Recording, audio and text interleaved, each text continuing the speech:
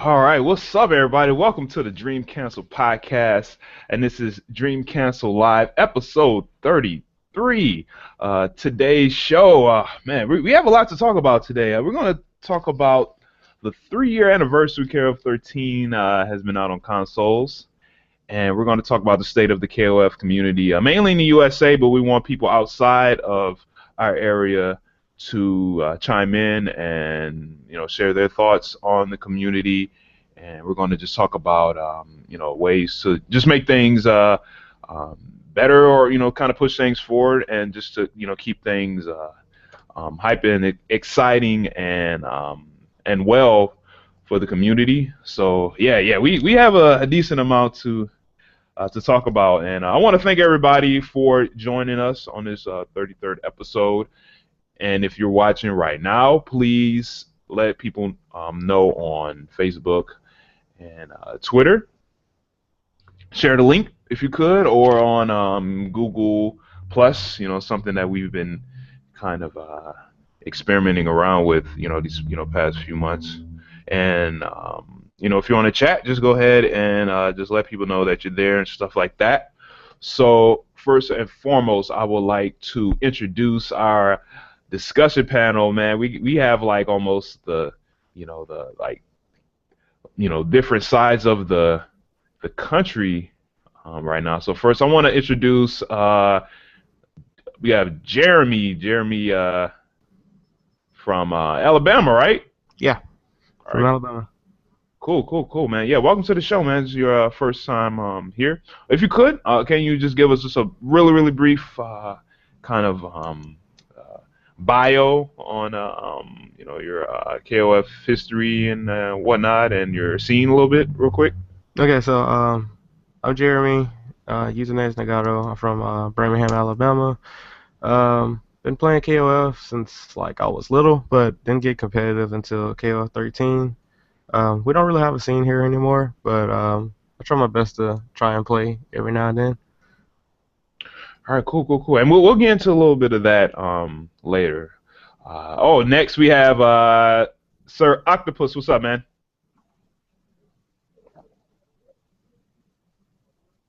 You there, Christian? Sir Octopus? Oh, hey. What's up? How you doing, man? It's all good, man. I'm sorry, I'm at work and got a little bit distracted. Oh, no, that's cool, man. Can you tell people where you're from again? Well, I'm originally from Tijuana, Mexico, TJ, Party Okay. Town. Okay. But I moved to Mexico City about 2 years ago, I think.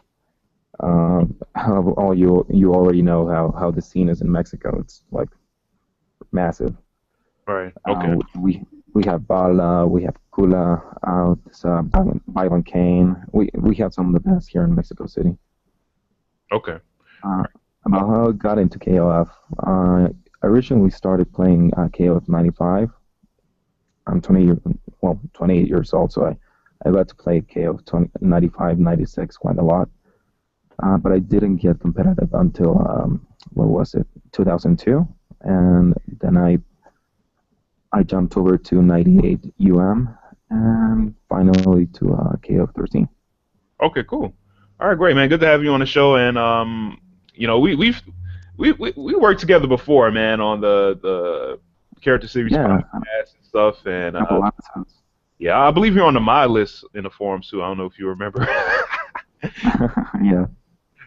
Cool, man. Yeah, good to have you, man. Next we have Genesis. What's up, dude? How you doing, man? How you doing? Doing great, man. Doing great, dude. Yo, you live in Ohio, correct? Yep, by Cleveland. Cool, man. It's your first time on the show. If you could, man, just give people a little rundown of who you are and stuff like that. Alright. Well, I'm Genesis DC. My real name is Darshan, which for some reason people can't pronounce, but whatever. What they say? Deshaun, Deshwan, all sorts of crap. It's just Darshan, like Darshan. But anyway, I've been playing since well, I think 95 was the first one I ever played. Came up 95, and then I just kind of played like each game that came out since, and then, well, yeah, everyone played 95. Was you playing on the PlayStation version? Yeah, that it came on a. It was a demo disc, and it had like Crash Bandicoot and Tekken 2 and KOF 95, and I don't even remember who was playable on that, Right. but yeah, then I played a lot of 2002 on GGPO and 2D Fighter, and I didn't really get into the competitive scene till like maybe 08, 07, 08. Yeah. And then KOFXIII 13 was coming out. I'm like, cool, this is going to be the first one that we're actually going to have a real tournament scene for, and I can travel for it and stuff, and that's kind of what happened. Right. All right, cool, man. Well, good to have you on the show. Yep, thanks. All right, next person we have is, let's see, we got Loyal Soul, man, from Louisiana, correct? Loyal Soul, you there, buddy? Oh, sorry, helps if I unmute my mic. Yeah, you got it right. I'm from Louisiana. Yeah, that's my home state, so it's always good to, have a representative, You from like the New Orleans area, or? I was born in New Orleans, but I live in Minnesota now. Okay, it's like completely changing weather, right? Oh yeah, man, it's always been like so every winter I kind of feel like I should like come back down, but yeah, man, good to have you on the show. This is your second time on here, I remember. The last episode we were doing that Lone Star admonition tournament. Yeah, the last episode, Cinder totally ducked the money match, but other than that's pretty good. So. Oh, okay. Nah. All right, cool. All right, great, man. All right, last but not least, we got Malik. Yo, what's going on? Can you hear me? Yeah, I can hear you, man. Sound like you in the bathroom or something. No, I'm outside in the hallway now because I wanted to connect directly to the modem. Oh, nice. All right, cool, man. Cool. How you feeling? Just trying to avoid this cold. Shit. All right, cool. All right, nice. Well, yeah, thanks everybody for joining. I know we're gonna have a couple more people on today's show. So, yeah, I spoke with Carr. He should be on the way. Yeah, I gave him a link, so he should be popping in pretty shortly. So before we get into the main topic and before some more people hop in here, let's get into some promo and plugs as usual. All right, got the Dream Cancel T-shirts, and I think there should be a little sale coming up. I think November 27th through the Spreadshirt store. So stay tuned on our Twitter for more details on that. And this shirt right here is, I believe, $12. And this logo, you can purchase them in many different colors as well. But this logo is $13, and this non-slanted logo is $11.50. So go ahead and get a shirt. Who has a shirt here? I forgot to get one. Okay. All right. That's fine. We're gonna give some shirts to top 3 at NEC just to let people know. All right. Shout outs to Team Chaos. Shout outs to SLR Rosarito. Shout outs to Chris Santoso. I believe that they. Wait. We'll get into that later. My fault. I don't want to skip too ahead. Big ups to our people's World Janaji up at Europe. Big ups to Gunsmith. Shout outs to Zero Black in Chile. And shout outs to FM Sway, Kings of Online. The last stream he did was pretty cool. What did you think of that, Christian, when he did the podcast of us talking about Duan? Did you check that out? Yeah, I did check out the Dulan video. And all the information that I found from the video was actually pretty useful. I was able to implement it into my gameplay. Can you say that again, man? You was kind of like cutting a little bit. Oh, Sorry. most of the information that I got from the Dulan video I was actually able to implement it into my gameplay back when I was playing. Oh, right. Okay. All right. Cool. Well, that's always useful. You know that information was correct. All right. A couple of things that I hadn't thought of. Right. Yeah, man. You was throwing down some dirt on that podcast, man. So it was great, man. Cool, thanks. All right. Next. Oh, Kings of Kings of Colorado. Big ups to them, and big ups to the Nest organization up in I believe China, if I'm not mistaken. But they have a pretty cool Facebook page. Big ups to KOF Funeral. Check out their Facebook and their blog spot. They're in our the Dream Council network. Oh yeah, check out frame data for KOF13 on your phone. And it's created by signed by R. Big ups to them. Really, really useful. Oh yeah, shout outs to the KOF13 Hitbox blogspot.com. Has hitbox images of many different, well, I would say all the characters in KOF13. And see this one right here. This this is the entry of the projectiles. So go ahead and check it out. We're probably going to use it for our hitbox of the day later. Oh yeah, get KOF13 on Steam. Oh yeah, chat with us on Chatwing. You can download it on your phone, and if you're there right now, just say what's up. I see there's one dude there named Hardy. I'm not sure who that is, but shout out to him. Oh, view the forums via Tappa Talk. Very, very easy, very, very useful to check out the forums on your phone. Like I've been using it like very, very often, and I like it. Pretty cool. And oh, yo, we got Rome. Yo, what's up, dude? Hey, what's up? How's it going, Des? Doing good, man. We just getting started. Good to have you. Same. How's everybody doing? Cool. Yeah, I hope we can hear you this time, Rome. I remember last time, like I think it was you, but the freaking your mic was. I don't know if it was your mic because we can hear you, but your signal was just it wasn't on the archive, which was weird. You remember? Yeah, I remember that. Like when me and you talked, like it was like we could hear each other, but trying to hear like the archive of it, my voice wasn't on there. It was kind of weird, but I have some friends that's gonna tune in and they're gonna let me know if they can hear like if everything is good. Yeah. Because that was weird, dude. I remember like just talking or whatever, and then like it was bizarre, man.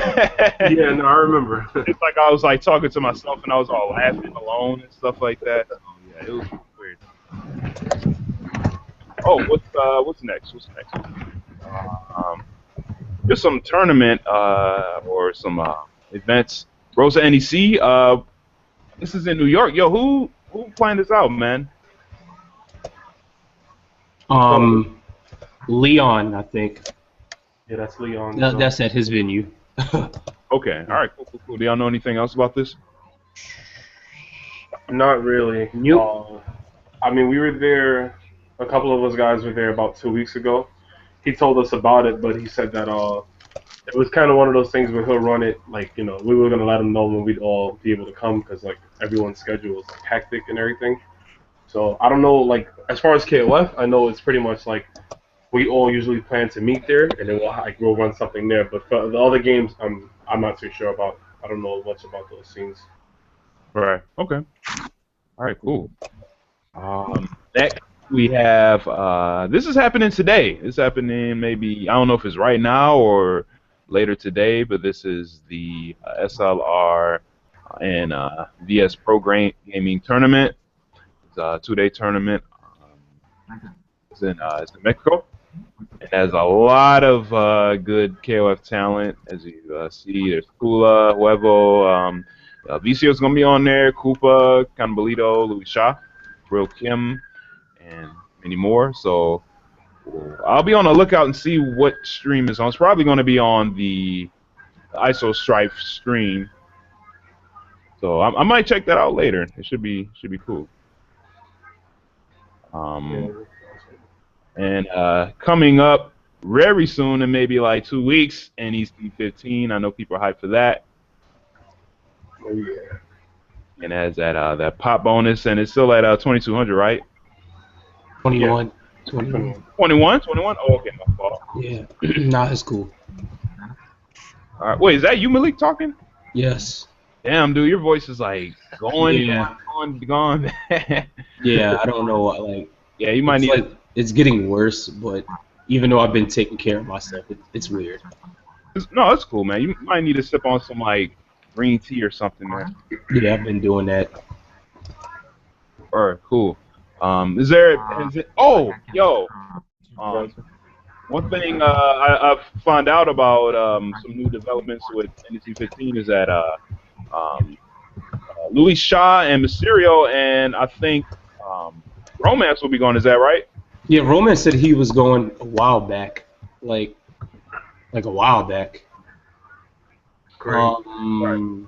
Yeah, and he said Louis Shaw was more than likely gonna go with him. Mysterio was the toss-up, so now that he's confirmed, it's just like that's cool. Right. Right. That's real dope, man. So yeah, Team LDA will be there. So yeah, everybody that isn't from that area, man, just be on your guard. Oh yeah. Yeah, they will be coming for that paper, Mm-hmm. There goes all my chances of wanting to make top 8. You probably could still do it, man. I just hope I don't get Romance in my pool again. I get him in my pool every single tournament I go to. I always have to play him. Oh, he's like the pool gatekeeper. Yeah. Hey, I always fellas. have to play. Oh, what's up? Yo, what up, Leon? Hey, what's going on? Going good, going good. I think this is your first time or second time on the show? This is my second time on the show. All right, cool. If you could, man, just give people just a quick reintroduction on who you are, where you're from. All right, I'm Leon from New York City. I work for SB2 Arcade. What we do is we host tournaments and events, and we also do software testing and quality assurance. Aside from that, I play King of Fighters, and I play a lot of other fighting games, but I mainly play King of Fighters. Great, man. A couple of seconds ago, we put up this poster, Road to NEC. You're hosting this, correct? Yes. All right, cool. Can you tell us a little bit about this, man? All right, the Road to NEC was basically an all-month-long promotion for every weekend. People can come out and practice. Teams actually have a flat rate for no matter the amount of people. So it's a flat rate even if you bring 4 or 11 people to play. And it's basically just sessions to get ready for NEC because it's coming up, and I know a lot of us need to practice. Right. All right, cool. Sounds good. That's really dope. Thank you.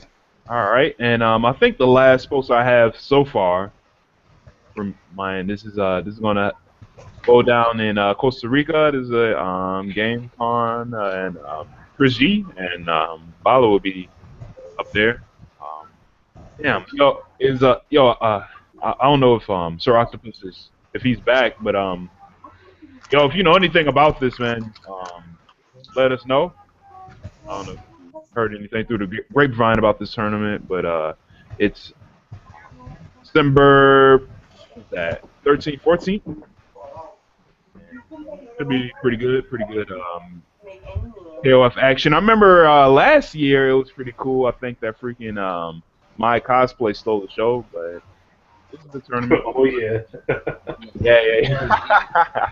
There was some hype matches, but the cosplay, and there was another cosplay, Nameless's girlfriend, I think. I forgot her name, the girl with the white hair or something like that. Isolde, something like that. Isolde. Yeah, there was a girl there too, and they were both on commentary. Like, wow. Right. Okay. All right, cool. So I think that's all I have so far as promo and plugs go, and tournaments, upcoming tournament news. I want to shift real quick to some front page articles. 'Cause I know it's been a while, so let me see if I could screen share the front page real quick. Let's see.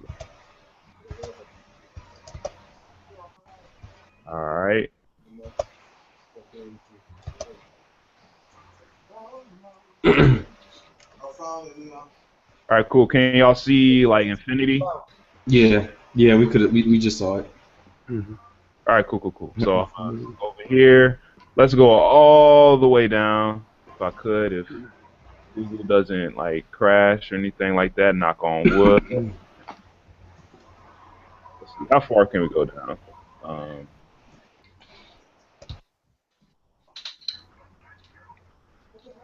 all right, bear with me, y'all.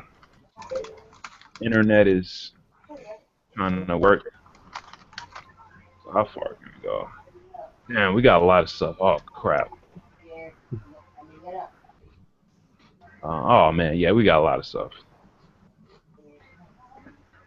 Events. Oh yeah, we got 3 pages of stuff we need to catch up on. All right. Come on.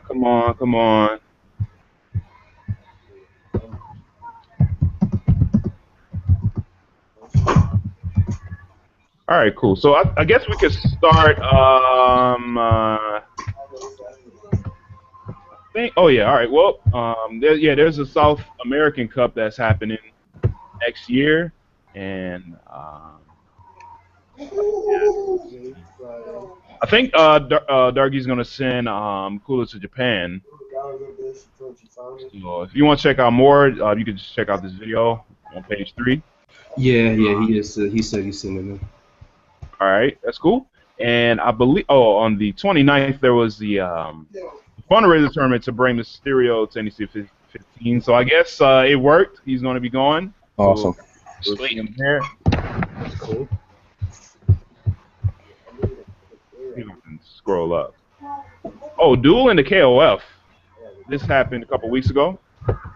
And anybody checked it out when it was live? Nah, I think the time zones are too different.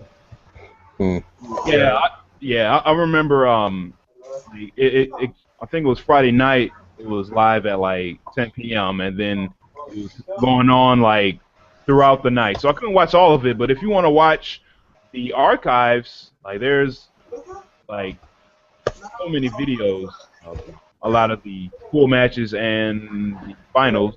Go ahead and check that out. All right, let's go back one page.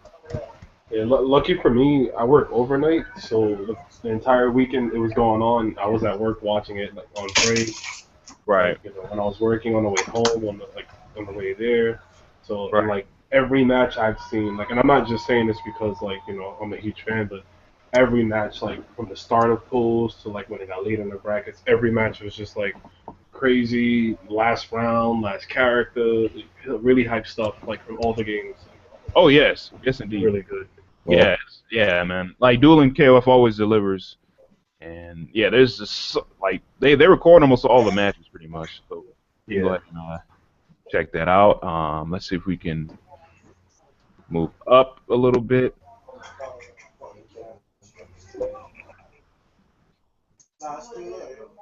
Oh, combo video by Setsuna MX Mexico. Really cool combo video. You can check that out on the front page. Let's see. Oh yeah. SK Playmore, they made a profit, I believe, this year, according to this this article. And, it's kind of funny is that like they made a profit, but like I think the producer of the game he left or whatever, so it was kind of weird. And next is the TGA 98 UM FE finalists, and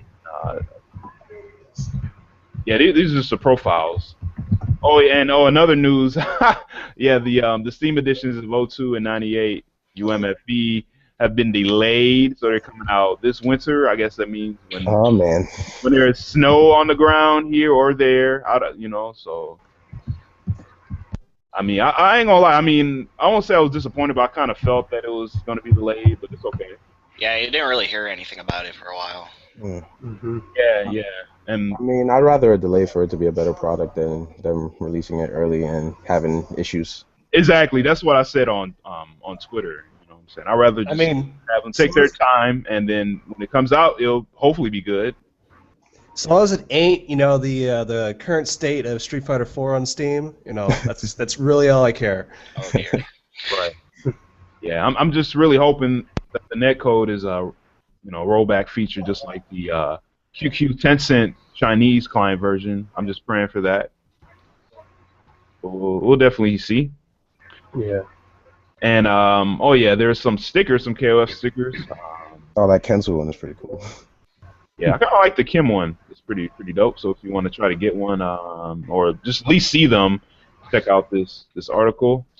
And man, we're going in on these freaking articles, man. I think I'm gonna be honest. I didn't watch this, but I guess it's like a combo video with Athena, many different KOF games.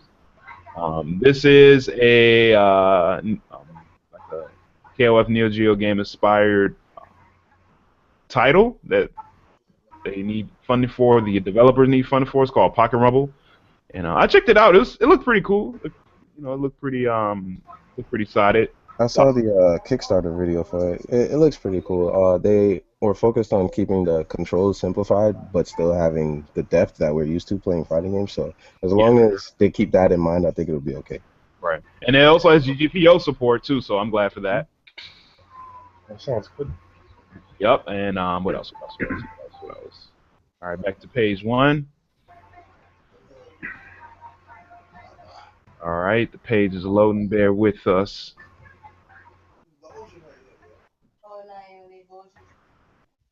All right. All right, here we go. Let's scroll all the way down, as carefully as I can. Let's see. All right, I didn't check this out. I guess this is like some like a combo video or something like that. Kim and Yuri, has anyone checked this out? Yeah, it's like a Mugen type of thing. They made like a 2D sprite for Jury, and it was like Jury versus Kim. It was Okay. like I don't know if you've ever seen the Screw Attack videos where they do like the Death battle. Yeah, like it's kind of like a death battle. Kim won. It looked pretty cool for like. Of course, Kim won. Right. Definitely. He had to win. Yeah. Yeah, he had to win. All right, cool. And next,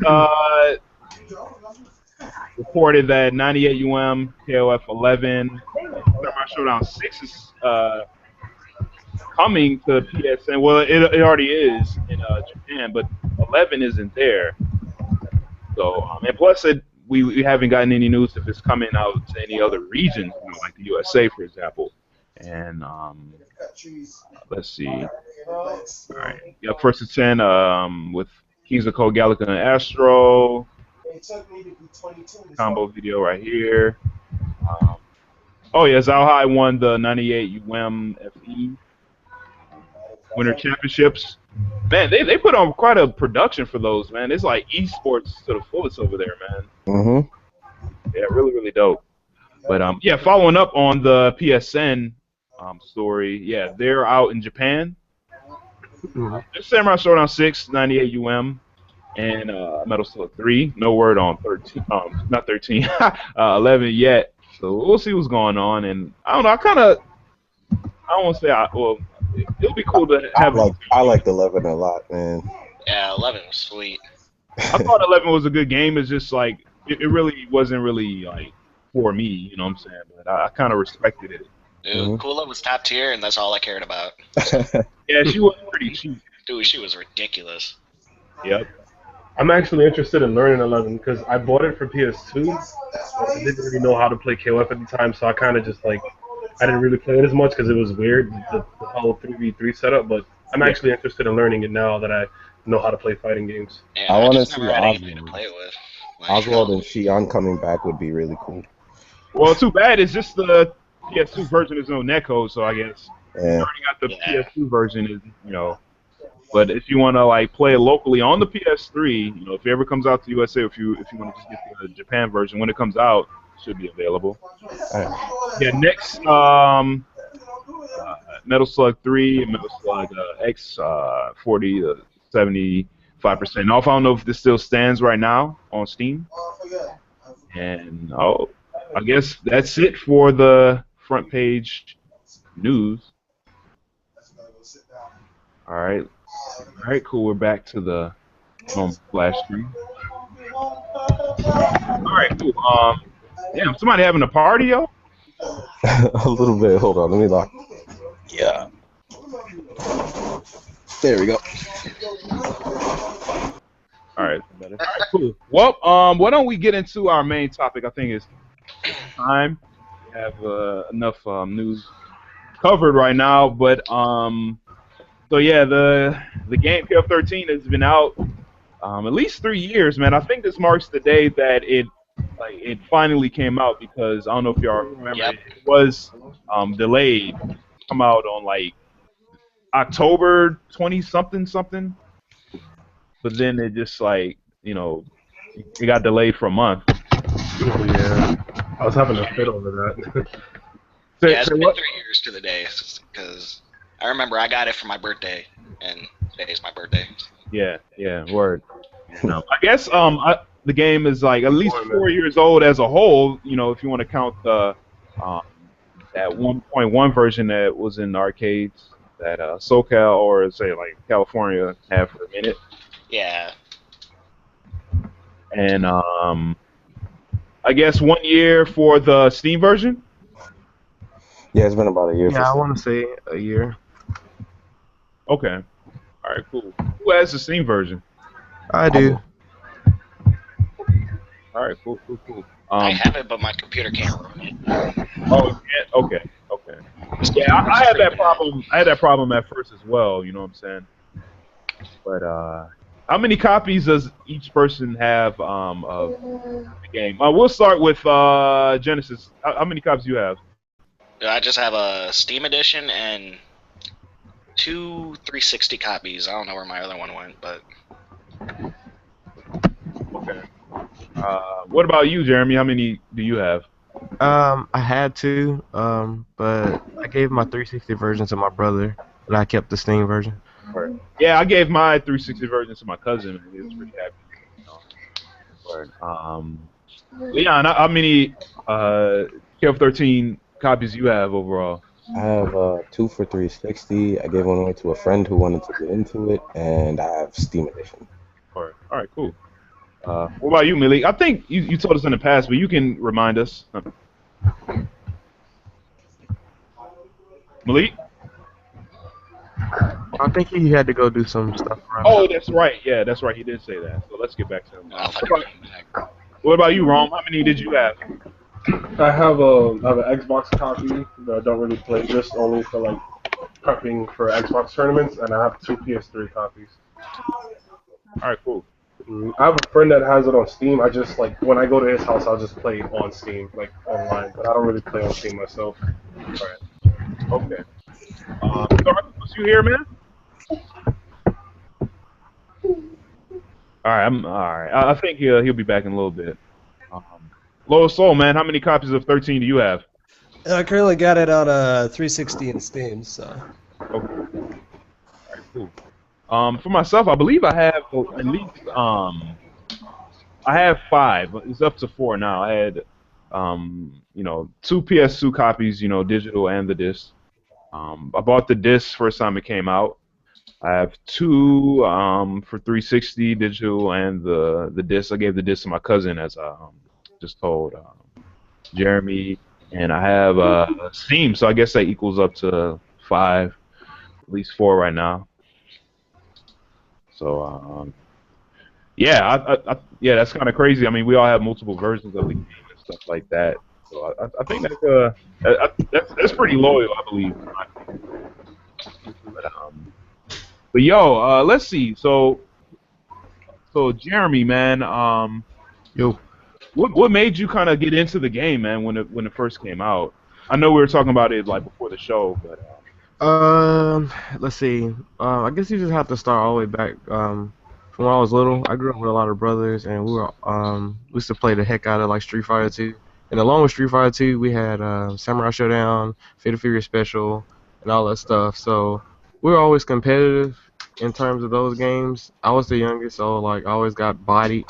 But as I got older, I saw Evo Moment 37, and I just wanted to get competitive in not just Street Fighter, but like all other fighting games, because I was like, okay, there's like another level to this stuff, and it's not just restricted to Street Fighter. So like I went back and played a lot of the KOFs. I had KOF 99 as a kid. It was alright. I liked 2002 and 2003 a lot though. So just started playing on 2D Fighter. I used to play Third Strike and King of Fighters 2002, 2003, and ended up playing 98 a lot. Yeah. So after that, I was pretty competitive, and new games was coming out, and like I didn't really like Street Fighter 4 that much after a certain amount of time, and didn't want to play Marvel. This is before Ultimate Marvel came out. Like I didn't really want to play Marvel. Then KOF 13, it was already out in Japan, and I actually had the arcade copy on my laptop, but it had really bad like delay in terms of inputs. So I just played it when I could, but I really liked the feel of it. It reminded me a lot of like CVS2 in terms of your options, and it was 3v3, and it's one of my favorite fighting games. So I was like, okay, I'm gonna give it a chance when it comes out on console. So it came out on consoles, and I was like, hey, this is really fun, and I wonder how like competitive everyone else is in the game. So just started like going out to locals, and you know apparently I was all right. I was pretty decent at it, and it was like, hey, you should keep playing the game, and just started traveling a little bit when I could, and just got competitive that way. Okay. Cool. How many people like first started, man, locally, like playing the game? All right, so this is before the console version came out. I was the only person with the computer that was stable enough to handle the like arcade bootleg. So I used to take it to casuals. There was about five of us there. Yeah. Then when the console release happened, more people got on board because people just couldn't deal with the input lag that it had. Well, the arcade version. So when it came out on consoles, a lot of people had dedicated their time to it. We had about 10, 12 people playing it, showing up when they could. About seven people that there were daily people because we play on Tuesdays and Thursdays here at a certain location. So we had about seven people coming out on every Tuesdays and Thursdays to play. Like I used to like race from class, try and get a ride over to where we play at and just play. We used to play like 4 to 6 hours. Like we used to really play that game a lot. Wow. Okay. And did you have like a tournament the first like week? Yeah, our first tournament, it wasn't in Birmingham, but it was in Huntsville, Alabama. That was Alabama Turnbuckle Kings. Yeah. And so Huntsville, it's pretty close to Tennessee, and it's not that bad of a drive from Atlanta. So we had a lot of people from all over those three states come. So we had I want to say 50 entrants. Damn. Pretty big. And the only game that had more interest than us was Marvel, Ultimate Marvel. That's when it first came out, and they had like 80. And it was really surprising because we thought, Street Fighter would have more entrants, but we actually outdid them, and we had like a $200 bonus pot. Wow. The tournament officials, like if your game had at least 15 entrants, they gave extra 50 to the pot. Then if it was like over 25, they added like 100 for every like 10 people or something like that. But it had That's a really pretty cool. so yeah, And it was 50 people, man. That's crazy, dude. yeah, it was huge, man. And thing is, we only had about 12 people from out of town playing the game. So we had about 38 people in the state of Alabama like playing the game. It took forever for that tournament because it's supposed to have been a 1 day, and I remember playing from like noon till about 9:30 at night. It was really long, but they got through the pools. Right. Cool, man. That's great, dude. All right, let me shift that question to the Genesis, man. How many people first like started playing KO13 when it dropped in your area? And when it came out, a lot of people were kind of, iffy about it because 12 happened. Oh yeah, yeah. They had that that little. We don't talk about that here. Yeah. But I know what you mean. I People forgot had about that. 12 until like People had post-traumatic stress from 12, right? right. Yeah. Okay. Yeah, it was pretty much just not too many people were really excited about it because of 12. It was me and my friend Manny who he runs weeklies in Cleveland now, and back then we had monthlies, and it was called Console Combat. I don't know if you ever heard of it. Like we kind of ran the last season's meetings. Okay. That sounds familiar. Yeah, we did the stream for it because Spooky didn't show up for whatever reason, but yeah, we had a monthly, and we had our first KOF 13 tournament. We had it for free, and pretty much everyone signed up. People just wanted to give it a try because they're kind of iffy about it still because 12, but it looked different. It looked interesting enough to where they wanted to try it, and we actually had a pretty decent scene worked from that.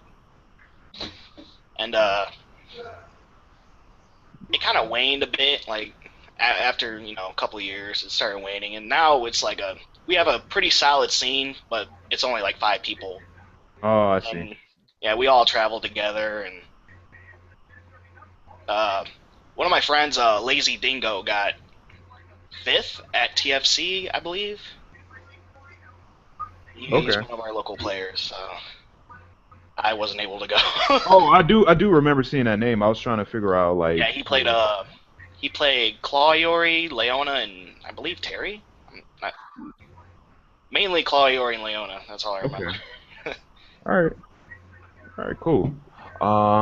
Let me see. Let's shift the question over to Loyal Soul, man. Yo, you there? Yeah, I'm here. All right, cool, man. Can you tell us how many people like started playing KOF when the game like first dropped, if you remember? Well, when it first dropped, I think we actually had like we had a lot of people like casually trying to play the game because down here we actually for a long while we had a large Street Fighter and Marvel scene. Yeah. And so like when it first dropped, like everybody was trying it. I think after a while, it sort of leveled off to probably about like 11 players, something like that. Yeah. And for a long while, like we were actually pretty consistent with our numbers. It's like recently it sort of dropped off because like people moved on and stuff like that. But no, for a while there, like when it first dropped, we actually had a pretty significant scene going for it. All right. Okay. All right. Cool. Let's see. I want to Leon and Rome. Y'all are kind of from this like around the same like area, right? Yeah. Yeah, we're in New York. Okay. All right. Cool. If you can remember, man, how many people kind of first started when the game first came out? What was like the numbers like? Like Leon, you can start. Well, for me, I saw that there were a good amount of people playing. I mean, there were sessions at Bums, there were sessions at Next Level, and other local places going around. So it looked like the game was gonna do okay as far as like standing the test of time in New York.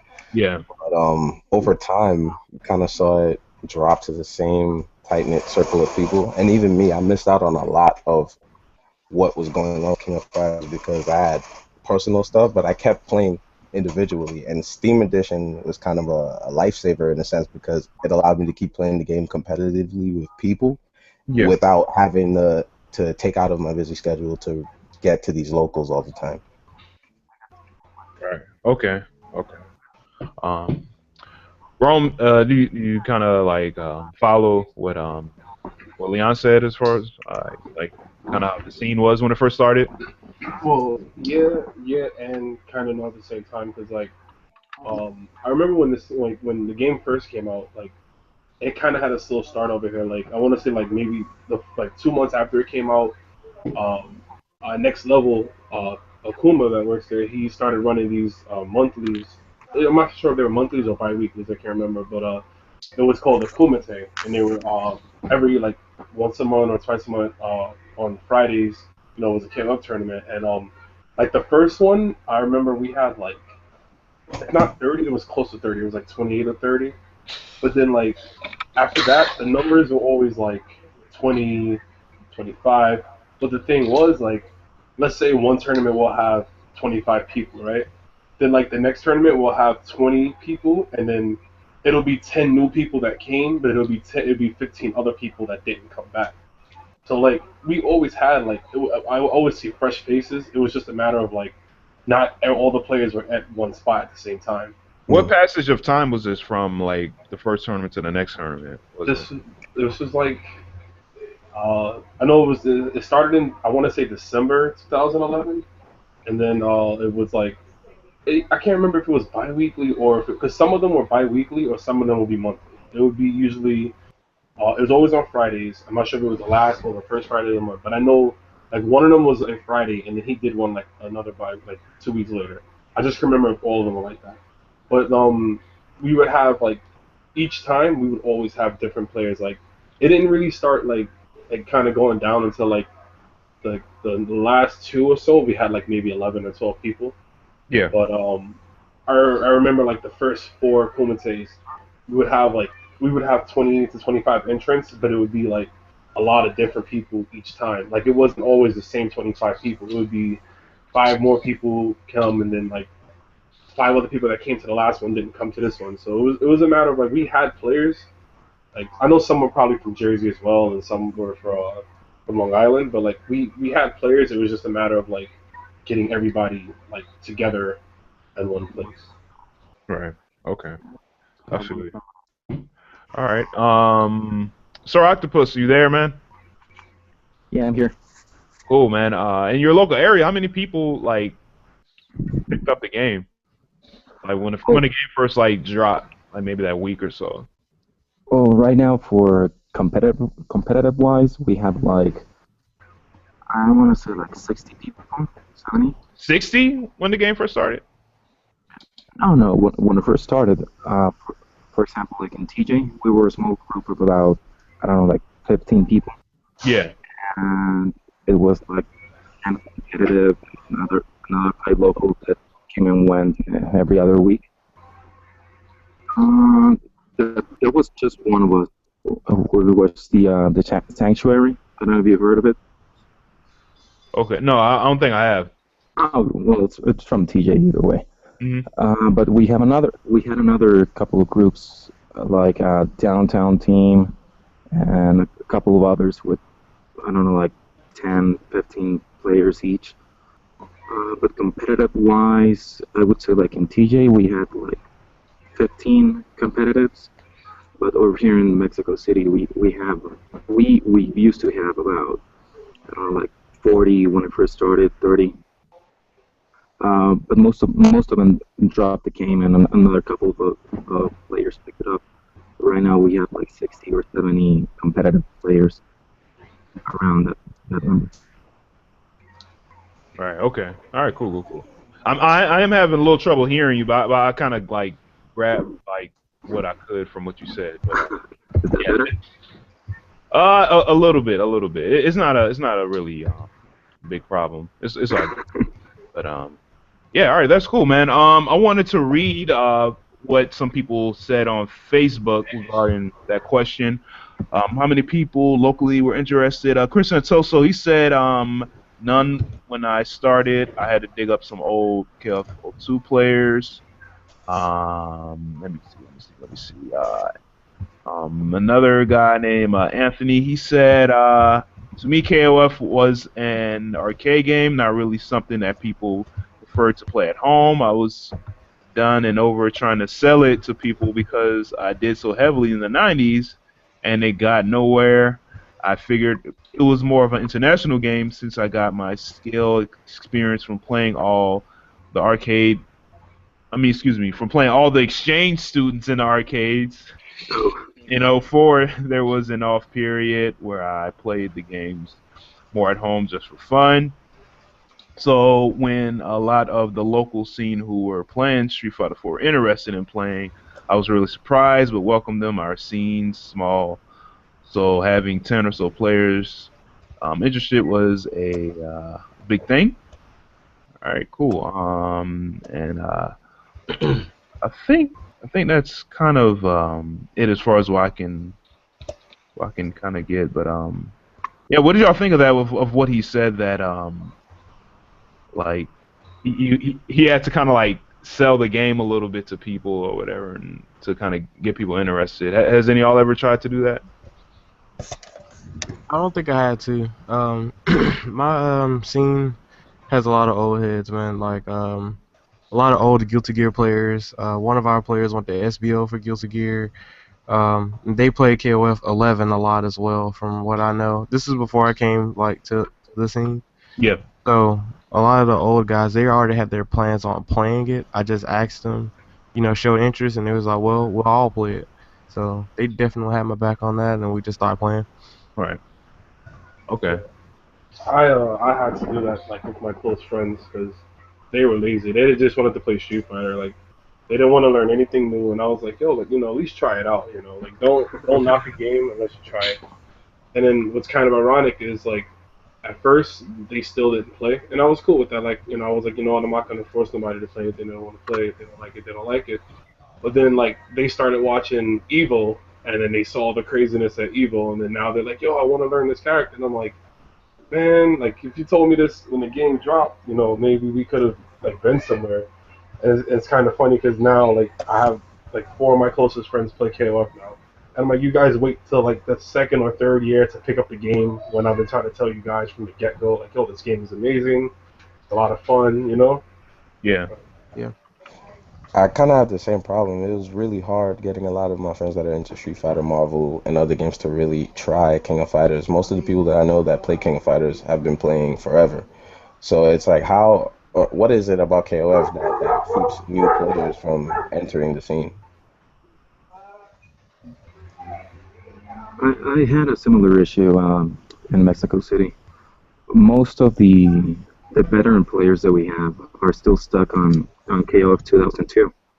I don't know if you've heard of the current situation that we have. Well, 2002, because we used to have a 2002 console or 2002 cabinet in every pharmacy store and every convenience store here in Mexico.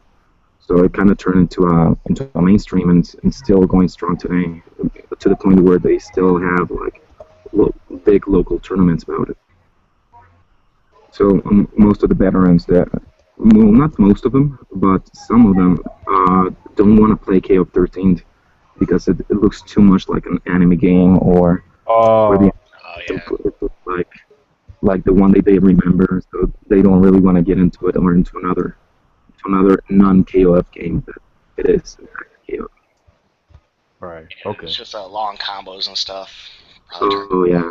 Yeah. They don't like the HD combat factor. Yeah. Yeah, I guess that's kind of I won't say like a common like complaint, but I mean, I can kind of see where people are coming from. Yeah, the game, like, yeah, I felt like from like the past games, like the system definitely had an overhaul with the combos. I feel. Oh yeah. Yeah, I feel this. I definitely feel with that sentiment. But I mean, hey, I guess it makes the game look flashy, man. It makes people say like, damn, Oh yeah, that's kind of like my scene. I mean, the people who like they saw the game and it was just like real flashy to them. They loved the HD combos, like how they looked at least. And like K-Dash throws his glass at you and then goes catching them. Like it just looks cool to people. And I still kind of have my fanboy moments. But yeah, it's just like people are like, I think like a lot of people want to play the game, but a lot of people just don't know where to start, and it's kind of hard to start someone. It's like you have all these KOF fundamentals you have to learn. You have to learn different types of jumps. Yeah. There's not running in Street Fighter, anything like that. They have to basically learn everything from the ground up, and then they have to learn the HD system and drive cancels and all that. Yeah. And that's kind of like the issue I had here, where like they just didn't know where to start. And I kind of didn't really know where to start them either. Yeah, I mean, 'cause to be honest, like when playing 9802, man, it took me a long time to even hop properly, man. So I can kind of understand, some of the new players how much trouble they may have. But at the same time, I felt like a lot of the new players, they kind of grabbed on the game fairly quickly. despite of that. So I guess it's more like an individual thing. Yeah. Oh, definitely. So it's a preference for a certain style game. Right. Okay. All right. Next question I want to throw at y'all. I'll just ask y'all individually. When you first play the game, let's say like the first couple weeks, maybe months, maybe first like month, maybe month or two. What characters did y'all like play around with? What characters was y'all kind of like looking at to main, or maybe characters you had on the side or something like that, or ones that you were kind of experimenting with. But what characters was y'all playing with when you first started? Loyal Soul, you can start. Well, actually, like most of the characters I started with are the characters I'm still playing to this day. My initial team was King Yuri and Kalai Yuri because those were characters that I liked in like the previous versions, like '98. And then initially, like I tried out Kalai Yuri, but I just decided I didn't like him at all. That was at the time when people thought like Kalai Yuri was better than Flame. For that short period of time before people started figuring out how to do Flame's tech and stuff like that. But so I switched over to Flame Yuri, and pretty much ever since then I've been just pretty well keeping with those three. All right. Okay. What about you, Sir Octopus? What characters was you playing with? Well, initially, I like complicated or fast characters, such as you've seen like Shin, Dulon. So the first time that I saw KOF-13 was with a buddy of mine in his house. He had a PS3. So I saw Dulon. I remember that I used to use Lin in KOF-2000.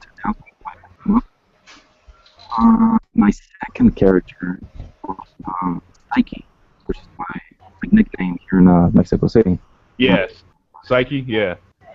Yeah, so I started using Psyche for a couple of months. Decided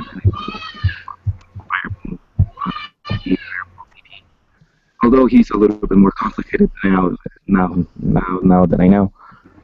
I also picked up Oro for a short period, just because I wanted to use the Neo Max. Did you say Goro? Yeah, Goro. Okay. Yeah, I like the Neo Max, so I wanted to use them. But I've never been like really good with grapplers and stuff like that. So I picked up as a second character. Third character, Wa.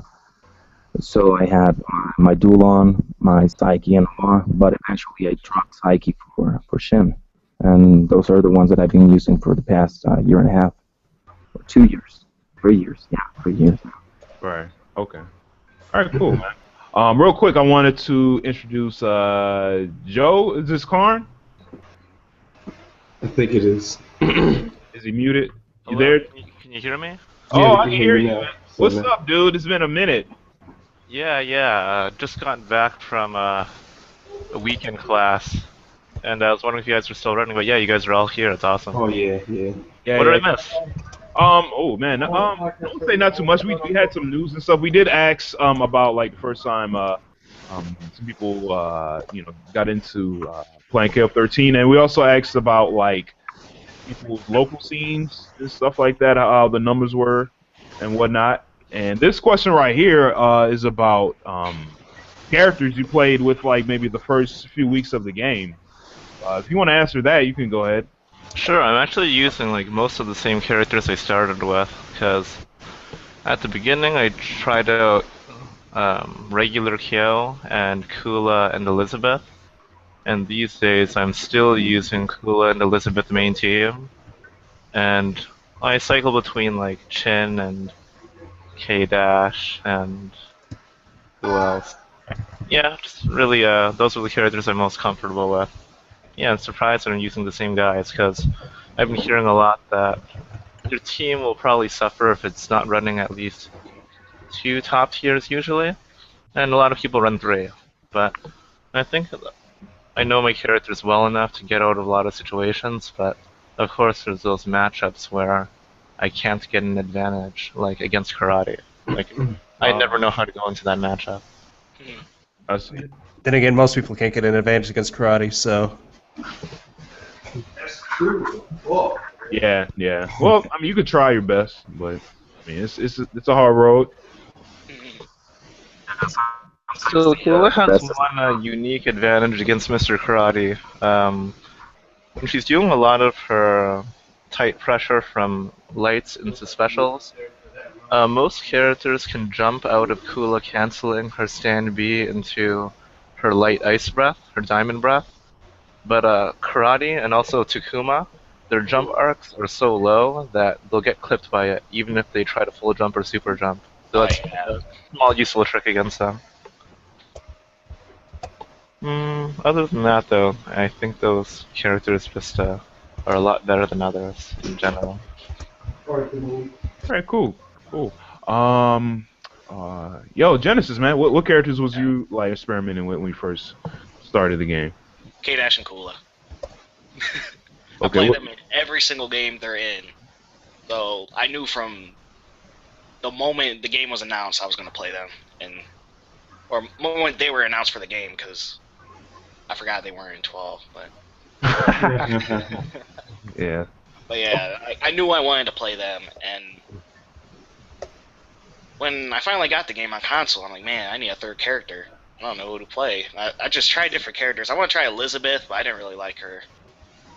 I think the first tournament we had, like, this was before, like, the EX characters started coming out. I think I tried, like, Yuri, and I kind of liked her, but not really. Who? Yuri. Oh, Yuri. All right, Yeah. yeah. She got that dive kick. Dive kicks are cool, so I wanted to pick her. But I don't know. I just can't really get used to the way she plays in that. Like, I played her in the other games. She's just nothing like it. Oh yeah. Oh, yeah, she's night and day difference in this one, so. Oh Yeah. yeah. But then EX Kill came out. And I'm like, man, I could just punch people with my armored Rekkas. And I really like Rekkas. I really like uppercuts. So, especially if they have armor on them. So EX Kill was like a shoe-in. And then EX Iori came out. I'm like, man, I want to play him too. So I played EX Iori, and then Karate came out, I guess, and I kind of experiment with him sometimes. But now these days, I'm mainly playing those same characters. Right. Yeah, That's good, man. yeah. That's good because like a lot of people like myself, we went through a lot of characters trying to see like who was like the best fit for me. Like I think the only person I've kept was like Kim, and I shuffled between a lot of other people. So that's good. You kind of kept your team. Yeah, I've had like identity crisis sometimes where I'm like, man, K-Dash and Kula just aren't like karate level good, and I'm like, man, I need someone else, and like I picked like Shen at some point. I was doing well with him, but I guess I just forgot how to play him. okay. So yeah, I'm sticking with them now. Okay. All right. Jeremy, man, what characters were you playing with when you first played the game? Let's see. First character I picked was Iori because it was my favorite character. Then Which Iori? It was Claw. It was Claw because Flames wasn't out yet, and even when Flames came out, I still liked Claw's design a lot. Like the entire design about that character was really cool. It was Claw, Andy, Beauregard. I played a little Joe, but it was like Claw, Andy, and I swapped out between Kyo and Kim. Main reason I played with Andy is because like that was the first character I learned how to do a special move with when I was little. Zynekin, since it's just down back and then forward punch. It was the first move I learned, and I just always loved that character. So I picked up Andy, and Iori was my favorite character. I just liked Kyo's moves, but I loved Kim more because Flash Kick was the second move I learned how to do, and just a lot of like nostalgia in terms of my characters that I played. But let's see, when I really got like decent at the game, I played Iori, Kim, Andy, and I'd swap out Andy or Kim with Shin from time to time based on the matchup. And let's see, at the end though, like I was just playing all types of characters. I don't really have a team anymore. Like Oh, I really? literally played every single character. I just wanted to try and get like 70% win rates with all my characters.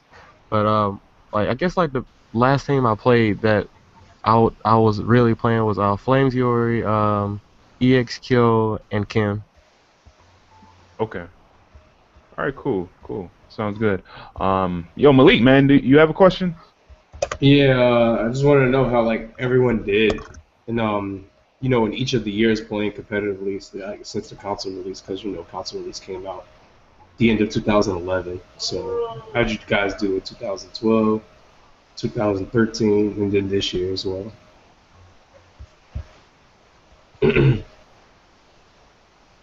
I guess anyone can answer first. I'll Man, start I with started talking and my mic was off.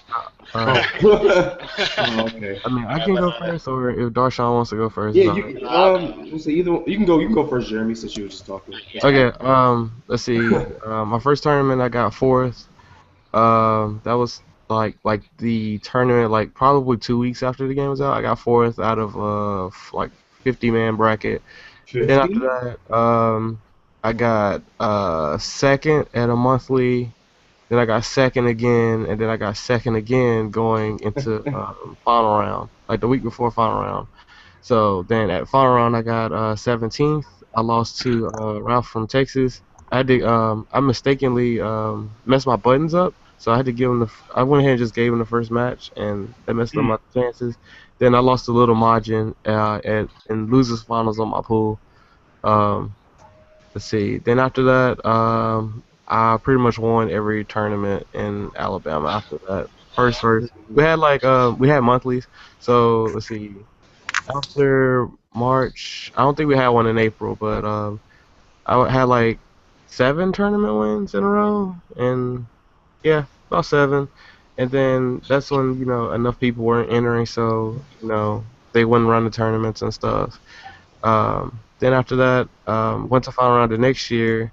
Ended up getting sponsored in Marvel and not KOF, and my sponsor wouldn't pay my door. I mean, not my door, but my fee to enter KOF, so I didn't enter. But I did play a lot of casuals, and that's why I played random and stuff. It was pretty fun. But after that, I haven't entered any tournaments because there aren't any around here. And final round this year, I couldn't afford to enter neither. It's cool. So what about you, Adeshan? Oh, man. Alright, like the first few local tournaments we had for the game, I won.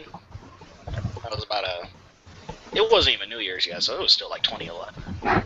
So, 2012, there was a major in Cincinnati called Power Up, and it was kind of weird. It was like a weird situation where, like, I got top 8, but they messed the bracket up. Wait, what year was this? This was 2012. Yo, I was there, man. Yeah, they messed the bracket up. So, like, they told me I made top 8, and, like, I got a 5th or whatever. But they said they messed up the bracket, so I had to go back all the way from, like, top 16. I don't know why I had to do that. They messed it up pretty badly, and that kind of... I don't know. Ever since that tournament, I haven't been doing as well, just because... I don't know. I had, like, a kind of bad streak going after that. Like, what else I enter? I skipped over Winter Brawl. I did pretty well at Winter Brawl 2012. But, yeah, we had, like, 2 seasons beginnings tournaments, and I got, like, maybe top 32 in those, and I just haven't really been doing that well, and then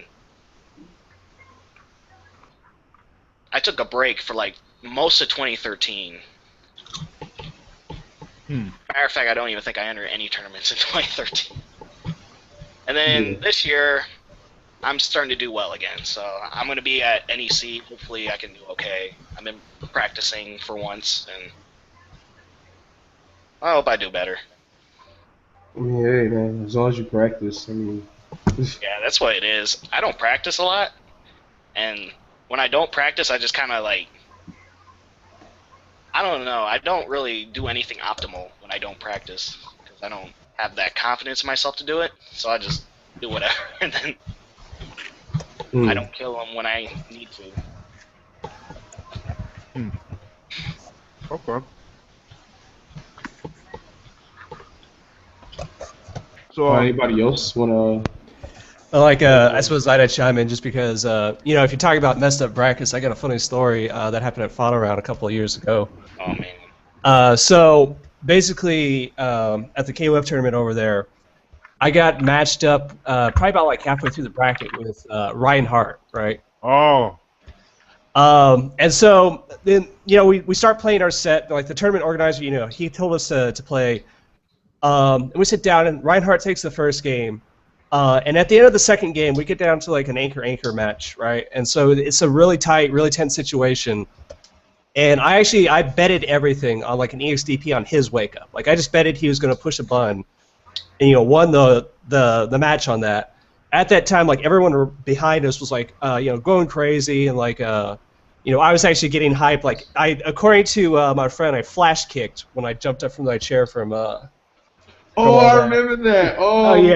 man. Oh, you were there? You were there? So you know what happened next, right? Wait, what was that? wait. That was Final Round 15. Yeah, it wasn't last year. It was the year pools. before. But It was 2012. The year before. So, 2012?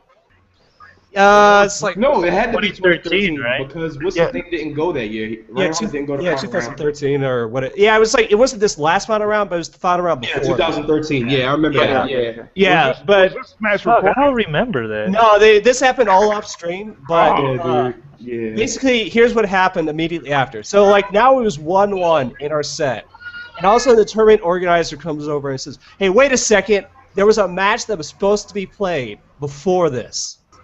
So apparently Reinhardt was supposed to play one more match before he got up to me, right? And so basically, at this point, like after that hype moment, it just happened. Like I'm like, what the hell? Just like trying to figure out. So the organizer was at least nice about it. He said, okay, well if Reinhardt wins his match, right? We'll just pick up right where you left off. You just played the last game, and it's just like pick up 1-1, right? Oh, man. Reinhardt lost his match. So that whole moment, that whole hype moment where the room was going nuts, never happened. Reinhardt lost? Was that against me? I don't know. Was it? Yeah, I think so. Yeah. I almost lost against him. Holy shit. Oh man. Yeah, dude, Oh, that whole situation was really sticky. I remember that. Yeah.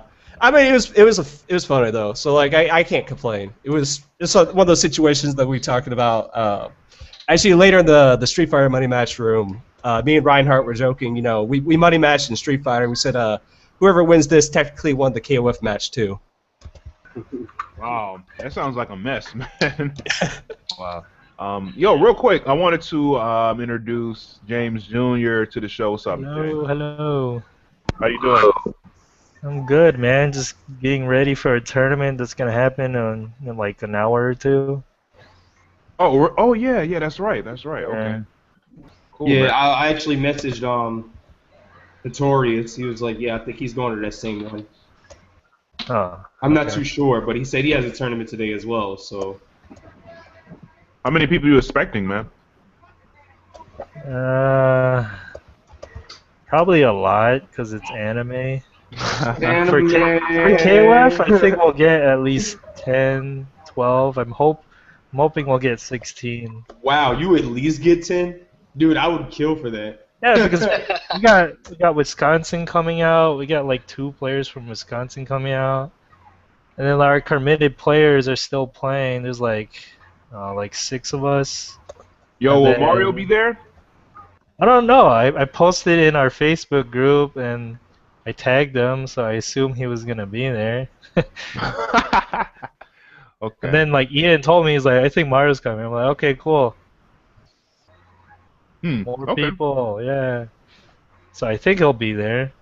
All right, cool. Sounds good. Yo, I'll talk about my tournament history real quick before we go to the next question. Let's see. All right, let me see. The first tournament I played, this was like in, like November, December, local tournament. I got 5th place. It was like an 8-person tournament. I wasn't too happy about that. But I mean, it was a fun tournament. Yeah, I got 5th, and when I was playing, I just noticed like, man, like this game is different.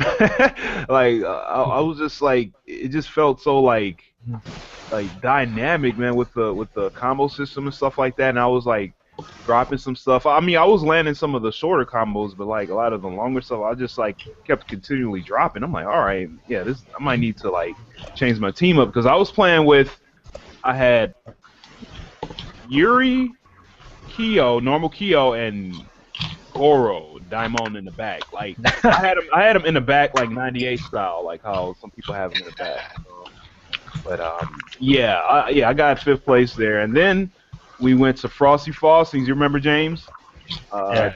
Was that in January or like late December? I think it was.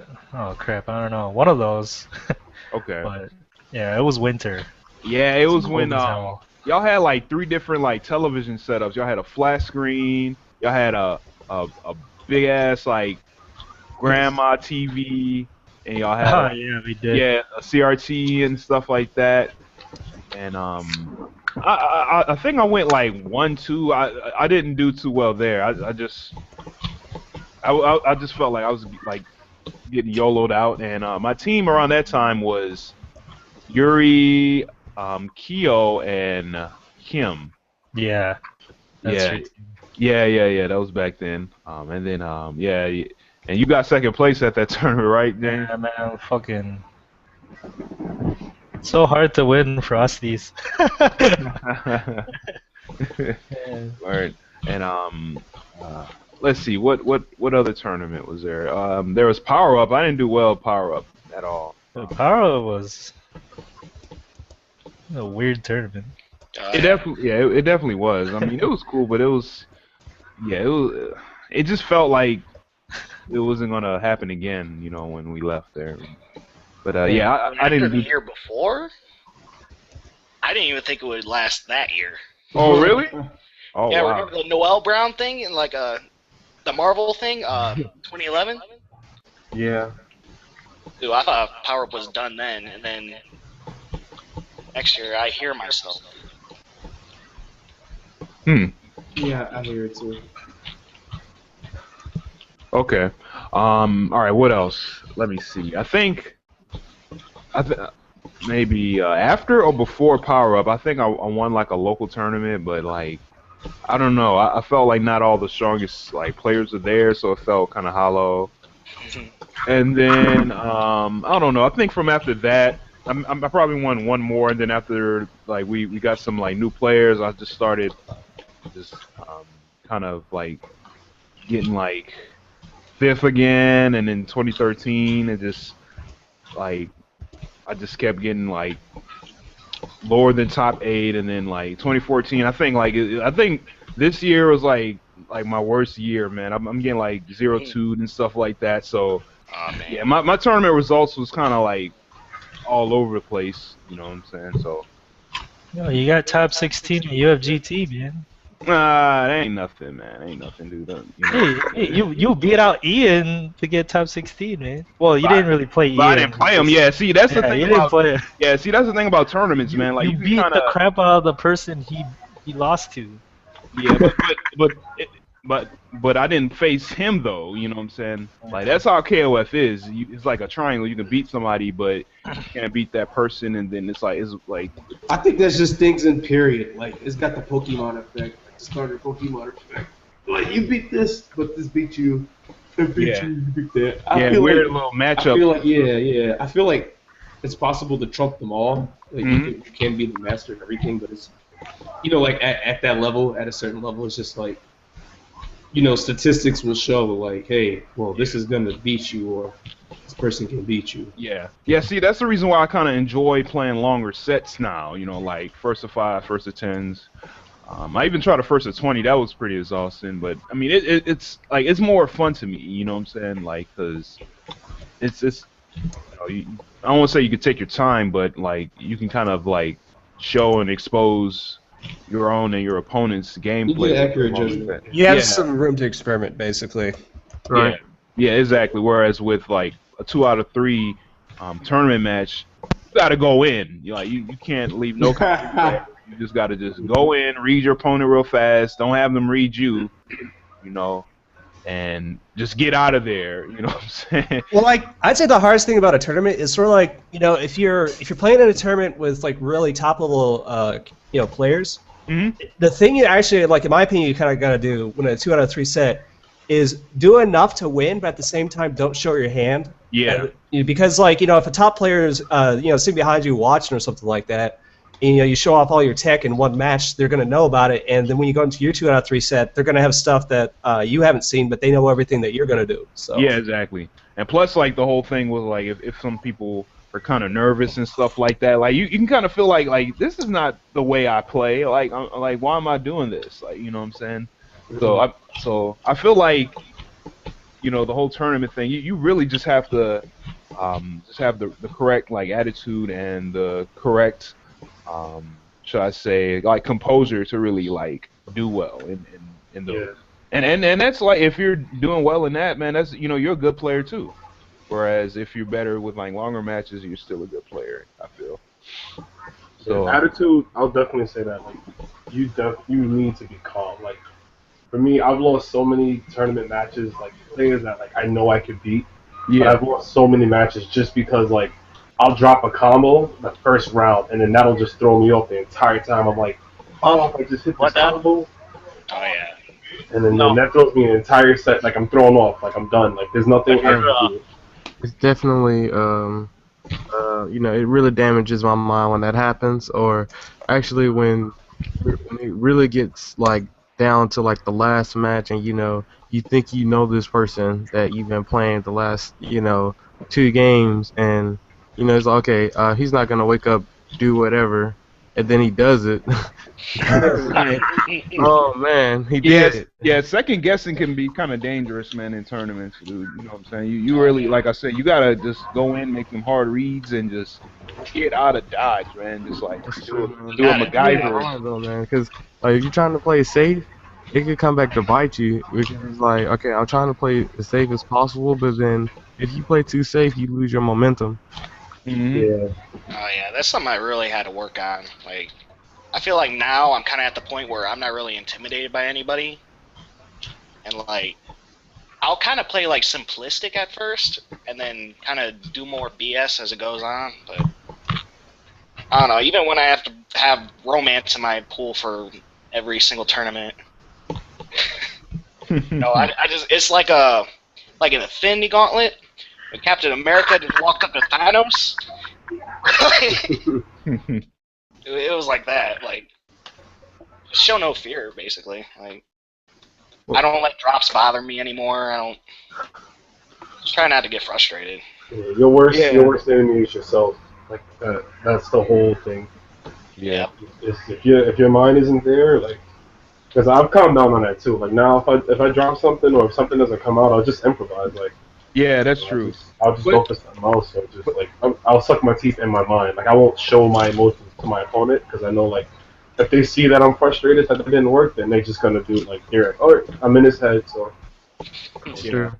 Yeah, like one thing I'm trying to like get over is like as far as drops is like I just hate it when I drop something that's like so easy that I could like do with my eyes closed in training mode or whatever. Like Kim's like HD, with 2 bars or whatever, with the D flash, the D crescent kick into the B flash kick, and then you do the other crescent kick into Neomax. Like, come on, that's the easiest HD combo in the world, and I dropped that. I'm like, wow, man, like, is this for me? Like, should I like change like characters or something like that? So it can like, you definitely have to like. Set your own like morale boost, that way you have to like learn to use your nerves to your advantage. Yeah, exactly. Yeah. I'll do some crazy stuff like when I'm nervous. Sometimes I'll do a combo that I can never do it in training mode. For some reason, I just do it in tournament. Because it's the fear that you don't want to like get it's like a human instinct. Preservation. It's just like you don't want to ever put yourself in danger again. So right, so you're like you gotta do stuff that you never thought you could do. Then when you're on lockdown, you start doing more stuff. Yeah, just that adrenaline, like picking up cars and stuff. Yeah. Yeah. That or when I'm playing with a Wajai, all of his combos can be like improvised. So that's usually what I do in the corner. I don't remember any combos when I hit an HD combo. I just go all nuts with a DP or circle back. It's like one thing I think I started practicing more is actually like say if there's a spot in your combo that you know is like really hard to hit. Sometimes it's actually good to go into training mode and just intentionally figure out how to drop that combo in such a way that like if you drop it in a match, what your options are afterwards or something like that. Mm. I Yeah. remember having a conversation with some of the people in North Carolina about this, about just dropping combos and stuff, and we just came to the conclusion, man. Like, as long as you get the damage that you want, you don't have to, be extremely fancy. For example, with Shin, you don't have to be fancy and do any like crazy things. Same with Rio or EXE, or you have two sticks of butter and you got HD, four sticks of butter and you got HD. Go into Super, then Neo Max. Try to keep it simple to the point that it's not too difficult, and your chances of dropping it is not as high as it would be if you were trying to get the most damage. Just get as much as you can. Instead of doing 999 damage, 890 is just as good. So is 770, and when you factor in the fact that when you're playing footsies and stuff, that other life that they have is probably gonna be lost. Just trying to gain ground or from chip damage.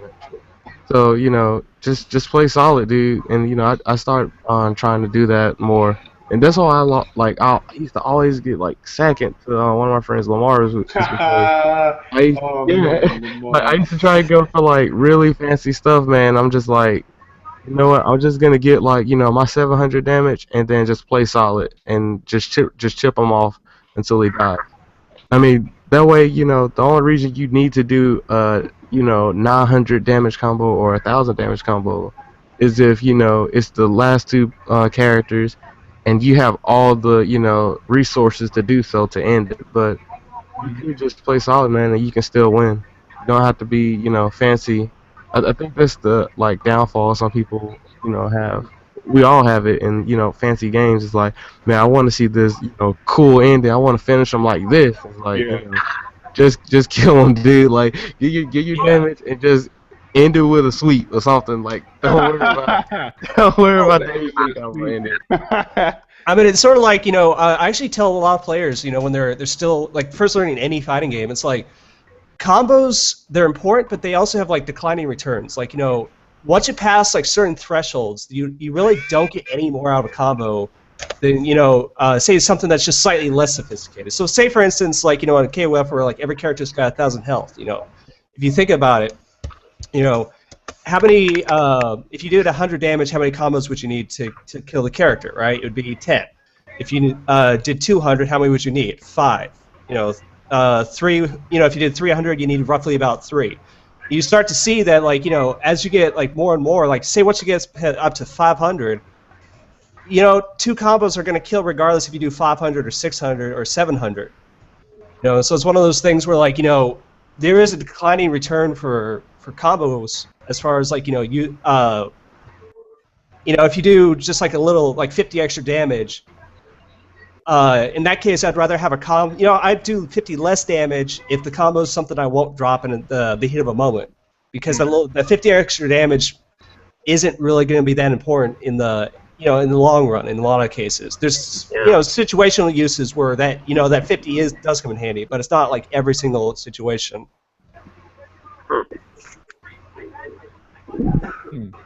That's some knowledge right there. Yeah. I'm just kind of like thinking about that too. All right, cool. I'm gonna write this down. I'm not All right. Here's a question for y'all. What have you learned gameplay wise from last year to this year? So we could start with Genesis. Dude, those option selects are ridiculous. Once I started getting into that, and I'm trying to apply them. It's just kind of weird because that's like, I don't know. Is it a little tricky? Yeah, it's just I have to make myself do it, I guess. Like I just don't think of doing something like that naturally. That's why I struggle with Street Fighter 4. Yeah. Because I don't really think to crouch tech or anything. I don't like people mash crouch tech. I don't even do that. I see them try to throw me. I try to tech. Like I don't really think about doing option selects that much unless like, okay, I am going to do this option select in this match. And like, I don't know. I guess that's something I need to work on. Yeah. But yeah, they're definitely really good, and you know, we see it in tournaments. So people are definitely doing it. But how would you know that, like, if someone's like doing it though? Because isn't that you know what I mean? Like, isn't that that's the point of it, for you can kind of like not really see it from a defending or a like spectator view? You know? It's like if you see someone car cancel into a DP, like they're more than likely just option selecting her. Yeah, they are. Yeah. I mean, there's certain tells like with option selects. Like you have to know what you're looking for, but like it is possible to recognize if somebody's doing them or not. Oh yeah. Okay. Yeah, I can agree with that. All right, cool. All right. Let me see. James, what about you, man? What have you learned from this year to last year?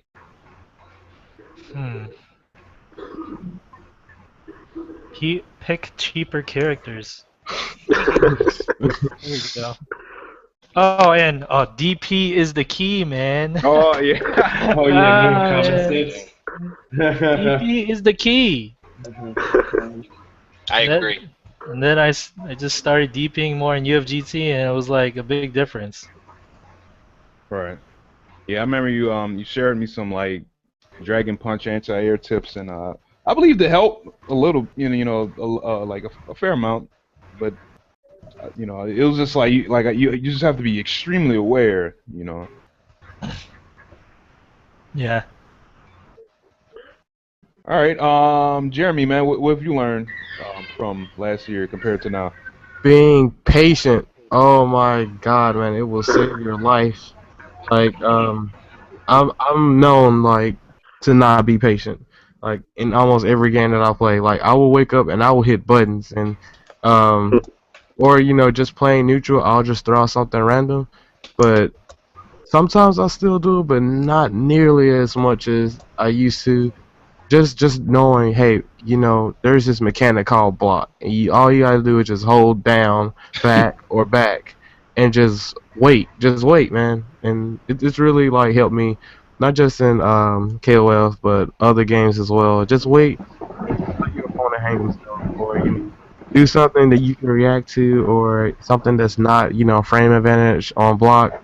And like in KOF, you can play patient to a certain extent because guard break. But knowing when you want to guard cancel shift or guard cancel attack, you have to know when to do it because there are safe jumps, for guard cancel attacks and whatnot. Mm-hmm. So just being patient, man, and saying, okay, I'm gonna wake up and I'm gonna block. I'm not gonna roll. I'm gonna wake up, wait, see what my options are, and choose accordingly, and don't do anything stupid. Okay. All right, those are some good ones. Karn, man, you there? Yeah. Can you hear me? Yeah, I can hear you, man. Yeah, you sound all right. Well, what did you learn last year compared to this year? Well, the only times that I feel I'm really learning is when I go out to majors, because over in my local scene, like you're playing most of the same people all the time, and your memory really gets refreshed on like things that you're doing that aren't actually safe. People who might be playing you for the first time, who are used to adjusting to players, will notice if you're falling into a lot of the same habits, no matter how safe they might seem. I mean, even if your opponent can't punish you for doing the same thing over and over, they can at least like improve their position on you. So, yeah, being predictable is something that I've been getting better at over the past year. Even without needing to go to majors more recently, because I've been stopping more and thinking while I've been playing people around here. There's a lot of things that seem unstoppable when they're being spammed, like somebody repeatedly neutral hopping and poking out a D. Oh, But yeah. there's pardon?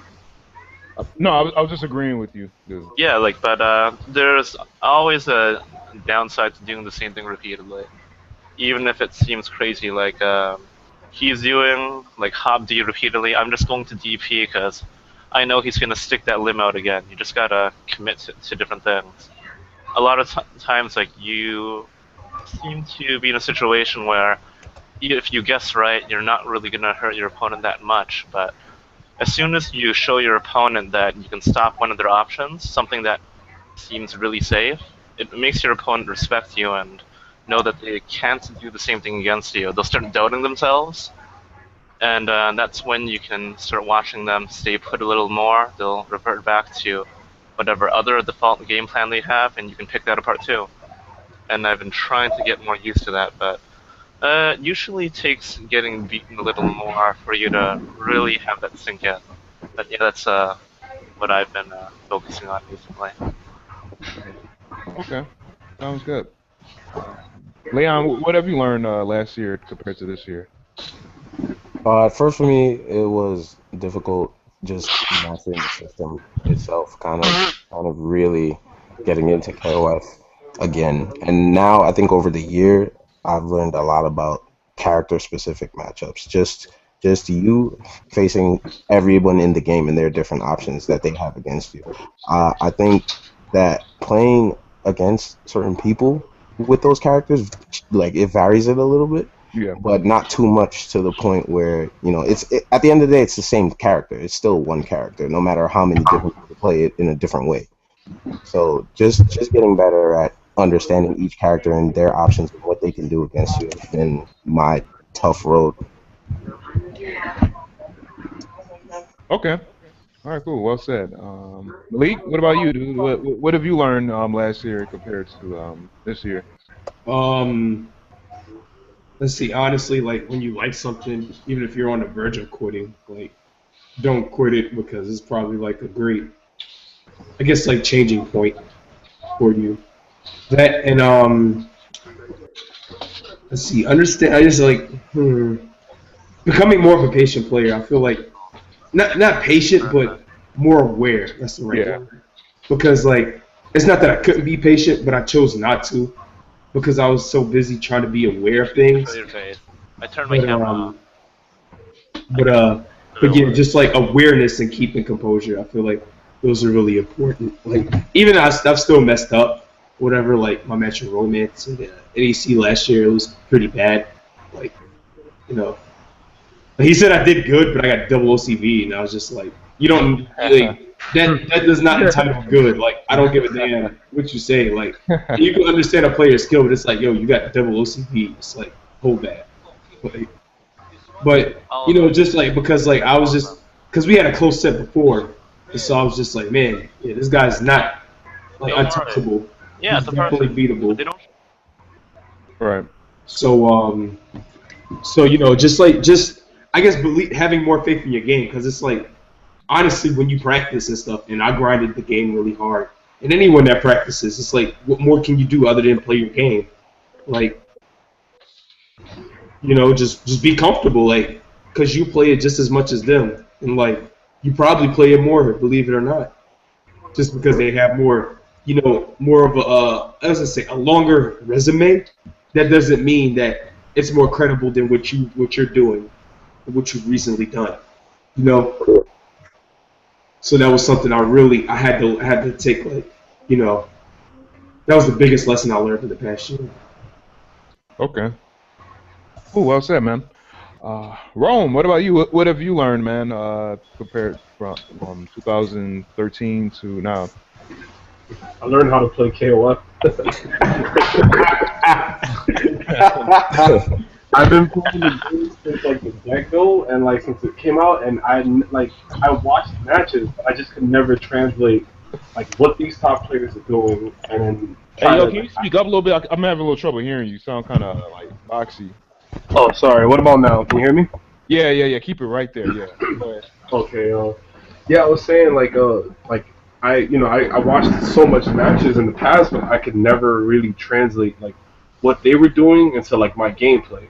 And like it took like I quit the game and then I would come again, then I would quit again, then I would start playing again. And like when I started actually traveling, like going to Malik's house and like the sessions he had, like just listening to him and guys like Liston and Richard and Ahmad and everything, like they taught me pretty much like they like told me and trained me and stuff, but it was like I like from last year to now, I basically just like I started formulating everything that they were telling me, like about neutral, and spacing and like when to go crazy, when to be patient and stuff like that. Like I just recently, I want to say like maybe 6 months ago, it all just started like getting put into my head, and I feel like a different like now when I play, I feel like a completely different person because like I'm not saying I'm the best player, but because I'm far from it, but like I see the difference in skill, like and how much I've grown. I'm just like, whoa, I never thought I could be like at this level, like.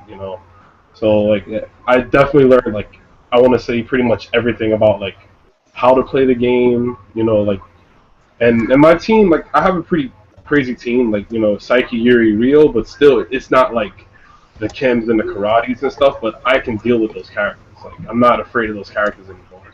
Right. And I know how to fight them, and and I just like I feel like I just learned everything overall, like the whole game, like matchups, like different player styles, like which like if I play two different karates, like which one is gonna like kind of go hard with the fireball A, which one is gonna look out for like certain just like every player has different tendencies. So I've learned how to read different like players, not just on like the characters they That's use. exactly what I meant. Not to cut you off or anything. That's Yeah. exactly what I was getting at over just learning, the character specific tendencies that people have, and then being able to comply with that. Right. Yeah. Because just like matter of fact, perfect example. Me and you, like, I remember when the first time I think we played, and I remember you saw my Yuri, and you was like, "Oh, like you don't care," like, and I'm like, "Yeah, man, she's a scumbag character. You gotta sometimes not care, You gotta do some crazy stuff every once in a while. Like, don't play. You can play safe, but sometimes throw people off. Wake up, command grab if they're too close by, or stuff like that." Okay. Cool, man. Well said. Well said. Sir Octopus, man, you there? Can you hear us? Yeah. Cool, man. What have you learned last year compared to this year? Well, do you remember when I was starting to edit articles for the website? Yeah. Okay. It was around that same time when I stopped playing overall. So it was a really long time ago. Oh, okay, I see. I understand. Yeah, but from what I've seen a lot of tournaments still, and local tournaments here in Mexico City. And from what I've learned is that most of the people from Mexico City are all converting to Mr. Karate, Cam, playing Yori. They're really good at it, and some of them are already learning the Rekka Infinites, kill combos, stuff like that. So what I've seen is more people are going into the mainstream here or in the U.S. As opposed to point loyalty characters. Okay. So I was trying to. I'm still having a little trouble hearing you, but I think that what you said is that people are kind of like just picking more. Yeah, most people that I know moved away from their characters that they love in order for them to pick up characters that they know they can win with. Oh, okay. All right, kind of like I don't want to say tear whoring, but all of that. Cool. All right. Low soil, man. What do you think, man? What'd you learn? Hell, I think like this last year, I've probably been like, I've actually been trying to focus more on like learning the high level mental game in a sense. Because I think like where I was a year ago was that I think I was really good at picking up on the average player's tendencies. So say like if one player sort of has like their normal flow chart, even if it's a pretty solid one, I think I was pretty good about picking up on what they were doing. So it's like, okay, this guy, he plays very defensive, or this guy plays very offensive. But where I found like I started struggling was whenever I'd have to go to go to a major and play somebody like a Romance, or go, in the case of Street Fighter, if I play Pierre Rog or something like that, I'd realize that, even though I was playing solid, I would still be like getting hit in like all sorts of situations that I normally don't get hit in. And then, it took, I'd say this last year, I've been trying to focus more on like, when you play an opponent who's just as good or better at reading people as you are, how do you give them false information? How do you, hide stuff from them? How to play in a way that like you actually can hit them with something late in a match, when everything's on the line or stuff like that. Because like I think it's like the more I've been trying to learn about that, the more like when say at Lone Star Ammunition, I lost to Louis Cha in the winners bracket, and I think if I had played him a year ago, I wouldn't have understood anything that he actually did to me, like in that matchup. Like, but I think like this last time, even though I lost, outright, the dude is insane. Like Louis Cha is absurd when it comes to that. Shit comes down to Mexico. Yeah, no, and I don't doubt it. Like, there's probably even better players than him out there. That's actually one thing. Like, you sort of get an appreciation of, is that even among like the really, really solid players, there's still like gaps that most players don't realize are there. But it's like, even when I lost to him, like I actually understood. It's like he was predicting ahead of time my adjustment, and like that was something that a year ago I wouldn't have realized, like how he was doing that. And I think like even though I lost, it was still a very like it taught me a lot that I definitely would not have been able to understand a year ago. So. Cool. Okay. All right. All right. Got a question for all of y'all, man. What are your personal tier lists for KOF XIII? And why don't we start back the other way? Why don't we start with you, Soul, then go down? Okay. Well, I would probably say at this point, it's pretty hard to argue against Mr. Karate and Kim. They're definitely like within the top, top 5, somewhere in there. Definitely Flame Yori, and I'd personally put, let's see, Mr. K, Benny, Flame. Let's see, who am I missing? Oh yeah, Kim. I put those in the top 4, and I think there's like another like few characters that might be arguable for that spot, but those are like 4 characters I think are pretty hard to argue with being in the top. And immediately after that, I'd put characters like, say, King, Yuri, Duolong. Characters that are pretty good at like one specific role. Like for instance, with Duolong, he's not a great anchor, but on point, the character's really, really good and really solid at like holding leads and stuff like that. Then I might put, I mean, the things like once you get outside like the top few characters, it gets a little bit hazy in my opinion, because like there's a lot of characters you can argue. Like Vice is really good anchor.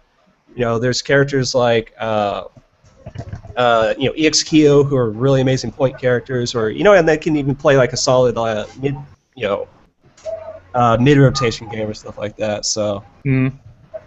I don't know, like it's kind of hard to make like a good overall tier list because there's so many like arguable spots, and then there's so many characters that they're not good at one role, but they're really spectacular at the role that they play. Yeah. Okay, that makes sense. So Octopus, man, what about you? What's your personal like tier list? Yeah, well, considering the characters that I mostly feature on in the city, I would put Kim, Karate, Flame Yori, and Chen all on the same list. Okay. All at top. And I would guess that the other ones that I have are for overall are I don't know EX Kyo, Wajai, and Dulon. Those are the ones that I consider to be on top. And as he said earlier, some of the characters, or most of the characters that are seen as combat factors or batteries, Well, they do have their strong suits, but they don't work in overall situations as, like, say, Mr. Karate or a Flame Yori. All right. But Okay. All right.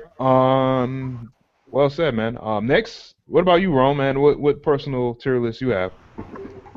Oh, I would say top three is like, obviously EXIORI, Ken Karate, and I think they're only like they're really good, but they're mainly top three because you can put them like anywhere on the team. It doesn't matter where; they'll always be very effective in any spot. Yep. Right under them. Oh, sorry, what did you say? Well, right after them, I will put Chen and Hua as well. I just think that they need a little bit more, like maybe a bar or so to start to really get like going. After that, I mean, I personally, and I think a lot of other people like should kind of use options too and put them higher. But I think Psyche is right under that list because he has so much good stuff that a lot of people, I don't know if they don't know it, they just choose to not like use him.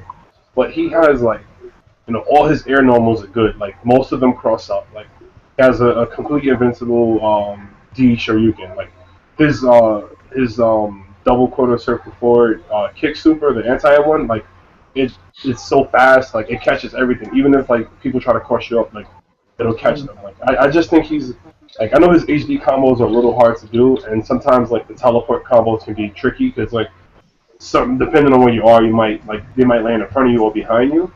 But I think Psyche is very underrated as a character because he does a lot of damage. Like he's one of the few, if not like I think he's like I think it's him and Chen and maybe one more person, but like that has like 2-bar 100% HD combos without Neomax. Like and he's really good. But after that, I would put everybody else like Duolan, Vice, another character that's really good.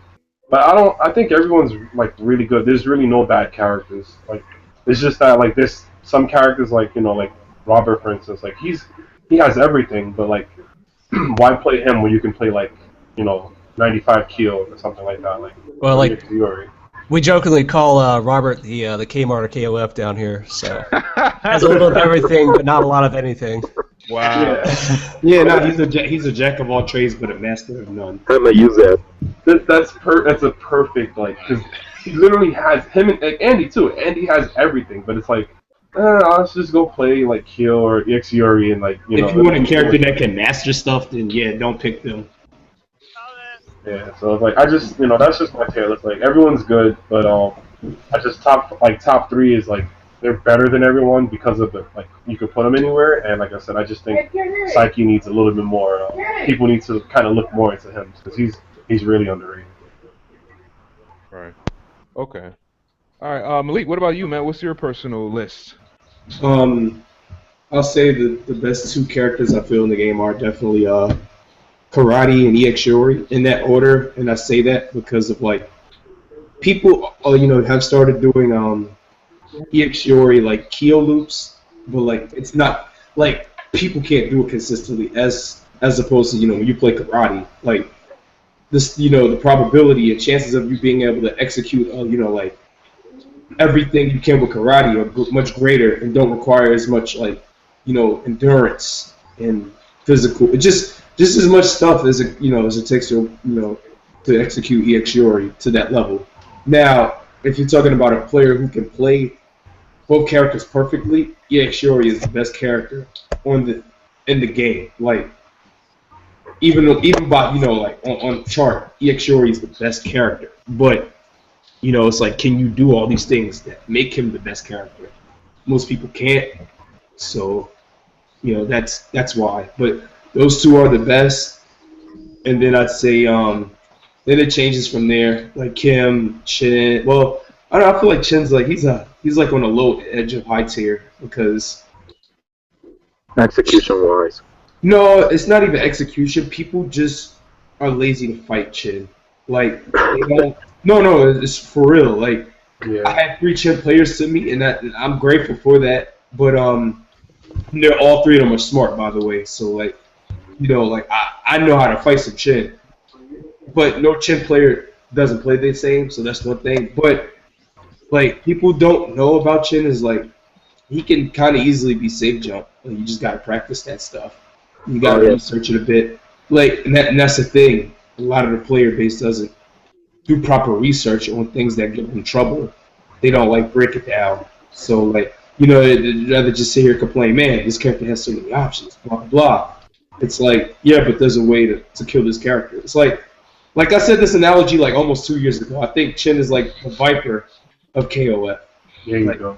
Can do a lot of things, but like has weaknesses too. Like, it's still a very good character and can definitely win tournaments. Like, Chin's won 2 Evos, so you know, points kind of prove it. But like, Chin is not, you know, he's not indestructible or anything like that. Oh no, not by any means. But I mean, like, go ahead. Oh yeah, sorry. But I think characters who are like good, you know, obviously Kim. I actually still think Quad is actually pretty cheap. Like, even though KOF is a jump-centric game, Quad can kind of stop that. And like his ground game, I feel like he's one of the few characters in the game that can beat Kim on the ground, and that is honestly impressive. Like, it's like, how many characters can say they do that? Like Billy's a character that beats Kim on the ground, and you know, Hua's another character. So, you know, Hua's his damage output is freaking ridiculous. So No, it's crazy. yeah, just for like one bar, one draw, you get massive damage. So Oh, he covers hit combos like crazy. Like, yeah, exactly. So like those characters. Who else? I can't say regular Kyo's top tier, but he's like his balance makes him a good character and viable, like really viable. So because like before, my friends would say like, "Yo, like, you play regular Kyo, dude, that's a top tier character." And I'm like, no, I don't think he's top tier, but I think he's pretty good. Like, you know, like Rome was another thing Rome was saying about Psyche. I actually think, funny enough, I think Psyche in a way is a better version of Shin because he has the damage, and I feel like he has more versatility, like in an overall aspect. Yeah. And I play both characters. I've been playing Shin since day one, so like, you know, and I'm not saying, oh, I'm right, I'm high, you know, this is my opinion. I feel like Psyche is more, you know, more versatile in different positions on teams and stuff. Like, obviously, you know, Shin's ideal positions are second and third, but I feel like Psyche can go anywhere and do well. Like, yeah, not to cut you off, but Psyche, like, he literally he's another character that's a jack of all trades. Like, he, you know, like, he even has a command grab super, you know, like I think it's 2 frames or 3, I'm not too sure, but like, you know, like he has everything. Like, he can stop a lot of momentum. Like, for me, like, I rather use him. Like, I don't struggle basically when I use him against like Kim and like Karate. I fight people that play them, and I'm talking about, you know the players that we play with, like the really good ones. Like, I do fairly well, like really good with Psyche when I'm fighting those characters. Like, I just think he's under like appreciated. Like, I think he's a better character than Shin, in my honest opinion. But like, that don't mean Shin's bad. It's just like, you know, as the game's evolved and I've seen more, I feel like, well, this character, you know, I think Yuri's also another character who's just like, who's really good, even with her weaknesses of like short limbs. But like, if you're playing her right, which I don't think is too hard, then yeah, she's definitely a high tier character for sure. She's really good. And, who else? I'm trying to think of another character who's like, it's kind of really slept on. Vice isn't really slept on, but like, I feel like she's not getting as much, like, you know, love as she used to or whatever. I don't know if it's because people figure her out, but she's another solid character. Again, good buttons. Like, she can almost be thrown anywhere. Like, she's good second and she's very good anchor. Like, people throw her anchor commonly. So, you know, like, that says something in itself. So, and Vice is a character that can teach you. I feel like she can teach you like certain aspects of KOF besides like the mix-ups. But she's just a solid character with, you know, like you play good with Vice, she rewards you. I mean, she's a character who's also really good at like slowing down the pace of the match because, you know, you can't just go nuts on Vice. Like, if Vice you know, trades an anti-air with you, it's always in her favor. So if she gets like locked down really like hard by like Iori, like I like Vice, and like you say, she can really slow down the pace, but if you safe jump her properly, it really limits her options. Yeah, well, I mean, like, Thing about you her. get in She actually, funny enough, she actually has options against it. Like she has the super jump. You can cancel the super jump. On her wake up, you can do that. Like a 3-frame super jump. Like, I don't know how many of y'all know about that, but her Vice and her King and Yuri can do that. Man, Vice is pretty cheap. Yeah, that's all I have to say about that too, man. Yeah, I feel the same way. Loyal Soul, were you gonna say something, man? Real For quick. me, No, Loyal Soul.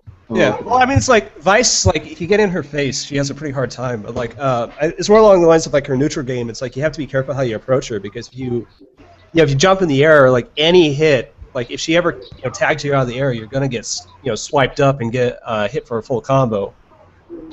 It's like between like stand down C, stand A. She doesn't even need it to actually like hit you clean. Like say if she does stand C and it trades with something you do. So say like this is kind of annoying with Iori because Mr. K is not a big of an issue because his jump CD is really good, and so if it trades, Vice gets knocked down. But in the case of Iori, if your air buttons trade, half the time you're either doing jump C or jump D or something like that. They'll trade, and then she recovers first with enough time to be able to EX sleep and actually capitalize off the trade, which is kind of one of the annoying things about Vice. But if you get in her face, you can mess her up. Oh yeah, I learned that it's best to like find a character that has like a good like low kind of ducking like Low profile. like a good stand city like Shinwoo's or even like one of the Kyos and stuff, and then just kind of like push her to the corner. Then from there, then you can like kind of start putting your your rush down on her. You know what I'm saying? But yeah, in the neutral, yeah, then you definitely have to kind of like get the leg up on her before the player kind of starts going in. I feel because if you let her control like the space and kind of take up space, like you're gonna get hit by whatever, But yeah, like those are characters I think are like really good and stuff. Obviously, there's Benny Maru, Claw's pretty good too and stuff like that. But like I think characters who people forgot about, like because of gimmicks, like Hua is the number one. Like I just feel like people just forgot about because like, oh, we figured out drinking or whatever. It's like, no, this character doesn't need drinking. So yeah. And I feel every character can win in this game. Like I feel like the game is balanced on a character v character basis, but like as far as a team v team basis, the game's not so balanced. And I think that's where people, and I felt this way for about a year now. Like I think that's where people have had this misconception. It's just like, man, my character can't beat this team, this and that and the other. It's just like, well, that's a team full of characters that counterpick your character or your characters. Like, what do you expect is gonna happen? Like, you can't just play a team of like characters that like, you can't just play Athena, Psyche, and like fucking like Kinso or something like that, and expect. I'm not saying you can't win, but Right. It's just like somebody can straight up counterpick you. Yeah. Like and stuff like that. So I think having a good team balance is the thing that people never. I feel like a lot of people never really understood that about this game. I mean, you still got to play the matchups. Like that's No, you still do, but the team I mean, like, composition is important. yeah. Well, I mean, it's more along the lines of like one of the problems my team has had. My main three is King, Flame, and Yuri, right? Is that if I ever run into a team that has Mr. K and Kim on it, it's usually pretty hard to order my team in such a way that like I actually I like it, because if you put say if they put Mr. K on point against King, that's actually it's a really hard matchup on point, because without meter anti-air, it's really hard to stop Mr. K from trying to go nuts. And you can't just throw out fireballs either, because you got to worry about the parry, or you got to worry about if he gets super at the end of the first round or something like that, you lose that ability. But on the flip side, it's like you can't really put Yuri on anchor against Kim. That's probably like one of her hardest matchups. Is the Kim matchup. And so even though like I have answers for one of those characters, with my team, it's like it's hard for me to answer both characters in a way that it's not gonna completely throw my team order out of balance or whatever. All right, cool, man. Man, y'all spitting some good knowledge. This is good. All right, let's go to Joe Karn. Yo, what is your personal tier list, man? Personal tier list. I think I'm worrying less about the top tiers these days because I find everybody's playing them exactly the same, and there always seems to be a way out. And I just worry less about what a character is capable of, and I look at the openings and how the opponent is playing. However, I think Chin is by far the best character in the game, just because of what he can do against everybody. Being able to have a counter against safe jumps is pretty scary, and also if someone's trying to bait his counter by like empty jumping, he can still use his command crouch and full punish you by canceling into his punches. He has answers to everything, and he doesn't even need meter for any of them. Other than that, the other top tiers, the ones that are widely considered top tiers, I guess I agree with them, which would also be Kim, EX Yori, and who's the last one? Mr. Karate.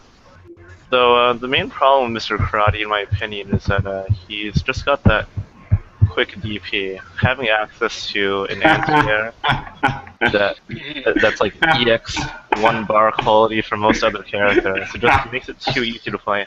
And, I would say like it's a mixture between the jump CD and the DP because of the fact that like a lot of times his jump CD is so good that it's both an anti-air and anti-ground in a sense. That you have to counter him early. Like if you think he's going to jump, you have to do it early. But then if you jump and you realize he hasn't jumped, you're probably going to get DP'd in the face or supered or something like that. Yeah, and you can also like convert that same DP into like, the air, drive canceled Cadillac kick, and then do a super. And it's pretty annoying. Yeah. But some like karate players will just be like spamming hop CD, and it's just so fast. And, yeah, like you just said, you really have to read against it, and if you go in for that, you'll just get DP'd with no effort. It's really easy for him. But he does have some blind spots. Like you can go for that blind spot that every character has in KOF, like trying to go above their heads. And especially because like some karate players like using the palm. Well, I guess it's kind of unsafe, so I guess some of the higher level players avoid using it too much unless they're trying to bait the opponent to jump. But yeah, you can just like jump over and get a full combo, and even karate's like light DP, if he doesn't land it properly, like close enough to the ground, he's not going to be able to convert so easily into the super. So you can... Well, though, if you jump too high, he can just DP you straight off the super without the drive cancel. I've heard about that, though I haven't seen anyone do it. Yeah, we had a karate player for a while who did that for quite a bit. It actually makes me like scared of full jumping against one of those. Okay, what else you can do then? It's like really you can go in forward, but although like one of my mains is Elizabeth, and although she seems pretty underwhelming in a lot of situations, one of her most useful gimmicks is being able to full punish anybody who throws out a heavy, or uses like most specials that are usually like unpunishable on block. Like Elizabeth can get a full punish against Karate if she like counters his invisible force palm fireball thing, since he counts as like a hit. Then she just gets a full combo from behind, or even Duolan's full screen 6B where he like the spike comes out of the ground, Elizabeth can get a full combo. She'll teleport across the whole screen and punish him in the back. Oh yeah, I've heard that. Yeah, before. She's pretty fun. So yeah, she's Elizabeth, although she's like kind of weak and you need to like read really hard, she has answers to everything. Just I'll just say that she doesn't have good option selects. And yeah, the only way around the tier list, like really strong characters that have abusable things, is to just find something that beats something they abuse, because every character's got that one spammable thing. But as for like karate. I don't know. Any of you have any really good ideas against some spamming like top CD? Well, against Hop CD, usually do a slide with Wajai, or what always works most of the time works with Dulon is that I do an early crouching C into the quarter circle back A, the little ghost, and that'll hit him out of the air and force him to jump again. They always want to jump the ghost thingy. Wajai will get him with the slide, and he can be hit by the C jump. He hit quite a little bit early. And as for Shen, what I do is I'll always do the crouching stand for karate jump, and I don't do the counter anymore. Having some trouble hearing you actually. Yeah, I do too. I can make out some words, but it's a little. I mean, I'm trying my best to hear. Sounds good. Okay. With Chin, what I do is I like doing the crouching stance as opposed to the counter, because most of the karates have a pretty good read on the counters for Chin, for most of the karates that I've encountered. The crouching stance will beat them always, because it's not like a spike like Yori's jumping feet. That'll hit him out of the crouching stance. With Wajai, what I usually do is a slide that'll get up above the hop CD and will allow for a link or an HD activation after the slide. And as with Mulan, what I do is I do a crouching D against the CD. Most of the time we trade, but when we don't, I get a counter hit, which is going to level out the damage output that I do. If I do get a clean hit and hit him out of the air, I do a quarter circle back A, so I can force him either to block, to make an invincible move, or to jump again, in which case I'm just going to repeat the penalty. Alright, thank you very much. For me, what I usually do to deal with karate's jump CD is I know a lot of karate players, they like to do they'll do short hop forward CD and then they'll do short hop back air CD. They'll do it twice in a row to try to catch you if you try to jump in or slip. So for Psyche, what I do, if they'll do that, if they'll do one and then they'll try to do the second, I'll just run up and do D Shoryuken, because that'll catch them. Or what I'll try to do is I'll run up and do air, instant air jump and then back B. So if anything, we'll trade. That's Psyche's the ballerina kick in the air. It's the same as Ashkin. I'll do that to so we get these trade. With Yuri, what I like to do is I try to bait it out, and because with a lot of Yuris, most not everyone, but a lot of the frequent strings are 2B, 2B, 5B into cross up, demon flip dive kick. So what I'll do is I'll do two crouching, two low Bs and then a stand B, and then they'll try to do jump back CD to anti me to stop. So what I'll do is I'll just bait that out, and then I'll just do EX command grab to catch them on the way down, and then I'll set up for something else after that. Hey yo, real quick, I want to introduce who's this? What's up? Who's this? Rogue Yoshi. Yo, what's up, Rogue Yoshi? How you doing, man? Hi. Alright, man. Dude, I've seen your name, man, quite a bit, man. You've been around for a while, haven't you? Yeah. Since the Calera days. Calera. Dude, I used to mess with Calera, man, when I was on dude, 56K. TK2 was my first, one of my first real serious fighting games. Even though it was Calera, it was pretty popular at Calera.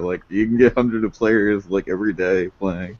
Right. Yeah, Calera was legit, man. Bomb. And I know you used to play a lot on GGPO, right? Yeah, and then GGPO happened and I played on there too. Alright, cool. I still kind of hop on every now and then, even though the game is a little silly. Right. Yeah, same here, man. I try to at least poke in and out, you know what I'm saying, every couple weeks over there and see how it is. But yeah, it's always fun, man. But for people that don't know who you are, man, can you just give people just a quick little introduction and where you're from?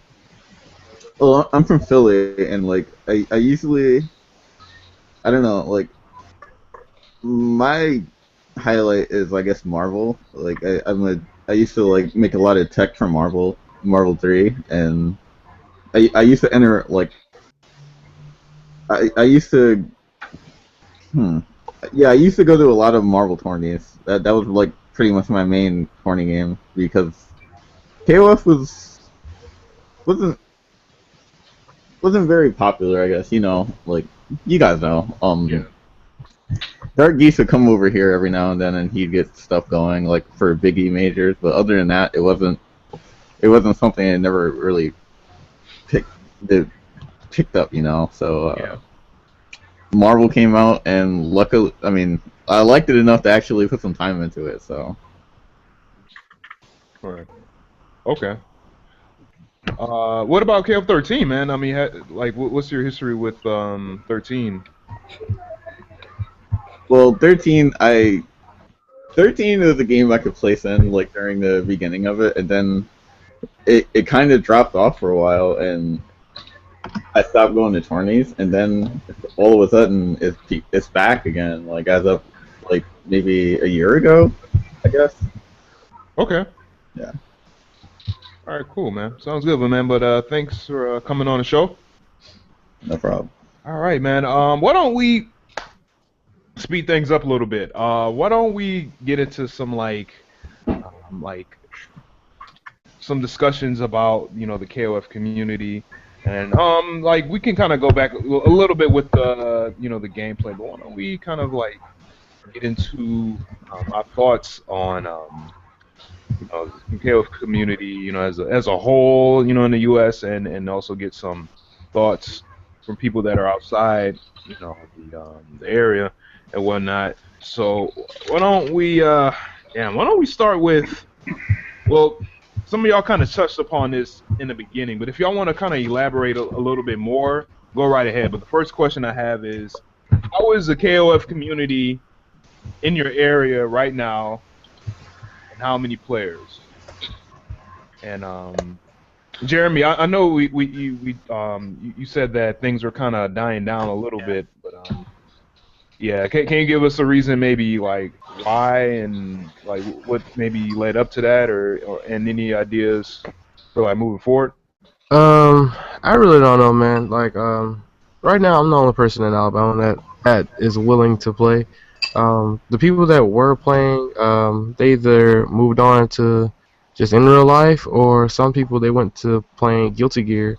And like, what bugged me, like, I just don't like when people lie to me, man. Like, if you don't really feel a game, just say it. But like, I see a lot of people they play Guilty, which is, Guilty's a great game, and I'm not knocking Guilty. I love Guilty, but people are like, hey, I stopped playing KOF because it was too difficult, and I'm just like, dude, you're playing Guilty Gear, like that's what this game. Like, come on, like, just they're like, oh man, the combos are too hard, or and stuff like that. And just growing up, talking to my brothers about KOF and my cousins, we always felt that the game was kind of stiff. The older iterations of it, it's still a fun game, but it felt stiff compared to other fighters during that time. And this one doesn't, like, KOF 13 doesn't feel that way. So even to try and save my community, people not just that they were complaining about how difficult it was. They were just saying, oh, my character's not good, blah blah blah blah blah blah blah blah. And I'm just like, okay, you know what?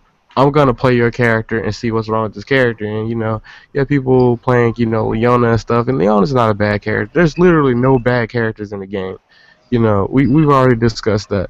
So I try my best, each tournament to come with a different team and try my best to win with it and show them the stuff that they can do with their characters and stuff. And they're all like, oh, that's pretty cool, but they just don't want to play it, man. They want to play other games, which I wouldn't have a problem with it. You just say, hey, I like Guilty Gear more or whatever, but Yeah. just don't come to me and say like, oh man, that game's too difficult, but you're playing Guilty Gear, and FRCs are like 3-frame windows. Like there's Oh like, my God, you're preaching to the choir. seriously, dude, like come on, and there's no plinking in Guilty Gear. You can't plink nothing. Like you gotta hit that, you have to hit those Roman councils right. So yeah. Okay. All right. Genesis, man. How about you, man? How's the community doing like now? As of right now, Yeah. we actually did get a couple of new players, which now that I really think about it.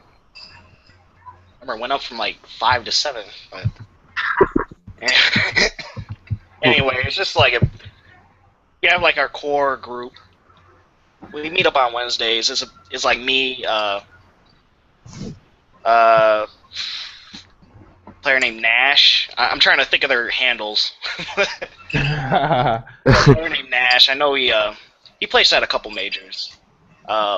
Lazy Dingo, who I brought up earlier, and my other friend Kendrick, who I cannot think of his handle. But that's basically no, that's only 4. I'm forgetting someone. Oh well, they're not important. Either way, and we have like a core group, and we all try to play like different characters. We try to play like generally every character. Mm-hmm. And yeah, we've just been going to different tournaments and stuff. We're all going to NEC together. Hopefully, we see you guys there. And we still have tournaments every now and then. Like we'll have people come from Pittsburgh and Columbus. Shout out to those scenes. Mm-hmm. And yeah, we usually get pretty decent numbers whenever they come out. We usually get more than Marvel at our tournaments.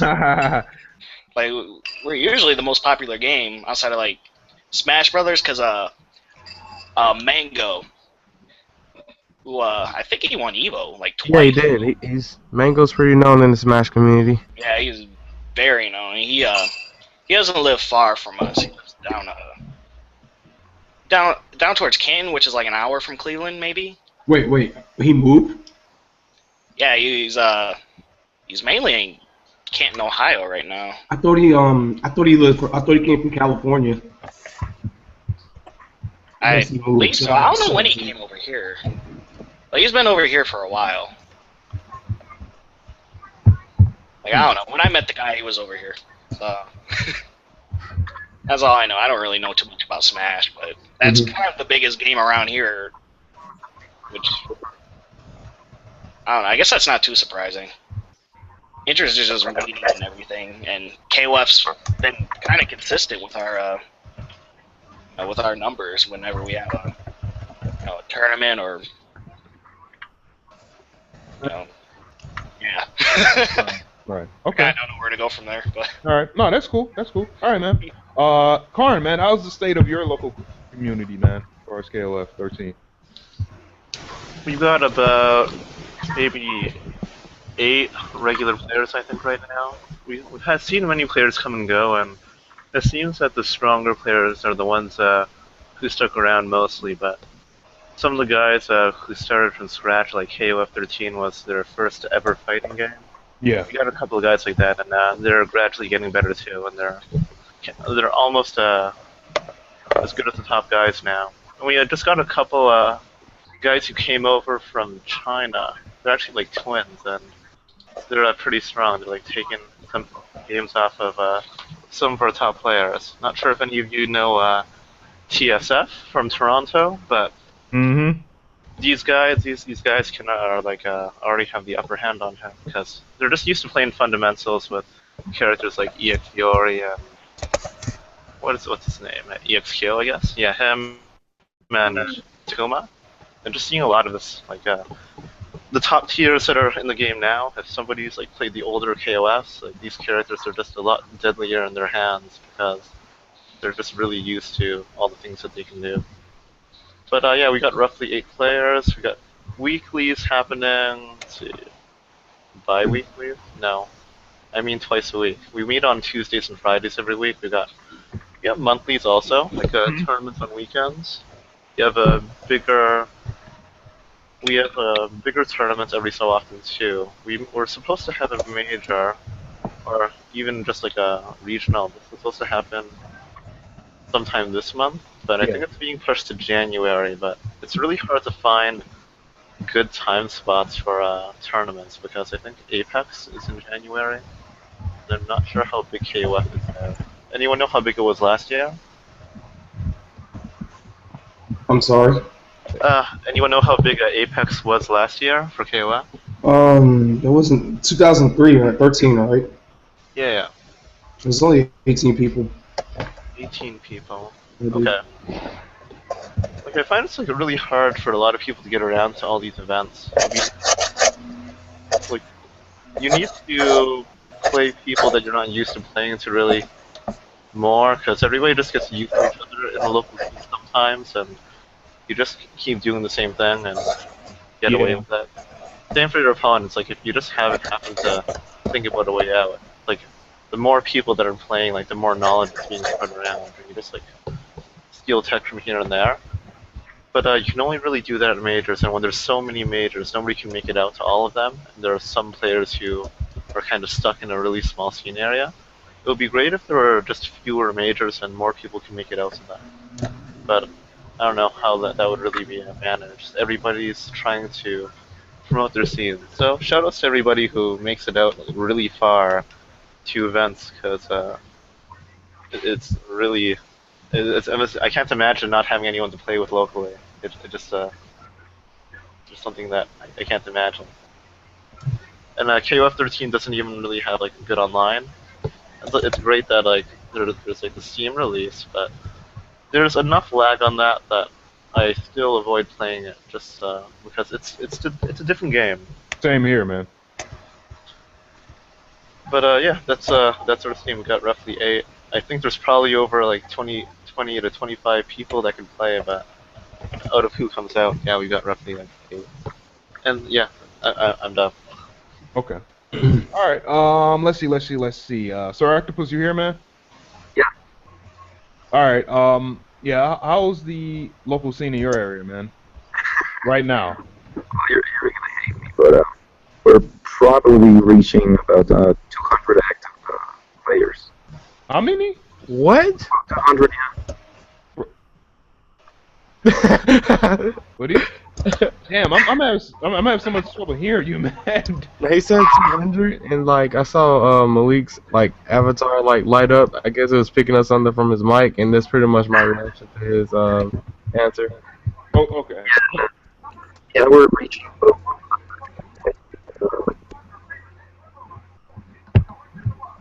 All right. You said 200. All right. I'm gonna get back to you, man. Yeah, your audio sound like a walkie-talkie right now, man. Okay. Yeah. Sound like I'm calling for backup or something, man. Yeah. All right. What's up, Little Soul, man? How many people are currently playing right now, man? In Louisiana. Well, we're sort of down to about 5 like consistent players now. We had a couple like quit due to salt reasons, like they. Like literally ended up with them losing a match and throwing stuff across the room in a bar. But, I mean, we got about like 5 consistent players. Although we also like are right next door to Texas, so once in a while we'll see the KOF nomad known as VCO, show up here once in a while. Oh yeah. That too will drive to anything. I mean, like it's one of those things where. I kind of wish it was like taken back up, but actually the Louisiana like fighting game scene in general sort of died down a little bit. Apart from like Smash, which I don't know what it is with like Smash Brothers. It's like that's a game where like you can always pull in like 100 players even in like the middle. Because of the audience it targets, that's why. Yeah, that's true. But I mean, like you could be like in the far reaches of northern Alaska and still have like a 500-man tournament for Smash. Nintendo, man. Nintendo's name carries weight. Yeah. I can play my favorite character. Like, why the fuck not? Yeah. Smash is gonna stay popular, man. Oh yeah, no, there's no doubt about that. Like, I mean, the fact that Melee is still being played, well after its, the average fighting game shelf life is still amazing. So. Yeah, people bringing out CRT still and everything. Oh yeah. I gotta salute, man, to that. Yeah, that makes me wonder what they're gonna do when those CRTs stop working. You know, when there's Yeah, I know. officially no 'Cause, more like, service. yeah. Because like I actually had one CRT that was actually kind of like new from like 2008 that just stopped randomly working. You know what I'm saying? So yeah, the CRTs they just go, when it's ready for them. Yeah.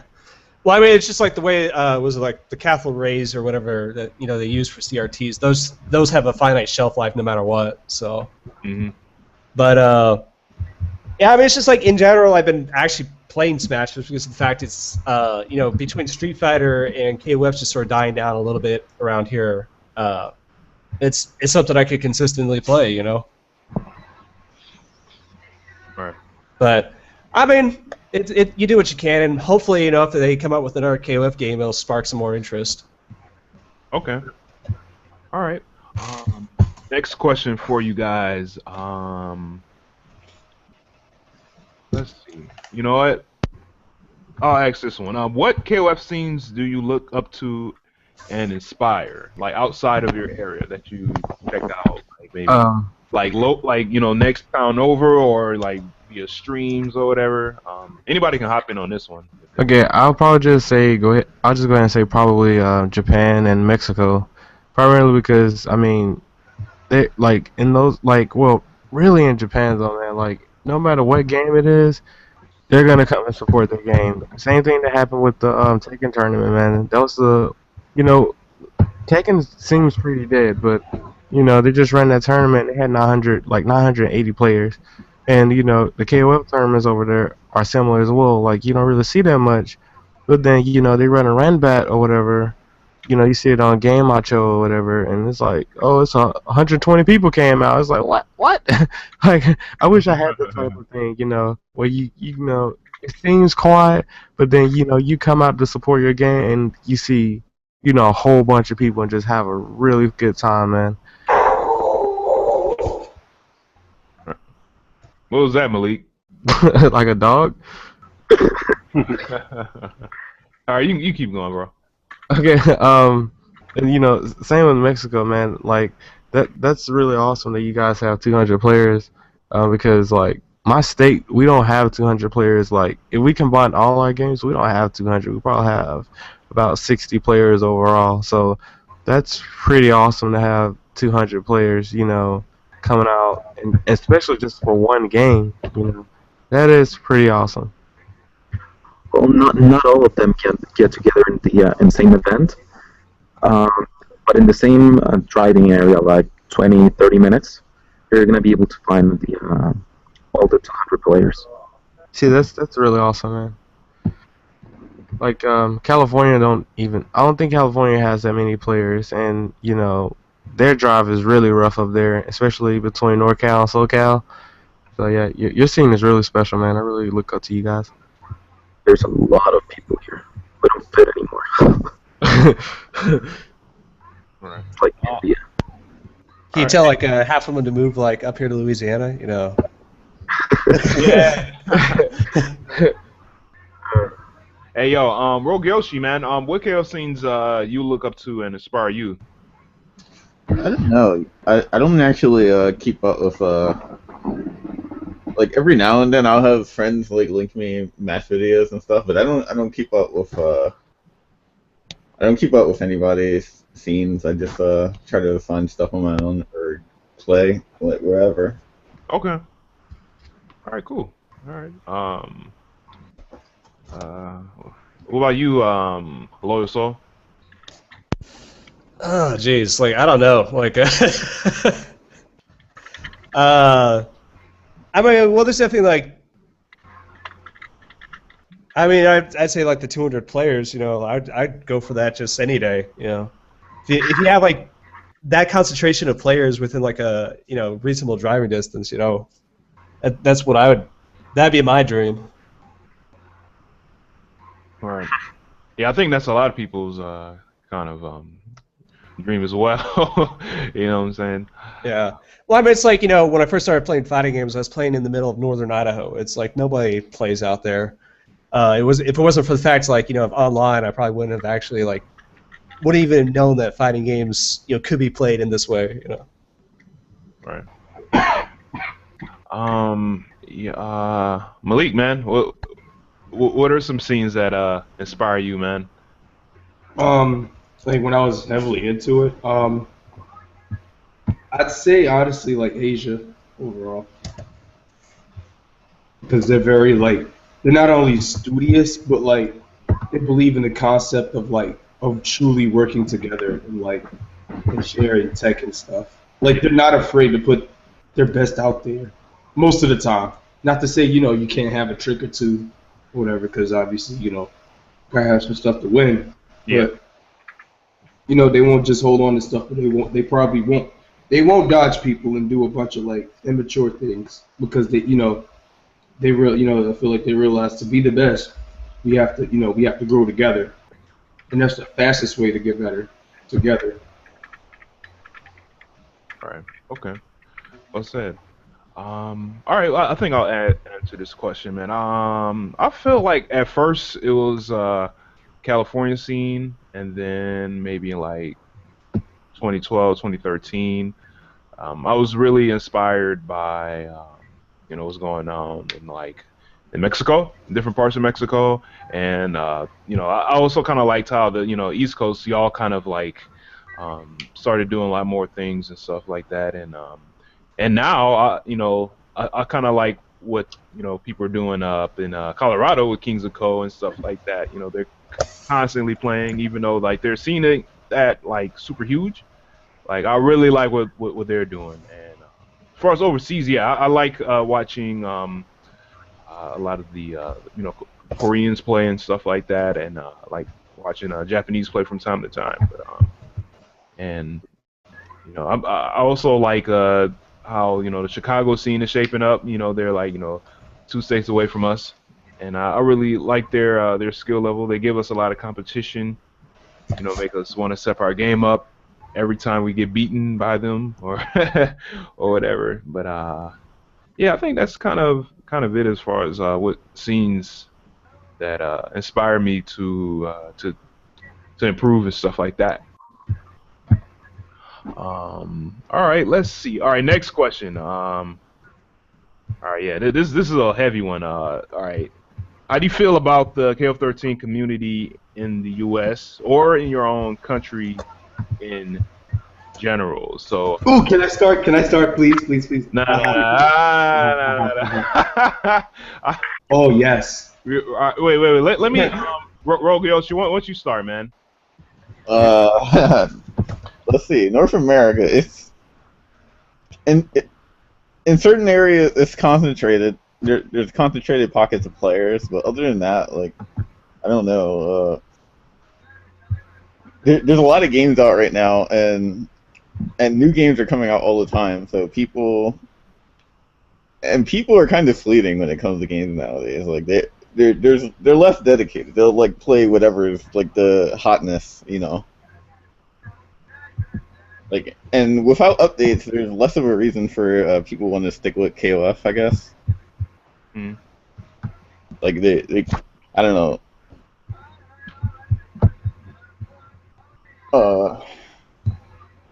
Yeah, it's only very specific concentrations of players that are like, taking them seriously. Right. Okay. All right. All right, Malik. Yes, yes, it is my time. All right. Tired already, I know. So what do I even start, man? Oh man, I'm about to hurt some feelings. So, but honestly, the state of North America, what's actually messed up is that things could be worse. That's the crazy part. Like we could not be having this discussion at all. Like I'll be real. So I'll give some nice words. But overall, I feel like 2012 was like the prime peak of KOF 13's lifespan. Period. Like even during the arcade, I didn't even have to play arcade, but I feel like the most people played in 2012, and that gap from 2012 going to 2013 was like the best chance like of it becoming at least what I envisioned it, because the way I saw the game, like on initial, like when I saw about it, heard about it, I thought it would be a game to stick, because I'm like, oh man, this is it, like this is that game. Mm-hmm. But because we live in North America, like people have like it's like it goes hand in hand with our society. That's pretty real. And like, I'm about, like I said, I'm saying some real stuff. Like I feel like it goes hand in hand with our society. Like people are typically fickle, and like they don't really want to do something that I feel, at least I feel, is truly rewarding. I can't say another person's game is crap or nothing. I'm not saying that, but playing the game, it's a cool game. It looks good. It feels good. And then when you win, it's an incredible feeling. Like, it's like you truly won that victory. And I just thought, like, man, this would be something good. But because of the mentality of people complaining so much, like, I feel like people, like, just the spoiled mentality of constant updates. It's in the way SNK, like, I feel, at least how I feel, the way how they came about it, like, because they said they weren't doing any more updates. I think, like, once they drop the console version, or there would be like one more update. People were probably like, yeah, this is it. This is the game. Like, deal with it or you're not. And then so many of the people who played games before, like, they're supposed to be leaders to lead. Like, hey, play this game. It's cool. Like, it's actually fun. It's, I'm not saying dump your games you're playing, but give this one a shot. But everyone complained about, certain things like netcode. I understand. That's actually a reasonable, like, that's a reasonable complaint, because that's just the future of things in general now. The internet, like, and people don't have offline scenes for everywhere. So, that's honestly a legit complaint. But as far as the game itself, like characters being overpowered and cheap, like I said, the game is actually balanced enough. But it's that I feel like a majority of SNK players, they're mainly casual players. They don't have a competitive mindset. So that's why a lot of them have a defeatist mentality, and they will quick to complain about stuff like, man, Karate's too cheap, EX Kyo's too cheap, even though EX Kyo is not a toxic character. It's like, and in some people's eyes too, like, that these characters can't be beat, but it's just like, you don't know what it means to be a competitor and stuff like that. And that doesn't mean the game can't be fun, but as far as like the widespread of the game, tournaments are things that get games spread out, whether you want to, accept it or not. Like, Evo's that big stage, and it's an example. Like, people can deny whatever they want, but KOF has been on the big stage for 3 years now. Like, everyone's gonna see that. Oh, your game was at Evo? Oh, I could watch this very easily because of the popularity of the brand. And, it's stuff like that, which is the chance. And I feel like there's a lot of negatives, like, not there's a lot of negatives. There's good in it, but there was negatives weighing it down. Like, I'm not gonna go too deep into, like, I'm not gonna open Pandora's box too deeply, because Desmond and like Rome, you already know how I feel about that. But people in general, people's pride with the game, I feel like it held the potential growth, the growth that I saw. It held it back. It held it back, like, drastically, to the point where it is, in my opinion, what it is now. It's kind of like a drought. It's a drought, and people's mindsets are like, it's like, in order to get people hyped to play KOF, or to play KOF, you have to give them hype for a reason. Like, people won't just go and want to grind because, hey man, I want to get better at this. I like this game. When it should be like, hey man, I like this game. I always, if I have free time, I'm always going to want to grind this, so I'm always going to want to press some buttons on this. I'm always going to want to, give some kind of delicate care to it, because we are examples.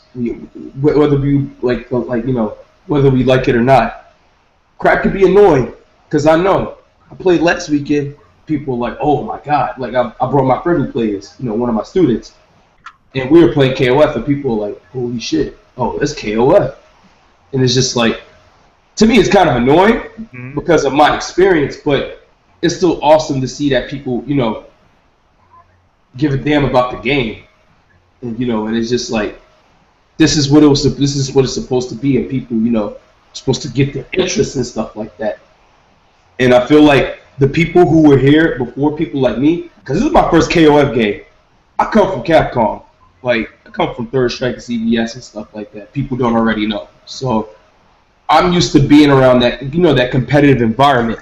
Right. Like, and I'm from Atlanta too, and like I'm not a Tekken player, but I know what it is, like to be in that, competitive atmosphere. And I feel like the SNK community, when I got into it, it was too soft.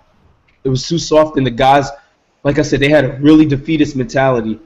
And I'll give you an example of like a story I can share. Me and my friend Joe was there, and Common Sense, James Jr. were there too. This is final round last year, 2013, where Reynolds came, Jan was there, Punko and Kenzo-san.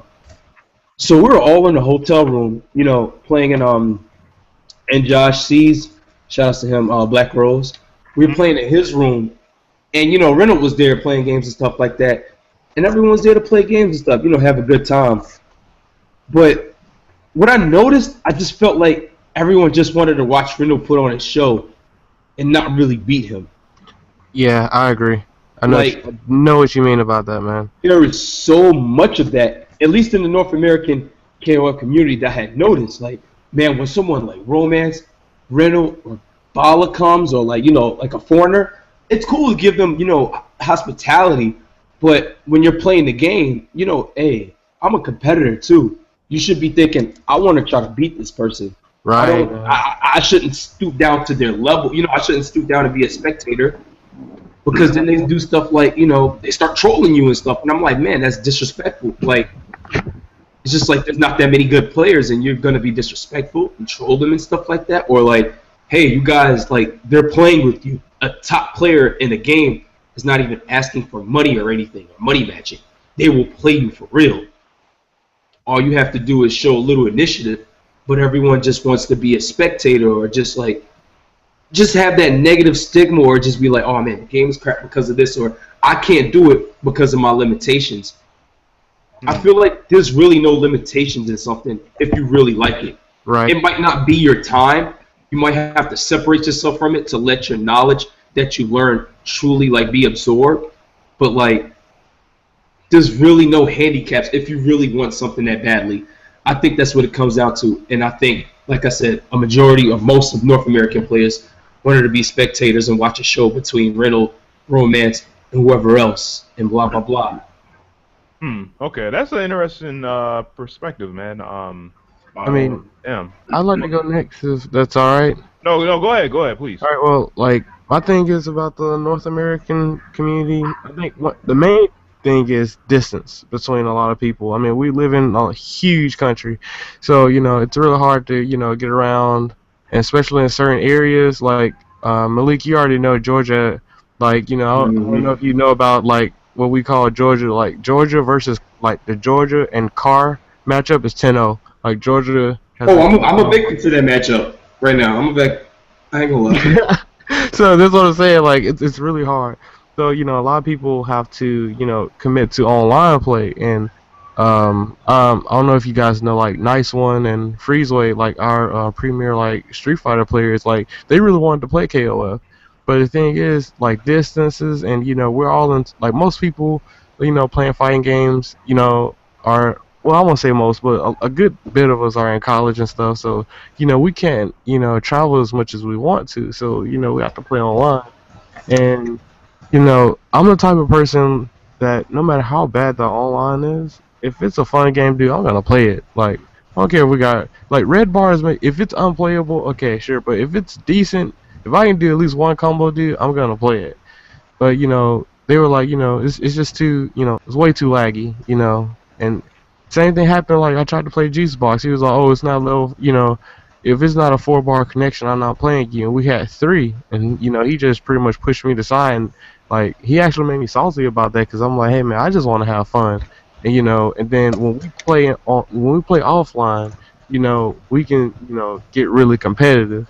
But the whole thing is, let's, spread, have some fun and, get as competitive as we can. But at it's hard to do that, you know, online, and that was one of the main like complaints. So I think the online community is what really hurt it, and back to like what Malik was saying about just that competitive, you know, spirit.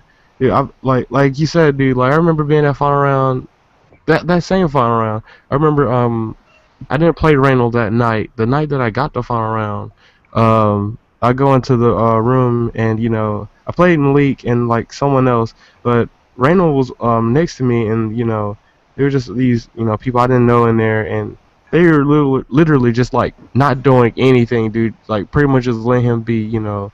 They just wanted to be like the I guess you could say a test dummy. So what he was doing to him, like, yeah, man, I got hit by Rhino, and it's like I just don't understand that, you know, mentality. And it's a lot of people in, you know, the United States that think like that. It's like the whole point of playing fighting games is to be competitive. In my opinion, like we play fighting games to beat one another. We don't play to lose. Like, I mean, we lose, you know, but the whole thing is the whole objective is to win. So like, but you know, it's a lot of people in North America. They really don't want to win, and it really makes me a little upset because you know, since they don't want to win, then they're not gonna enter tournaments, and then you know, that's how you know stuff start dwindling, and yeah, I guess that's all I have to say about that. You know, Malik touched on a lot of stuff that you know that I agree with, but I think the main thing though, one of the main things that like hurt that game was just the online and just the fact that how much people in North America cared about how strong the online is, and it's crazy, man. Because I know people, you know, they complain about the online at KOF. Yeah, it's not that, you know, not that great.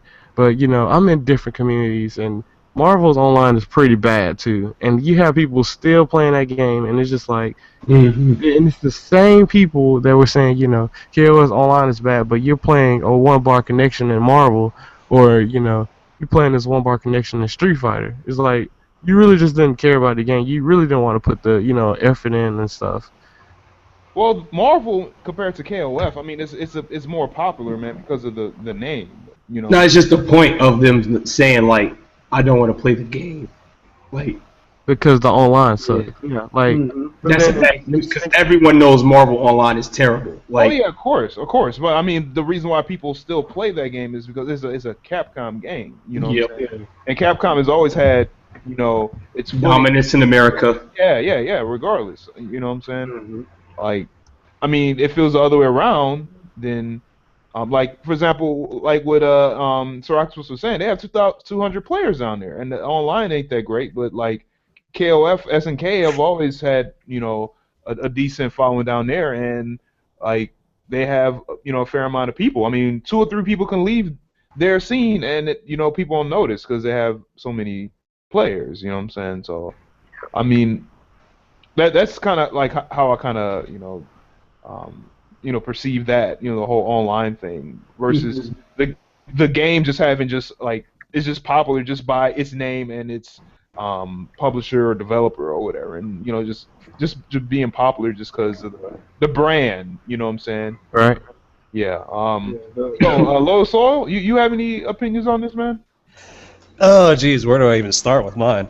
I didn't mean to take over, guys. I just like. I really wanted everyone to get my point across. That's not even all of it, but that's the main point.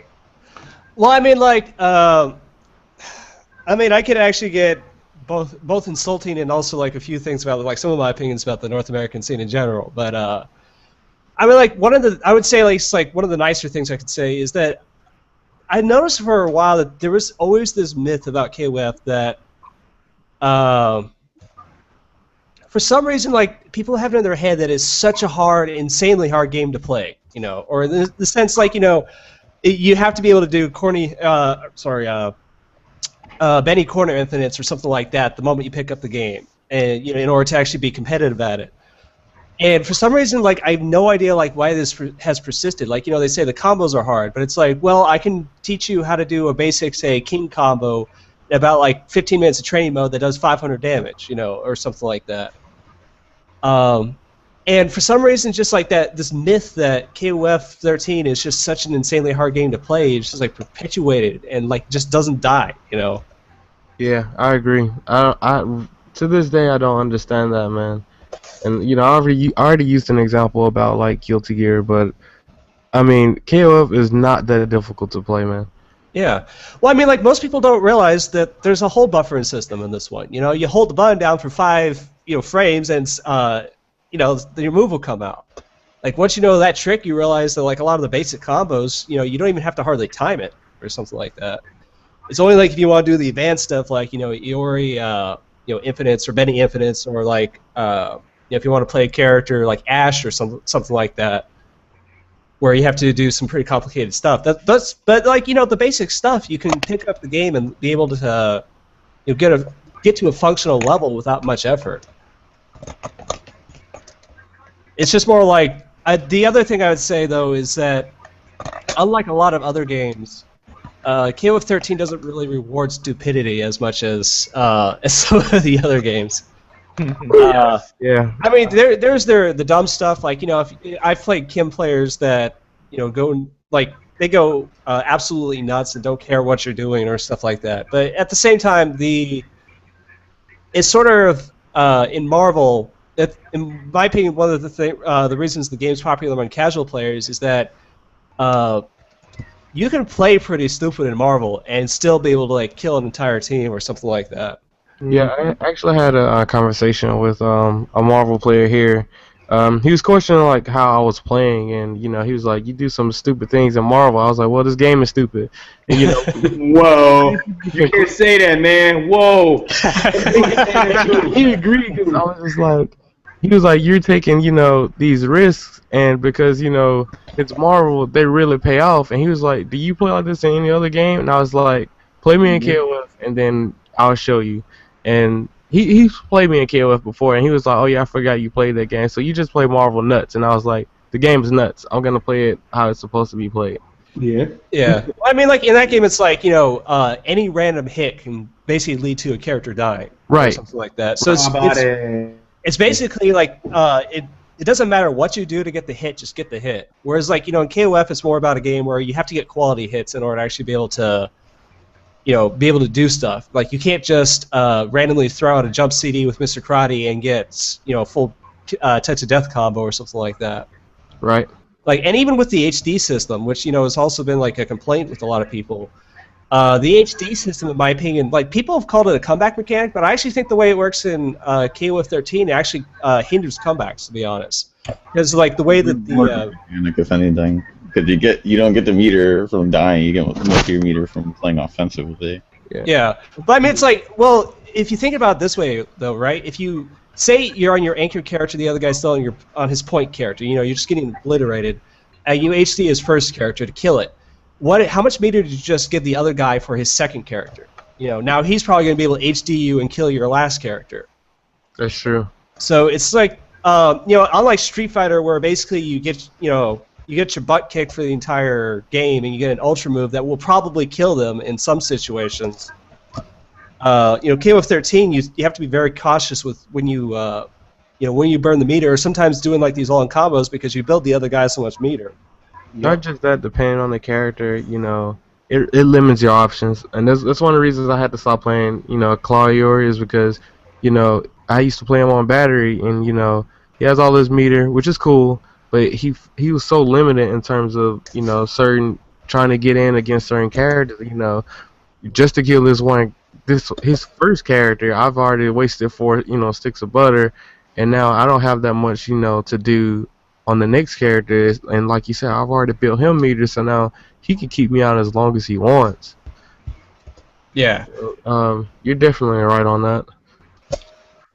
Yeah. So I mean, it's just sort of like, though, I don't know. I've sort of noticed that there's always been a trend where like people have so many expectations about like the KOF game in general, and some of it can be right, but it's just like there's other points where it's just like there's myths that you just want to you want to squash it, but you can't do it, and for some reason they just keep getting passed around, and it builds up this this mentality that like, oh man, I have to be like such an amazing player to even touch this game. Yeah. They're comfortable with that. Like, people would rather not play the game, just write it off immediately, instead of trying to learn and like work and actually try to be good. It's like if I can't do an HD combo in 1 week of practicing, I'm just gonna quit and go back to playing like Street Fighter or something. And it's like it's really annoying. Like I've had players like one time I remember I was playing at next level and I'm doing a Yuri HD combo and like some guy comes out of nowhere, he's like, yo, that's an infinite, that's so cheap. And I'm like, what? And like the same dude's playing Marvel doing TAC combos. It's like really bro. It's like really? Like, crit. I mean, yeah, and then it's like it's just so like I used to let it bother. Like, it used to really bother me before because it's like I want not that I wanted everyone to play KOF, but it's like I wanted people to at least like I said before, like at least try a game. Like don't Give it just a fair take shot. it so hard. Yeah, like try it out. If you don't like it, that's that's you. You don't like the game, and that's understandable. But don't be like, oh, like it's too hard. I heard it's too hard. I don't want to get into it. It's like, come on, man. Like that's no excuse. Like just like Malik said, like, if you really want something, if you really want to try something, like like you'll go for it, And it's just, and then it's like I call them hipsters too, like people that say like, oh, I don't, they're like, oh, I don't play KOF, but I love like I like the game. It's so cool. Why don't you play it? And then they come up with like 1,000 excuses why they don't play. It's like those people too. I just kind of ignore them because I see that a lot too at majors where like, oh, somebody will be playing on the casual setup or I'll be playing, and like a bunch of people come over and be like, oh, KOF. And I'm like, oh, you want next? And they're like, no, I don't play, just watching. And it's like, the game's like the black sheep of games. That's what it feels like.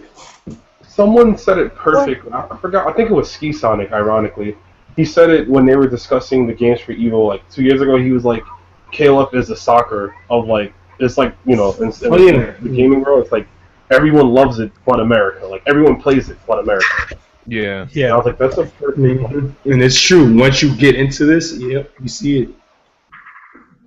Like it's such a great game. I just wish, like I said, people give it a shot. Like stop that whole mentality, that defeated mentality. Oh, it's so hard. Like, oh, it takes time. Like I thought like I got into the FGC thinking like everyone wanted to play honest games and like games that actually work. Oh, back in the you know what you should have played? You should have played when I played, cause like you would have been good.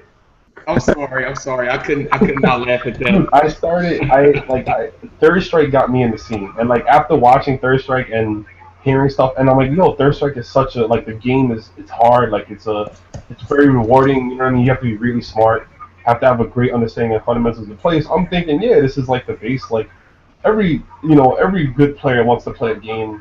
Everybody in FC wants to play an honest game that's fair. That's this, that's that. And then the more I got into the scene, and then like I said, not to knock on Marvel and stuff, but it's like see more games like that. More people flock to that, and I'm just like, these are the same people that claim they get salty, and I've seen people throw the sticks, get mad, and I'm like, why would you want to play a game that like every time you play it, it makes you upset? Like because everyone else is playing it. Because I gotta be the best. I have to be Japan. I have to be the best at the fight on stage. Also, I didn't know you came from Third Strike. Well, I didn't really came from Third Strike. That's crazy. Yeah, like that's where I came from. Like I didn't really come from I started I got into the scene watching Third Strike, but like the real game I first started playing was Street Fighter 4 because okay. But no, I just Third Strike is still like one of my favorites. Like I watch it all the time. Like I never like. At the time, I was still very, like I said, new into like just learning everything. So Street Fighter 4 just came out, so I was like, let me start fresh with this. Oh, you started then. Oh, okay. Now I played Third Strike before a Street Fighter 4 was even announced. Like started playing it in 06. Yeah, like in the 06. Yeah, Third Strike got me in the scene, but Street Fighter was the game I started playing. That's a good choice. That was a good pick. Yeah. And like one more thing too with the netcode thing, like.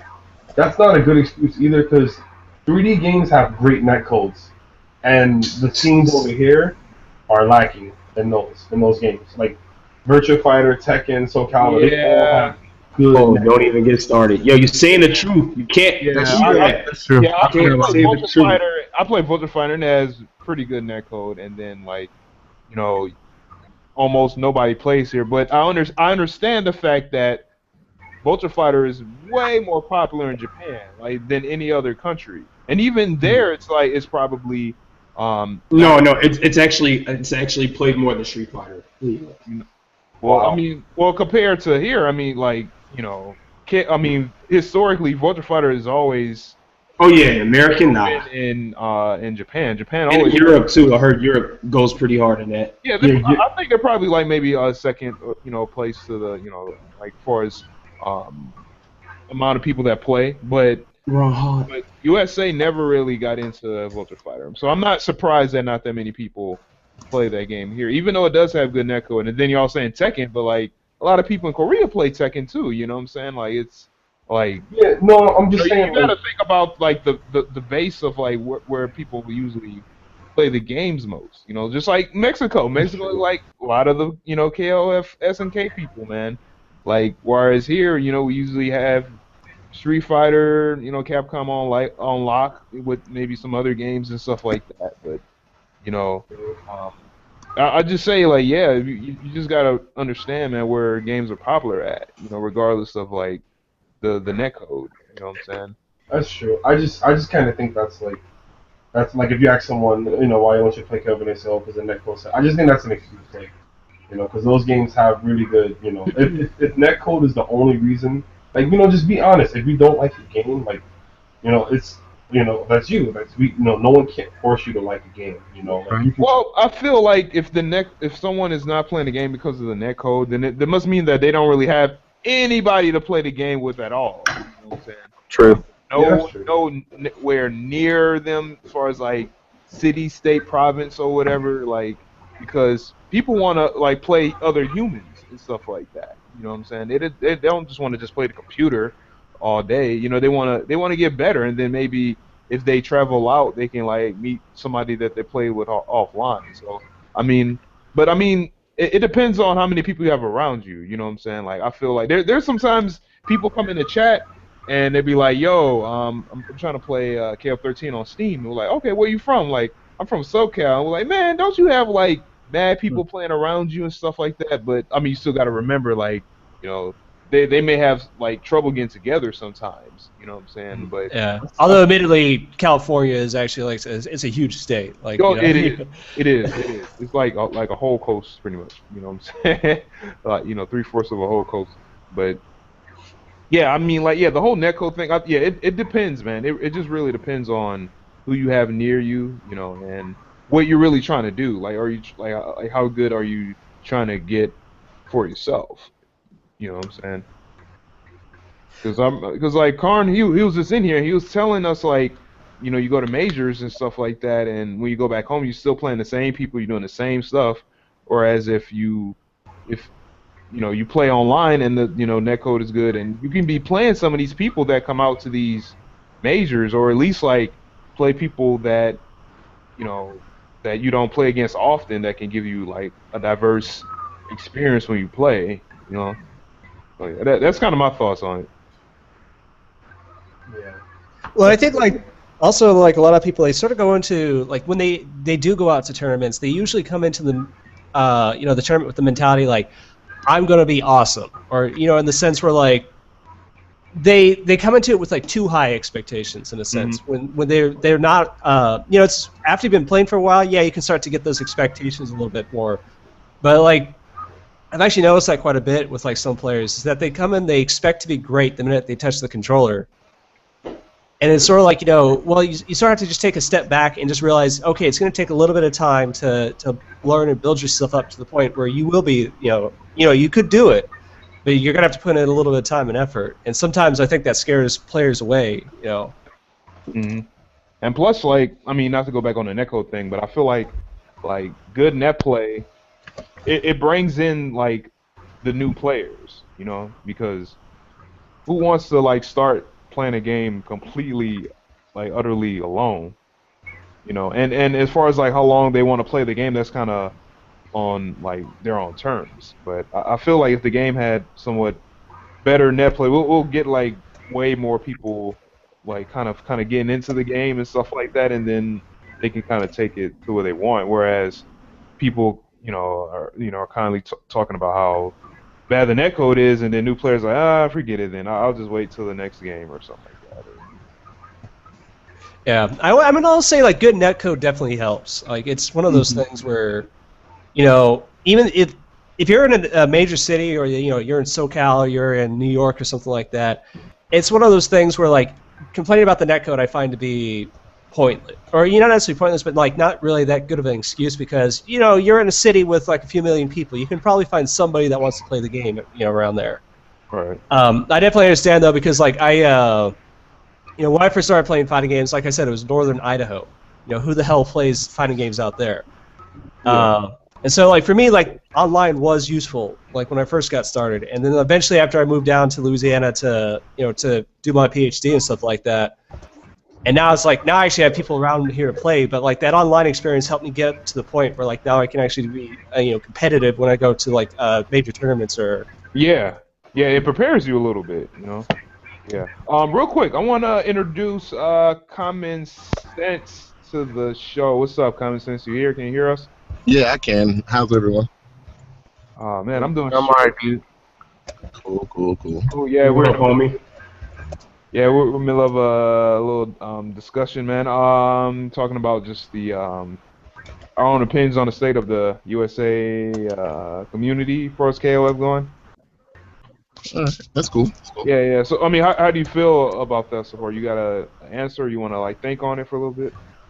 You talking about KOF in the United States? Yeah. There's pockets that's still playing. You know what I'm saying? There's groups that are still, supporting it.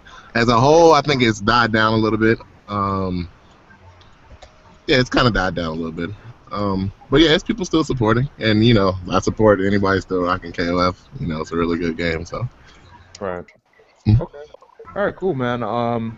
Well, you know what? That's gonna lead me to my next question, man. Like, what can we do collectively to kind of bring more interest into the game, or bring more players, or to like reignite the hype you feel for this game? What can we do together? Ooh, can I go again? You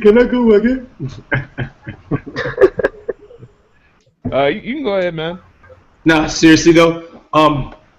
Honestly, I do think the game could come back. I really do. To what it was in 2012 and even greater. But what should we do though? Like that would require the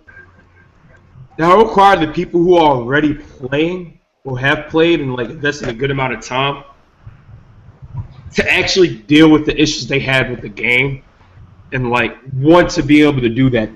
Like because this game is a lead by example type of game.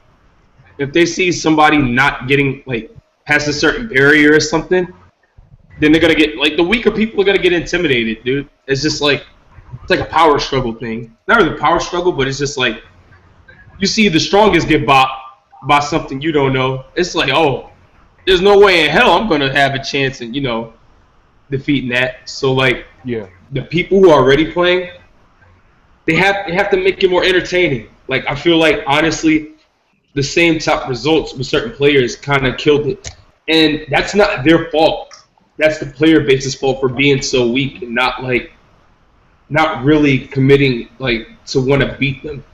Because had there been more varying results, there would have been more interest. Because people would be like, oh, I've never heard of this player, or I heard them play this other game, or like, oh, this is their first KOF. Shit, if they can do it, why can't I do it? And I really like this game, Okay. Like things like that are what's required. Like I said, I don't think it's impossible, but at this point, me personally, I've given up faith. Like that's just me because, like I said, how I said I feel about the SNK players, the player base as a whole, America at least. A bunch of casual monsters. Casual monsters aren't going to mentally be ready to put themselves in a competitor's, position. To be like, oh, I want to beat this person that I admire.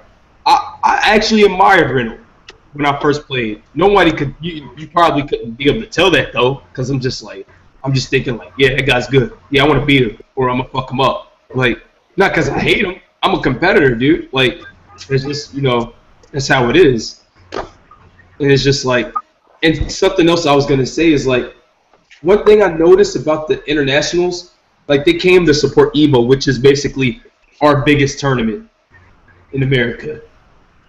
I felt like there was more support. There's probably more American numbers statistically, but I felt there was more support from internationals. And the reason I feel that is because they take pride in the game that they play. They're like, yo, I love KOF. This is a lifestyle. Like, I play with Pachu. Every time I play with him, he's like, yo, KOF for life, yo. Like, he talks broken ass Spanish and everything. Like, joke with Pachu and stuff. But it's like, yo, he loves KOF. Like, he works in his own way and stuff. And like those international players, they're like, hey, if I'm gonna do this, I'm gonna do it with some pride, and I'm gonna try to be one of the best, or at least be the best I can be. Right. Okay. Yo, Sir Octopus, you still here, man? I think he's here. Let me unmute him real quick. He was muted. Sorry, dude. Back. Hey, what's up, man? Have you been listening? Yeah. How you feel about all this, man? I mean, because you're down in Mexico and you're kind of hearing, this kind of perspective, from us. Yeah. What do you think about this, man? And what do you think we should do? As a collective, I agree with the part that we need to lead by example. This is something that we've been trying to do here in Mexico City. Yeah.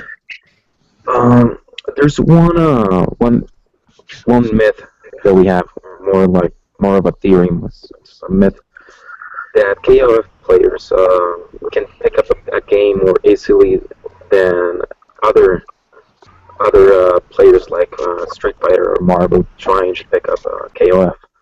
I don't know how you feel about that idea that we have. I agree with it. I think, look at the actually, believe it or not, like, people don't know, but the first SBO champs for Street Fighter 4 were Kiyobetsu and Udio, who are like KOF players. Oh no, Goshu, I think. Sorry.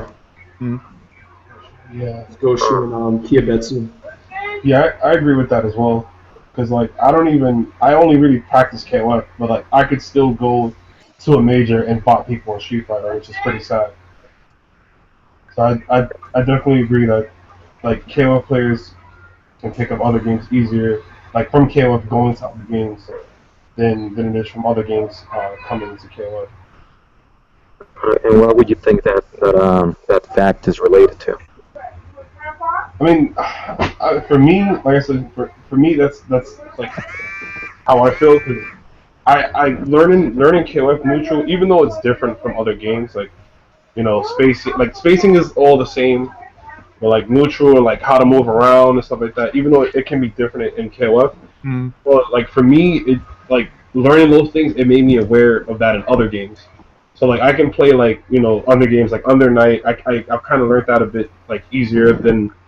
Then if I just feel like because of like the level I am in KOF, like that so much that I learned from it that I can pick up, like I can play games that I don't practice that I used to play before, and like I'll even feel better, like than I was when I was consistently playing that game. Like games like Street Fighter, games like Injustice. Like I was playing Injustice recently, and I was actually doing well, and I haven't practiced the game since like last year Summer Jam. Like after that, in 2013. So like, I don't know. I just feel that way. Like that for me personally, difficulty and the level of like no, I don't want to say like stress, but the level of like the mentality you have to like have when you're learning KOF, because it's like this guy said earlier, it's not a game that reports you. Like it doesn't like give you like stupidity doesn't work basically. Like every once in a while you can get away with it, but it's like. It's a game that you really need to be like on your stuff. Like you have to learn everything. You can't like miss anything. So, and I just kind of feel like because of that, like I'm able to play anything. Like I'm not saying I'll like always win, but like people that have been playing for a while, like I can beat them just with my knowledge of KOF. Putting that into other games, I feel like I can still get wins in games that I don't play. Like I know how to play a little bit, but I don't practice or anything. Right. Hey yo, Common Sense, are you here? Can you hear us? Yeah, I'm here. All right, cool. Yeah. My question was, I kind of felt like, I mean, that was a good answer, Ron, but it got kind of strayed a little bit from what my initial question was a little bit, because I was kind of asking like, what can we do to like bring more interest, and then like it turned into like, well, I'm playing KOF and I could beat like other people in other games, you know what I'm saying? Which that's cool, but like I kind of wanted to know what can we do collectively to kind of like bring out you know, kind of like reignite some more life into this. So, common sense, man. Do you have any thoughts on that? Um, so in 2012, I heard earlier this somebody was talking about the same people winning over and over again. Kind of it turned it down. I don't really think that's what it was. Honestly, I mean, if you look at 2012, Balla was winning, and it was hype. Like everyone loved it. Like that wasn't an issue. You know, Balla ran 2012. He Although, won with different characters too. yeah, but I mean, it was just nonetheless, it was a lot of fun. I mean, that wasn't the issue. The issue now is exposure. Um, I mean, it's not being shown. I mean, the game isn't being shown, and it's not being played.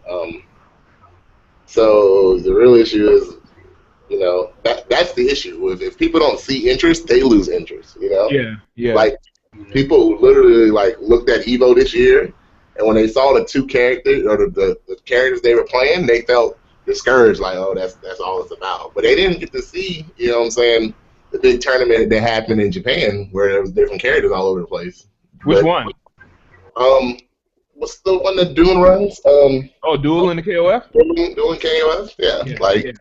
You know, you had Leona's, Rio's, you know what I'm saying, Kyo, EX Kyo, like it was a lot of different Shin, Iori, Momo, you know, like it was a lot of different characters. It was fun to me to watch Shin, like everywhere. Like it was a whole bunch of different characters being played.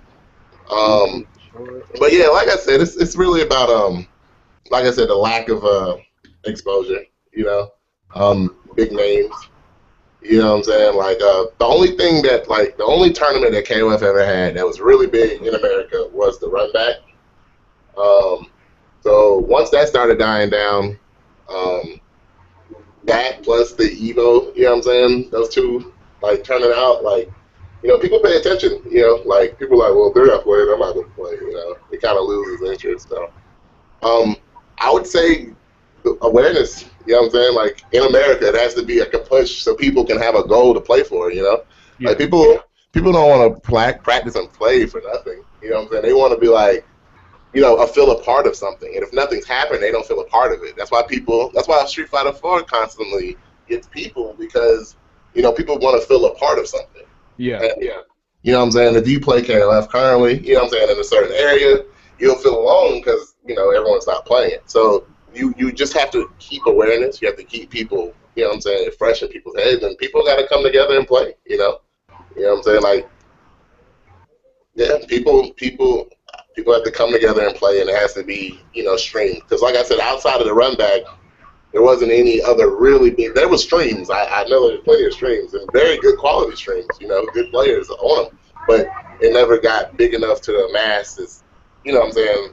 Like, yeah, the only one that was big was the run back, and for some reason that died as far as people coming to it. So there wasn't any exposure, you know, outside of that. So I think that was an issue. So honestly, people would have to come and, you know, to one of these big majors and show love. I think NEC is going to be a really big one. You know, all these people coming. I think that can really, that's going to be hype. I'm super excited for it. I think it's going to be a really good thing for KOF, and especially if they show it, you know, because it's going to be a lot of killers, a lot of skillful players there, you know what I'm saying, people I respect from all over. So I'm looking forward to it, and I think, you know, like, the biggest thing that hurt KOF was the lack of exposure. I mean, the game itself, at high level, everyone loves. Like, everyone loves everyone. It doesn't matter who you are. They respect it. It just wasn't shown enough. I think that's the issue, you know? But, like, but why? I mean, because like, we're playing this game. I mean, we should be doing this ourselves. You know what I'm saying? We can't like finger point anyone else. You know what I'm saying? And why wasn't it enough exposure? Yeah. Like, is this something we're doing? Like it kind of leads into another question or whatever that I wrote down. Is like what mistakes are we making as a group and individually that is causing the decrease of hype? Probably having it more on like mainstreams, but it's hard to do that nowadays, especially with Capcom Fighter streams. So like, you know, that's what really hurt is because it's like, okay, you know, KOF at one point it was on the mainstreams, and then it got pushed to the, you know, the side stream, and then, you know, that's how you start losing attention. And then when it goes to the side stream, it goes to the possible third stream, and then it doesn't get streamed at all.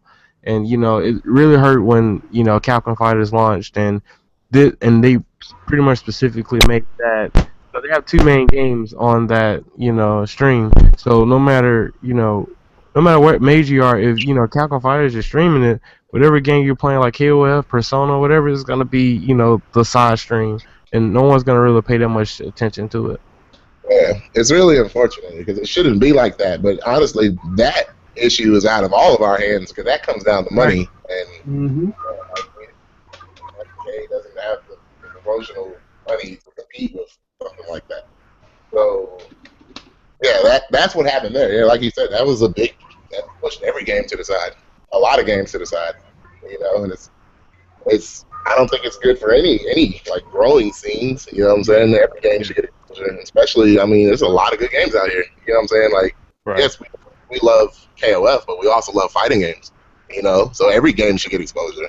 Right. And when I see, what I'm saying, I see like super high matches of KOF, and it just goes unnoticed.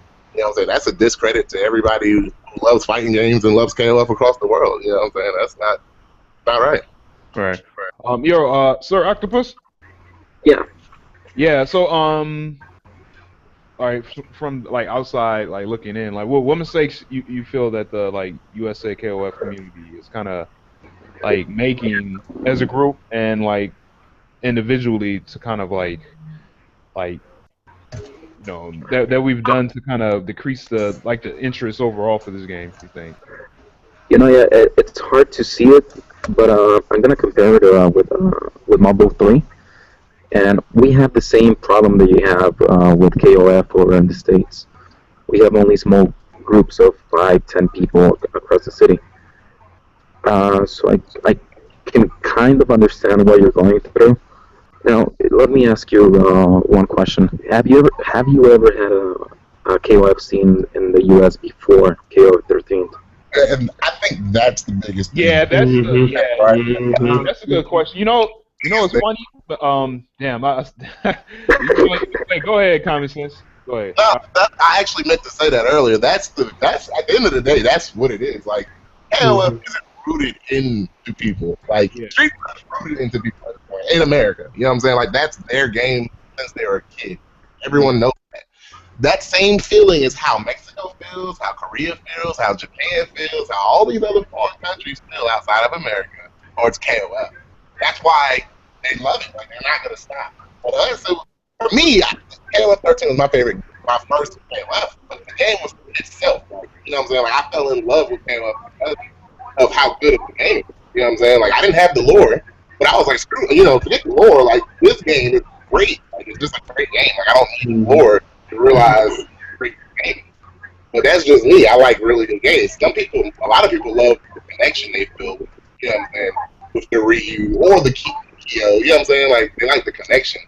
And so a lot of people, it wasn't nothing for them to drop it. You know what I'm saying? They was like, when they start losing, they're like, well, I'm doing KOF anyway. I don't have a connection to them like that. So that's whatever.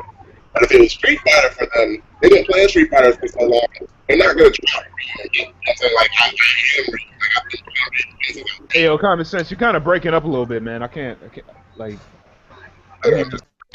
Understatement. It was only like those last 5 seconds. Yeah, Common Sense, you there? I was gonna say I agree with Common Sense about that because I have a couple friends in NorCal that played KOF, and so before KOF 13, they used to tell me about the tournaments that they played in, the other KOF tournaments, in the other games. Like KOF 11 was a big game, a pretty big game in California. I didn't know that. Like being in Alabama, it's not that many people that I know that play KOF 11. I think like 5 people. But NorCal, just California, they've always had a KOF scene, and that's why they still have interest in their KOF tournaments, and you still see some good activity over in California. Isn't that because California has so many different nationalities there? You got a lot of Latin Americans and you got a lot of Asians as well in California. So that's why they brought their love for the game from their country straight to California. A lot of other places in the States don't have that. That's what I think. Yeah, that's true. I mean, here in Minnesota, we have like kind of a different like diverse Melting pot. like people and stuff like that, and some other places do as well. But I mean, like, well, going from what Soraka asked us, I felt like we didn't really have a community like before KOF 13. It was just like sprinkles of people that lightly play KOF. I mean, even for myself, like when I was kind of into Third Strike, like I lightly play KOF. I wasn't like serious at all. I didn't know anyone else that really played it. I was just into just like playing it kind of by myself or anything like that. It was like no competition because I wasn't really competitive. You know what I'm saying? But like even before like 13 dropped, like I mean we were trying to build that with the site, with Dream Cancel and stuff like that, and it was kind of tough because like it was like we're very small, you know what I'm saying? And then there's different pockets of people, you know what I'm saying, from that kind of like they kind of stay at different places and stuff like that. I'm not even talking about just like offline. I mean even online and stuff like that. You know what I'm saying?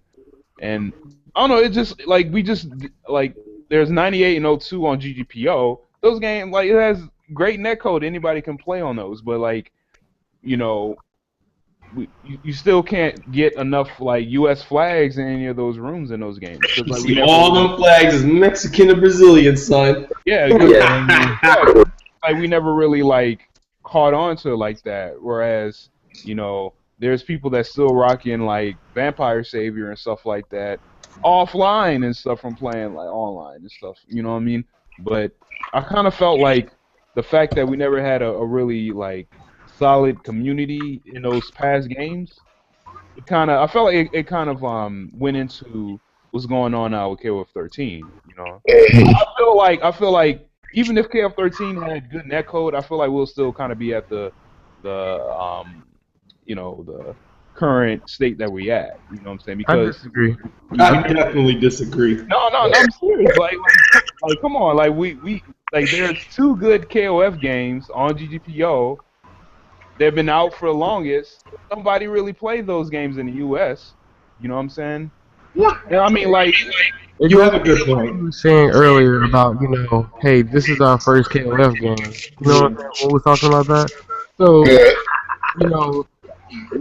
it reflects back to that because some people that don't want to play 98 or 02 because of, whatever, beef they may have with the game, or maybe because it's just old. Some people just don't want to play old games. They don't play the, up-to-date stuff. So, if it had people in Mexico do, and people all over the place outside the U.S. do. But those are people they've been playing.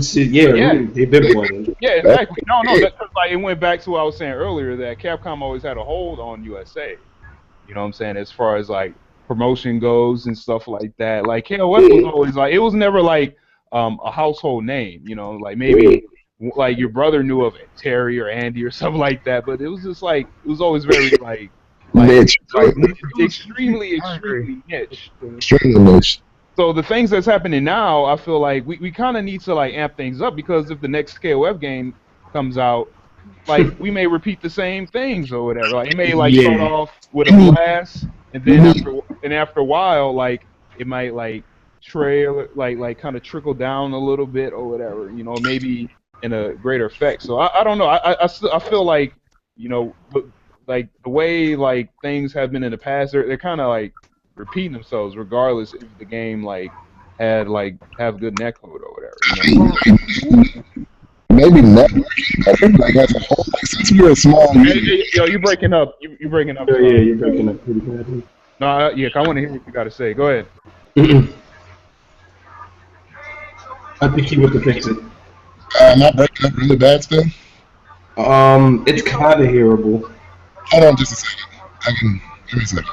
Okay. You want us to like anybody else want to Yeah, I'll go. I've already had conversations with some of the people that showed initial interest in the game. While I was playing it, and just talking to them, saying, "Hey man, you want to drive to Birmingham and play KOF with me and stuff like that," or just people that live further away. And they was like, man, if the online was better, I'd play this type of stuff. And I'm not talking about the flaky ones, but the actual sincere ones. And they even now, if I talk to them, like if I just say, let's say I just go to one of our monthlies, and we have people all over my state come. I say, hey, who wants to play KOF? They'll laugh and stuff, and then they'll be like, hey, if that next one has good net code, I'm in there. And like I said, these aren't the flaky ones. These are the guys that that stick to their word. They'll play the Right. game. And Right. I think that's one thing that you know just being in large states where where people are really spread out and transportation is limited. Yeah. Like online really helps us. Right. Common sense, you back, man? Yeah, I'm here. All right, yeah. Can you, yeah, dude, can you pick up on what you wanted to elaborate on? I think networking in general, like I think since we are a small community, yeah, like right now, everybody was talking about it, you know what I'm saying, and everyone knew to go to any. You know what I'm saying? Like it needs. I don't like we need to work together. Everybody, we're too small of a community to split off into individual groups. We're too small of a community not to like go like hey, everyone's going to what I'm saying? Like, we need to go all amongst each other, all different groups. Let Yeah, everyone. man, yeah, damn, you still cutting off, man. Crap. I'm trying to hear what you. I'm sorry, man. Here, look, I'll see if I can fix it. Come back, another time then. Wait, you sound good now. Can you? Yeah, you sound really good now. So I gotta stay. How about now? Yeah, you sound great, man. Okay. Yeah, go ahead. I was just saying, like, I think we just all need to network better. You know what I'm saying? I think we need to show people like how great KOF is. You know what I'm saying? We know, like, but it's our responsibility. I mean, it's not our responsibility, but we need to show. Like, the world needs to know how great this game is. You know what I'm saying? Like, they see it, but like, they don't see the community. You know what I'm saying? Like, they need to know. Like, I mean, like you said, online, not having an online scene is a big problem too. You know what I'm saying? Like, that is an issue, but. I really think that like more people need to know like okay yeah, KOF these guys they're committed, they work as a team. Look they're all running out. You know what I'm saying? Like look at the MK9 guys. You know what I'm saying? The Mortal Kombat guys. Like they support their game. And their game ain't had a new game in forever. And they still like are running around super supporting their game. You know, like I don't know. I think like. Yeah, I think like as a whole, like everyone just needs to come out and support their game. You know what I'm saying? Like it's bigger than you.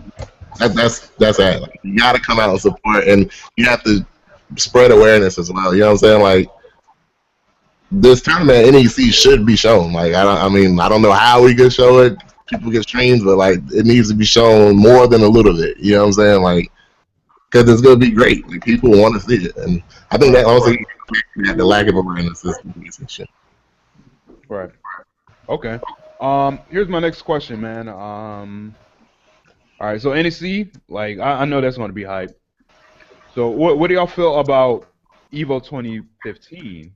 You know what I'm saying? Do you feel like KOF13 will return, and like what should we do to like ensure it as far as like the main stage? Like if it's not on the main stage, like Let's see. it Like, can there be a side tournament. You know what I'm saying? But probably just SNK doesn't have that much money, but just some more support from either SNK or just the community. A lot of people entered KOF in 2013 was for the Evo mod shirts. I mean, 2012. Yeah, so like, and I know some people like even in Alabama, the people that don't play it here, they went to Evo and it was like, oh yeah, I entered KOF, and they came to me, which was surprising, because I haven't talked about KOF with these guys in a long time. It's like 2-3 weeks before the Evo, they're like, I'm still gonna at least try, teach me some things that'll help me get around and stuff like that. And I'm like, okay, sure, and I helped them a little bit, but that's one thing. Obviously the first thing that got them to want to enter was the shirt. So like I mean, I think who made those shirts, by the way? Do you guys remember? Atlas. Yeah. Well, I mean, I don't mean to cut you off, Jeremy, man, but the shirts thing, like, yeah, I mean, it kind of like made some people like a little like flaky, but like it still was like a good like promo type tactic, you know. That's true. But I mean, I know this. It's kind of sad that we have to do something like that to get people to want to play a game. But even if it's just like a cheap shirt, dude, like give them something to want to play for. And that's why some people enter games depending on pots and all, or play games because of pot bonuses. But I don't know, man. Like I think that's one thing we probably should do.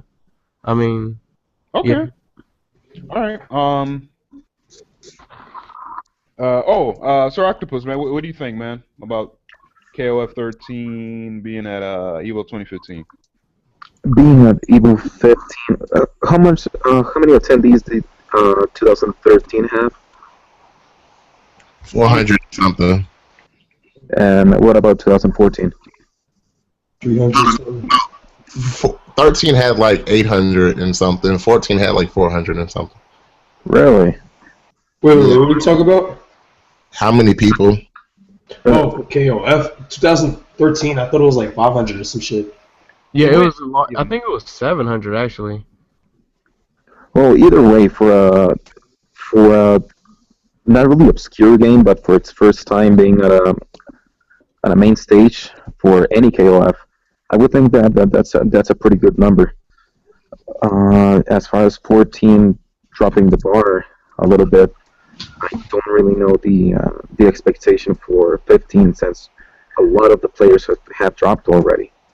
We have a lot of people from Mexico going to 2015. They do announce Evo is going to be in the main stage. So Mexico's still on board for the same people that we flew over the past years. But I don't know how the community is right now over in the U.S.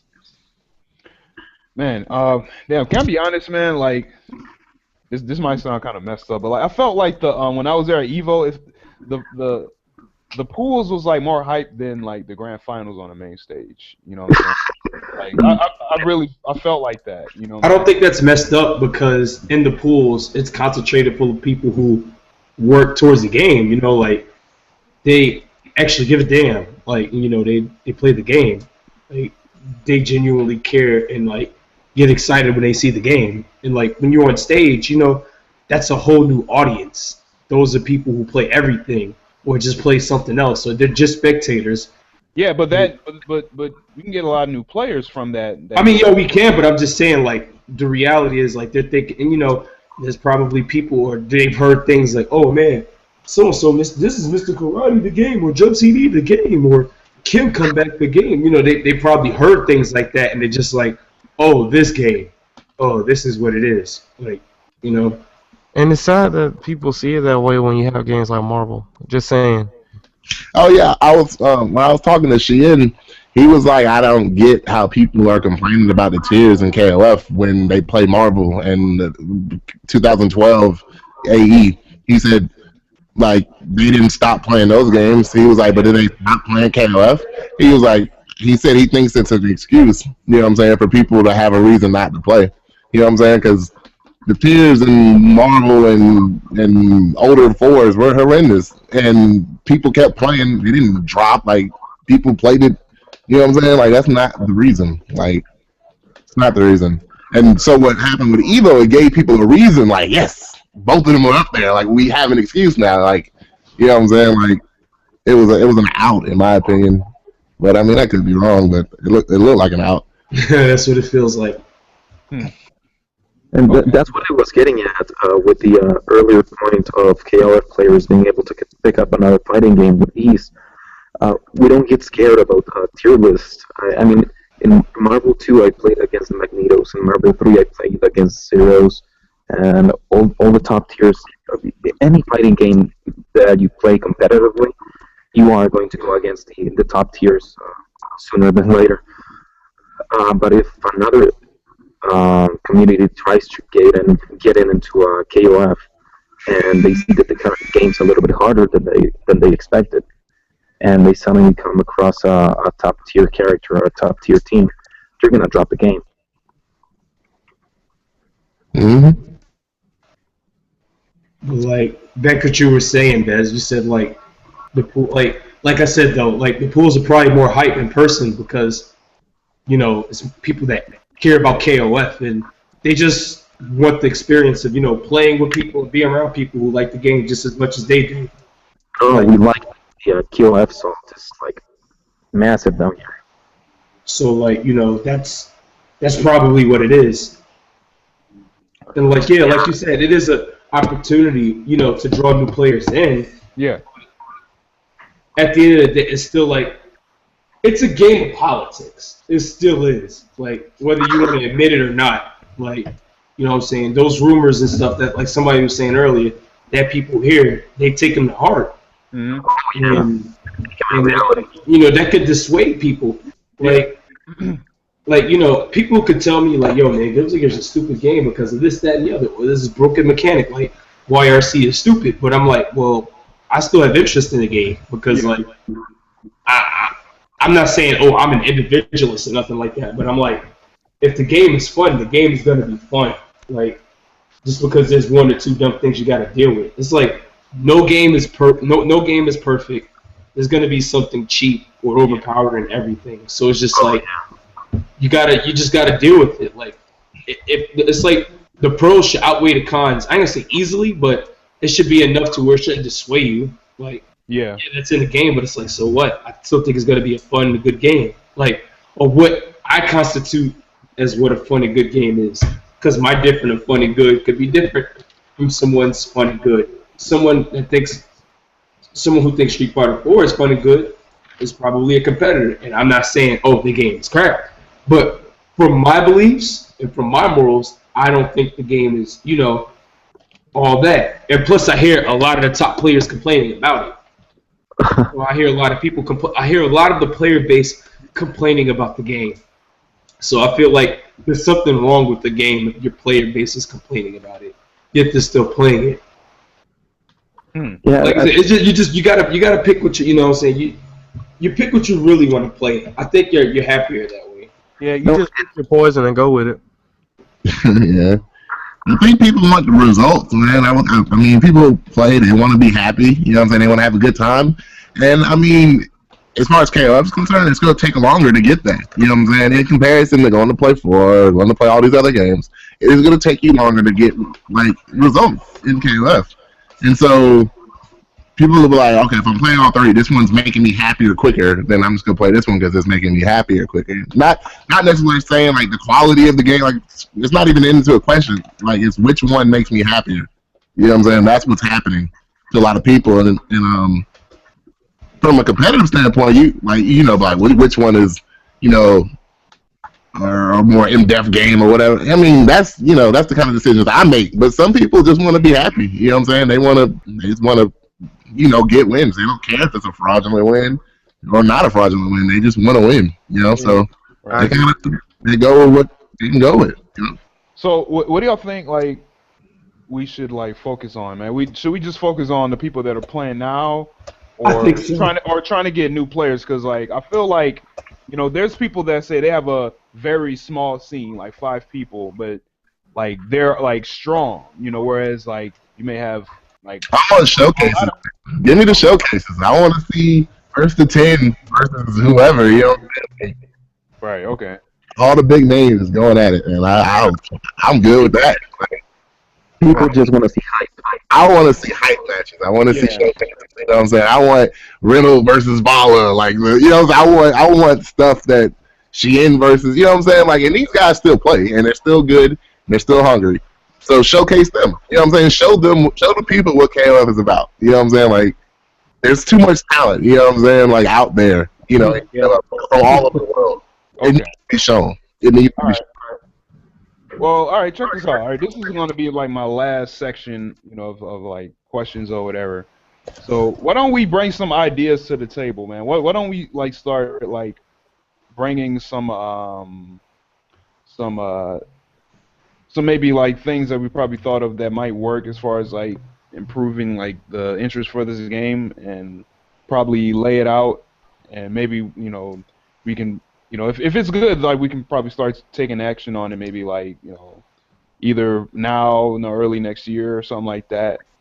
So So yeah, let's go. Like I have some things I wrote down real quick.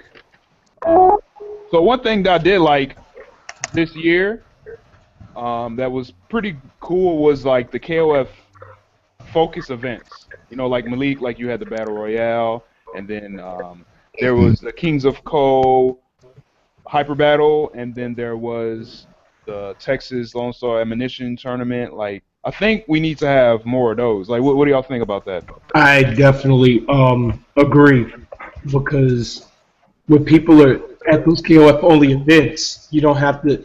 You're not worrying about competing with a time slot with anything. You know, like everyone can just play casuals like whenever they want to, and like it's more freedom. Like my friend Nick, he was just like, dude, I love this event. He was like, it's just KOF here. That's it. Like, you know, that's why I tried to squeeze in the team tournament too, because like, you know, we only get team tournaments at certain ages and stuff. But like, you know, you get time to have a little team tournament, a little character. You can have a character specialist tournament. It's kind of like I kind of wanted to do what like melee, what the melee players do. Like I was watching something the other like yesterday. They had like a Captain Falcon round robin, and I'm like, that's so random. But it's like, you know what? It has its own brand of hype, and they don't have to compete with nothing else because it's all melee. So I'm just like, maybe we could do that with KOF. You know, like just have all KOF eccentric stuff. You know what I'm saying? Like KOF solely tournaments. I think that's a good route. You know, I would KOF only tournament. Like if those 85 same people had our own tournament outside of NEC, I would have went to that. Like take that. Like think about it. Everyone's pulling together for NEC. This isn't me like to discredit NEC, but I'm saying everyone's pulling together for NEC, putting all this pot, and we're not even gonna get shown. Why not make our own event? Do the same exact thing, right? Like, but we get shown, like it gets publicized, and you know what I'm saying? KOF gets sponsored, it gets love. Instead, we're gonna get, you know, hopefully not, but you know, we might get pushed into a corner, and it doesn't get love, even with all the pot bonuses and all the people coming together, you know. So why not just do a specific event, a dream cancel, you know what I'm saying, blast, and like everybody comes, you know what I'm saying? Everybody, like people would do it.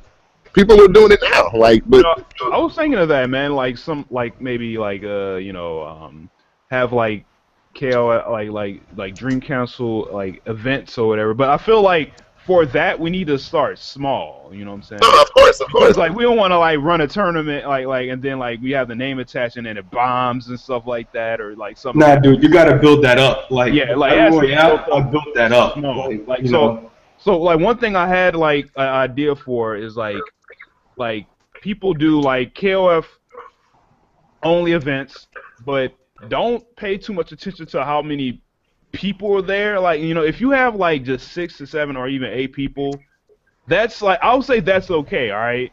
You know, and then maybe you could build upon it in the future. You know what I'm saying? It can even be like a house tournament, like, you know, even like with the Malik before with the the House of Crack stuff or whatever. You know what I'm saying? You can have a house tournament, stream it or locally record it or like guerrilla record it with your camera or something like that.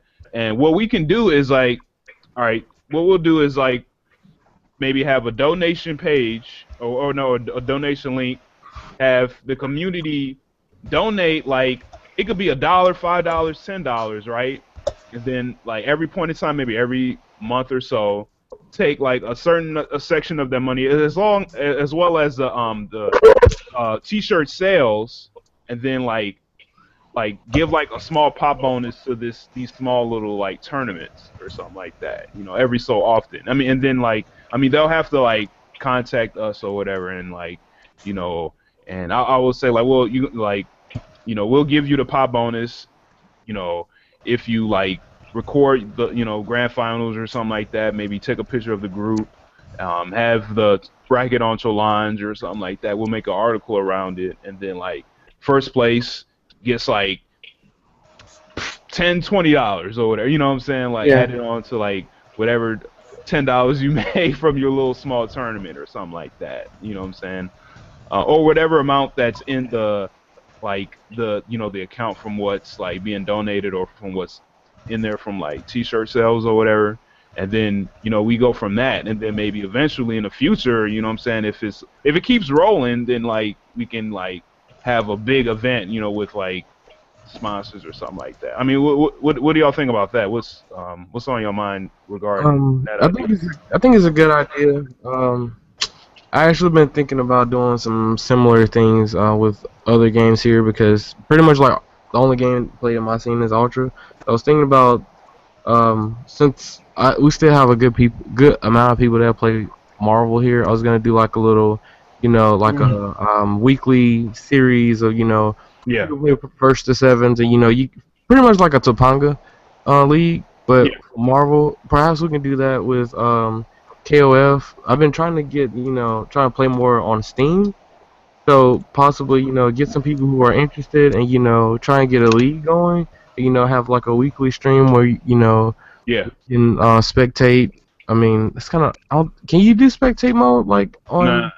Well, somehow you Not know. unless you're streaming. Yeah, exactly. Yeah. Right, so somehow, you know, set up where we can stream, you know, some matches like first to sevens between, you know, these two people, and you know, And just you know what be cool about that is like if you have a first to seven at a tournament or whatever, like I'll be down to like showcase that on the front page, like, you know what I'm saying, like even with like the Kings of Code, you know, there was a Galactica versus Astro first with 20, you know what I'm saying, like we can kind of like showcase it like that to let people know that alright, people still grinding like that. Okay, cool. Yeah, I haven't had that much time to implement it, but that was one of the ideas that I've been brainstorming for pretty much since the beginning of the fall, around like August. Just been thinking about, you know, ways to, you know, get people to, you know, start supporting games more, and I was like, maybe, you know, we can gather some, you know, good players, and, you know, have them have like a battle royale, first to seven. Right. Person with the best game differential, you know, wins $20. Like you said, something small. Yeah. You know, and you know, he gets like a little, you know, name badge or something, you know, along with that, and, you know, he tries to defend his turf like every, you know, month or 3 months, or, you know, however, you know, whatever schedule we're running on. Right. Yo, Common Sense, what did you think about the idea of like having these smaller tournaments and having like the community like donate, you know, to sponsor like, you know, tournaments like around the country? I would donate, like, let's say you had a major tournament, like for instance, like, did you just see this? Like I said, the NEC is a perfect example of what we need to do. Like, that should be like, it was. I mean, they can't be every time, but just how do I explain it? Yeah, like, I'll be willing to donate and help out. You know what I'm saying? Like, put it to the side and, you know, make everything bigger. You know what I'm saying? Like, if each one of us doesn't have to be a lot too. I'm saying like for like small. Oh, if each person donated like $1, you know what I'm saying? Like, we get like 300 people to donate $1 or $2. That's $600 pot, like from the crowd funded $600 pot, and you only had to do $2. But yet you just showed the community, like, you know what I'm saying, so much love. You know what I'm saying? Like, and $2 every 3 months. You know what I'm saying? Like, what's that, right? Like, that's nothing. You know what I'm saying? Like, let's say it was 4 big tournaments, or even 2 big tournaments, but you put up $3, you know, donate to make the pot really big and just show love. You know, like, we can call it the We Love KOF pot. You know what I'm saying? Like, when you donate $2 just for, like, you know, because the goal is, the reason I say pot, because it's expensive. Like, okay, we're not the biggest community, so it's expensive for somebody from California or from a foreign country to come all the way over here, you know, to play. And we're not at, you know, mega levels yet as far as numbers, so they need not incentive, but they have to have make their money back if they do get, you know what I'm saying? Like, otherwise they can't afford to come out here. Not because they don't love the game, just they would be losing a lot of money. Right. So it's kind of, you know, it's a give and take thing. Right. Malik, what do you think, man? I think that's a good idea, pretty much. Like, I would say, like, honestly, people should be motivated more to play on a local basis or a weekly basis, but that's a factor I feel that's out of people's control, like, that's out of a group's control, like, that's just up to the individual themselves. Like, Because I feel like if you're playing something weekly or whatever, where it's in your life in a certain daily basis, you know, you're gonna want to like have more of it. Yeah, yeah. Like, you know, because like, you know, there was a point up until recently where even when I moved down here back in Georgia, I still thought about playing weekly, like playing KO 2-3 times a week, like getting some good sessions in or whatever. I'm just like, man, I just want to play. I gotta play. I want to work on this stuff I've been working on. I want to see, you know what I'm saying? I want to see if this works. I just want to see my characters do some cool stuff. Yeah. Like, you know, minute reasons like that are enough to get me to play. Like money is not an incentive. Like as long as I see people enjoying the game, I feel like, you know, I don't know. Like, I'm simple, so like I know what I like, but I don't know, man. I just feel like I said, the idea of like independent tournaments are really good. Like for America, like I feel like that's honestly the best thing like people could do, and have a little pop bonuses here and there to give people a reason to be like, yo, look at the game or look at their disc or go through, you know, while they're browsing their games, they're like, oh, yo, yeah, the tournament is coming up. Let's go ahead and have pop bonus. Like, should practice up or whatever. I mean, I personally feel like that shouldn't take it shouldn't take that to motivate someone, but like, that's just me. And the reality is, like, not everyone's like me, so, you know, they need that extra push. But those things are all good.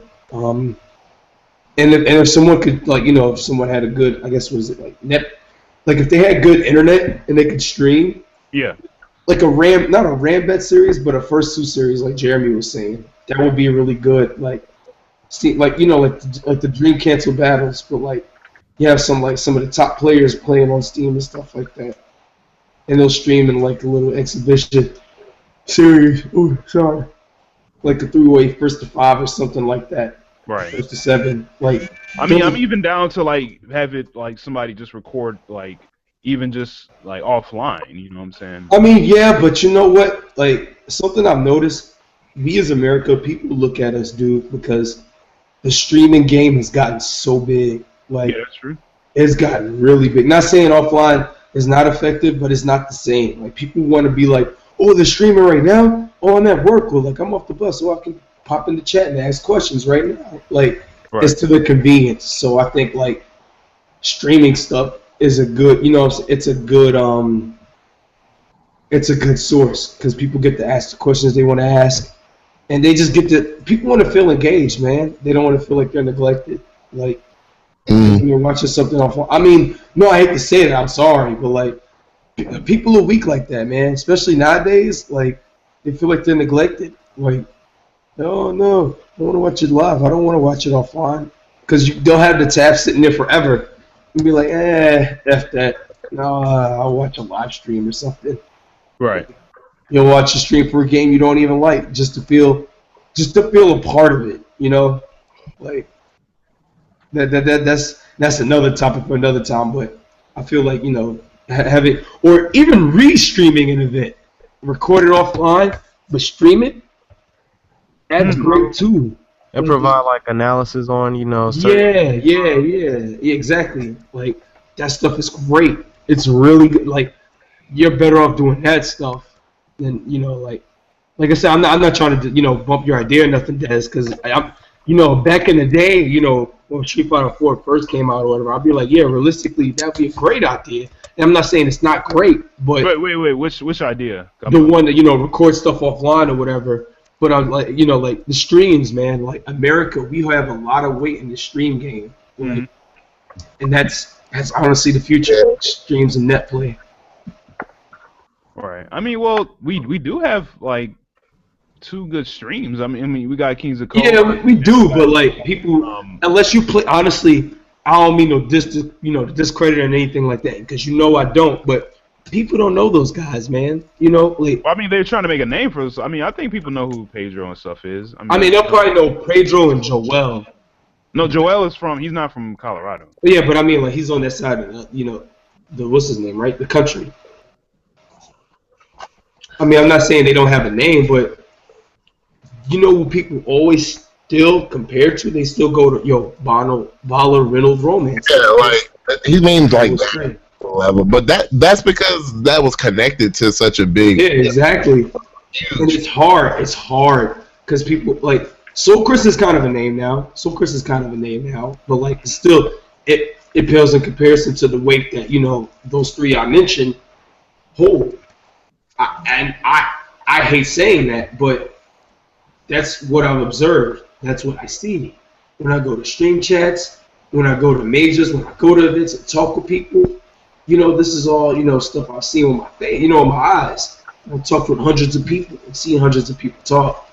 So, I think those guys, I hate to have to drag them into it or want to drag them into it, whatever, against their will, whatever. But like, if that name is not there, people are gonna have less incentive to watch because they're like, I want to watch my hero play, or I want to watch this guy who I feel represents the game play, even though they might not be as active as much. Yeah, he's right. He's right. That's I really hate saying that. You can't like that. I think a lack of them, not saying it's their fault or anything. No, like I'm just saying like people, we need them. Like they are the people. You know what I'm saying? Like it's like Justin Wong, like not hearing from him or not hearing. You know what I'm saying? Like they always in the limelight. Like every post is them. Not saying it should only be them, but that's what those guys see. They're not.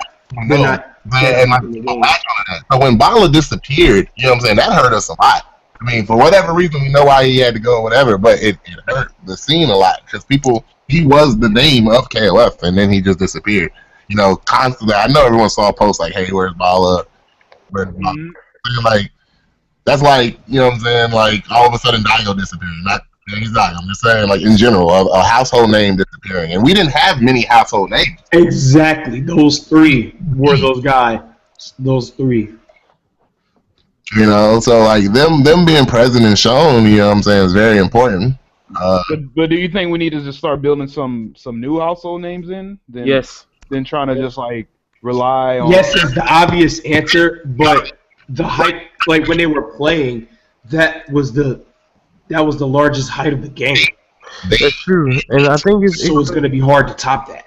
I think it's primarily because of the fact that they play different characters and show what the entire roster was about. They always show something new and fresh. You know what I'm saying? And they were definitely an influence on me wanting to play some more characters. Opening my mindset on some characters that I wanted to play. So that's why I started just playing like all types of characters. Just watching Bala, man, like he definitely made me want to play like other characters and give Joe a chance. Cause like when the game came out, dude, everybody knew Joe was bad. But then he had stun combos. The thing is, he had to hit you. Yeah, so like I think we do need to build some more household names, and that's gonna be big. It's funny. I actually want to give a shout out to Rogue Yoshi because he's the one that actually made the Joe stun loops and stuff. Like Rogue Yoshi broke the game pretty early, and he dipped out. Yeah, so like he honestly does not get enough credit. I'm not trying to make this a contest or nothing. I thought he was here earlier, and like people would be like, "Who's that?" And I'm like, "Oh, this guy's like a scientist." Like whenever he plays anything. So, but yeah, go ahead. My bad. No, it won't nothing. I mean that's it. Like for instance, like now I like seeing what's the other guy Chili from Chili? Mysterio. No, Mysterio. Yeah, I love like. Let's think about it for a second. I had no idea who Mysterio was. I was like, who's this Mysterio guy, right? But then I kept seeing his name everywhere, like everywhere. Mysterio. And I'm watching his matches and him going ham. Now in my head, I see Mysterio. Like I'm like, yo, Mysterio, let me hit play. Like, you know what I'm saying? Like, but that was built. Like he went to a lot of stuff. He started winning a lot of stuff, and he built his name. You know what I'm saying? Like, so that's what That's what I'm saying. Like that's what happens. You got to build a name, and then you got to kind of promote it because that's what people want to watch. You know what I'm saying? Is somebody that they know of. You know what I'm saying? Like. So it really, whoever's winning, like we gotta get them see, like, you know what I'm saying? Like people wanted to see that when Taquito and Reynolds did that first detainer, right? Like why did people want to see that? Renault had just won Evo, and Taquito had just won the Cafe tournament. Oh my god! Like names that they know, like the same reason why people want to see Pacquiao and Floyd Mayweather. So Yeah, true. we need to get it happening. You know what I'm saying? We need to promote it. You know what I'm saying? All right. No, that sounds good. I'm down for that. I'm down for that, while at the same time building up the smaller community. You know what I'm saying? And getting people incentive to play. I mean, we can't like before. We can't just watch. You know what I'm saying? Yeah, like I mentioned. Yeah. Like you mentioned, we can't just be spectators. We gotta be involved and try to get to where they at. You know what I'm saying? Takes a lot of willpower, apparently. Well, I mean, it can't be done. I mean, if you don't think so, then it's not gonna happen. No, it can't be. That's what I mean. Like that's why I said the defeatist mentality. No, it can be done. Like you set your mind to it, it can be done. No one should be intimidated of another man. And what are they gonna do to you? They're gonna kill you for getting better than them? Okay. Well, just one thought on that. All right. Well, let's So anybody else have any more like solutions or anything like that, man? Or you know what I'm saying, that we can do to like press things and kind of reinvigorate people? I think like these ideas we're coming up with, 13 might have not had the because we're just now coming up with ideas. Because like I said, America's scene is brand new. We're brand new. This is new for us. You know what I'm saying? Like this is our first time all of us meeting each other. You know what I'm saying? Like it's not like our KOF history it goes deep like in America. No, like I'm just meeting all of you guys within the last year or two. Yeah. But pretty when 14 hits or the next game hits, we're gonna be hitting the ball rolling. You know what I'm saying? We already know like let's go. Like we got these ideas, in 6 months from now after the tournament we're having our KOF major. You know what I'm saying? Like so I think this is good just to go ahead and prepare ourselves. Like I said, because you got to keep that hype train going. I mean, it's unfortunate, but keep it going. And unfortunately, ours died down a lot, so it's gonna be really hard to pick it back up. But us doing this is, you know what I'm saying, keeping it ready. So when it hits, we just hit the ground running. Right. Yeah, I mean, I feel like we should try to like bring it back, because I mean, I don't want to just like keep hearing that it's dying down and it's hard. You know what I'm saying? The next game should not go through this. I want to hear people. I don't want to hear like people giving up. I mean, if you want to give up, then I don't think it should really be like that. Like if you do that, then other people are going to follow suit. Like for example, I mean, even with myself, you know what I'm saying? Like, I mean, I can be pretty harsh about the game, and one thing I noticed, man, or whatever, is that like when I kind of stopped playing the game, other people around me in the scene kind of stopped. You know? Say what? I said real quick. If one person quits, a lot of people will quit. You know what I'm saying? It's crazy because like I like a lot of times especially when you have a small crew. You know what I'm saying? When one person leaves, you can definitely see it. Whereas if like in Mexico, like what Sir Octopus was saying, they have like 200 people, like 10 people can stop coming, but they won't notice. You know what I'm saying? So I feel like if you have a small community, man, like you kind of have to like, you kind of have to like, and if you want to like take a break on a game, you kind of like, be kind of chilled with it. You know what I'm saying? You don't got like, no, forget this game. Throw like knock a table over and stuff like that, because it's gonna affect other people in your community. I feel. You know what I'm saying? Mm-hmm.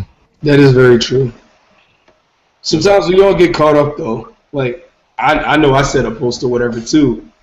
Like and I still feel my way. I'm not gonna repeat my feelings, but it's hard, dude, when there's only a few people, or like when you're. I don't mean to brag or anything, but like when you're kind of like the founding fathers of something and continuing to like, give it a shot still, even after everything is said and done. Yeah, we're still here talking about the damn thing, so. Yeah. You obviously must care about it in some way or somehow. Like it's like, we're all learning. We're all learning. I'm pretty sure this is some people's first experience doing this. This is mine. This is mine. I ain't gonna lie.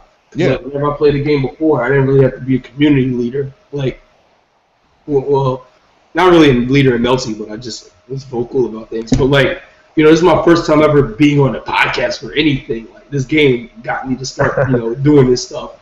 Yeah. And, networking with people to this degree. I've always networked with people, but not for like I've never been like, hey, I want to throw a tournament.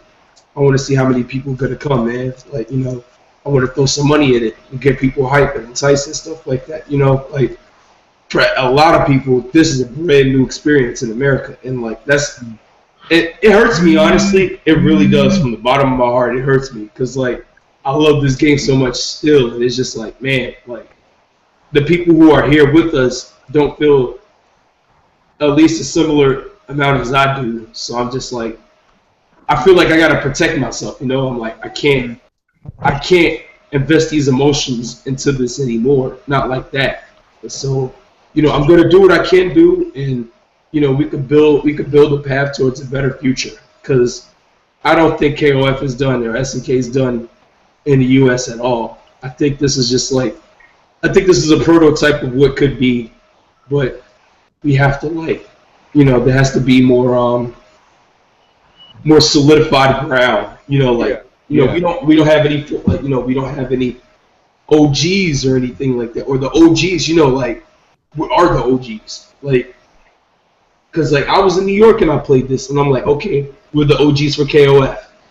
I just talked to my friends who were they weren't OGs like Chris Who, because that was a guy I was really honestly expecting to play KOF 13, and I was disappointed when he didn't go in with it, because I'm just like, yo, this guy played Street Fighter, and he played older KOF games, so I could have a real sit down with him or play with him, and I'll be able to understand stuff. But he didn't play the game like I thought he would, and I was disappointed.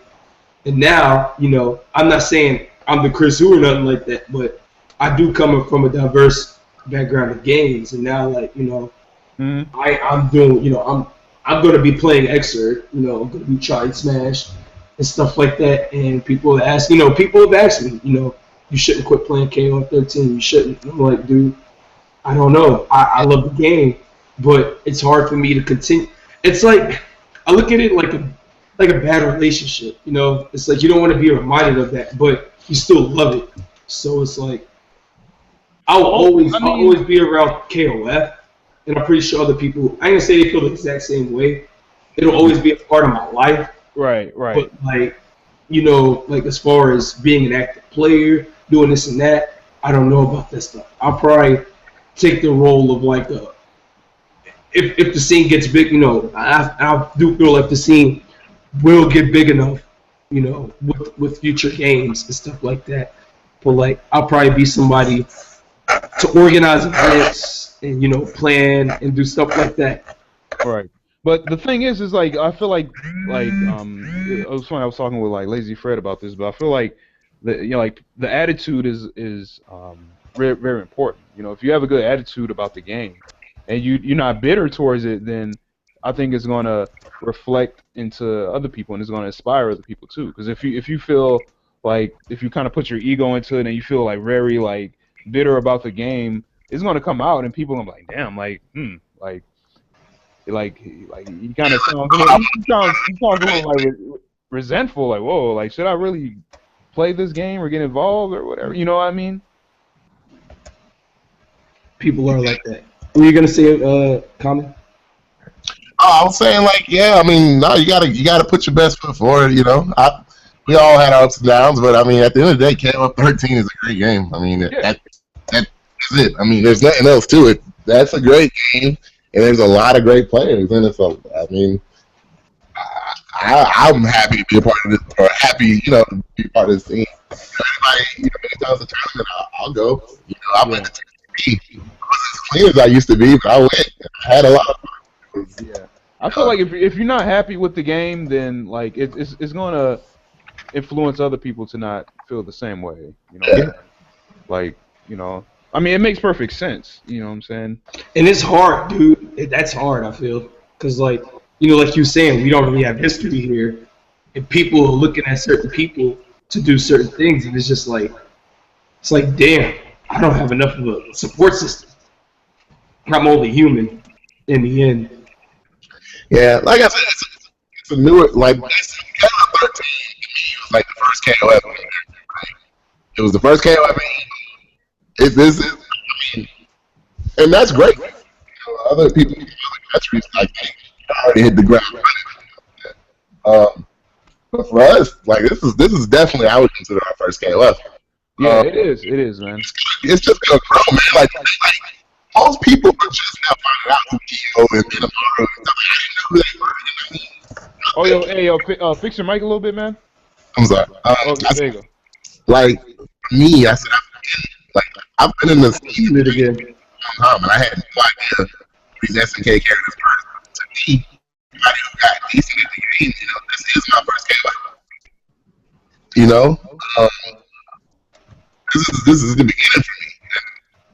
I envy all the people who already had. I wish I did have a scene, you know what I'm saying, to have known about these characters. The storyline is really cool, you know what I'm saying? The artwork's cool, like, the music is great. Like, I mean, it's amazing. You know, I look back at the older ones and just like, wow, like, America, you're slipping. Like, these games are great. Like, you got, but, you know, so, you know what I'm saying, for us as America, we're starting off small, but I mean, we definitely made our mark. I think we did, like, I think people know KOF now. Like, KOF is not to be pushed under the rug anymore.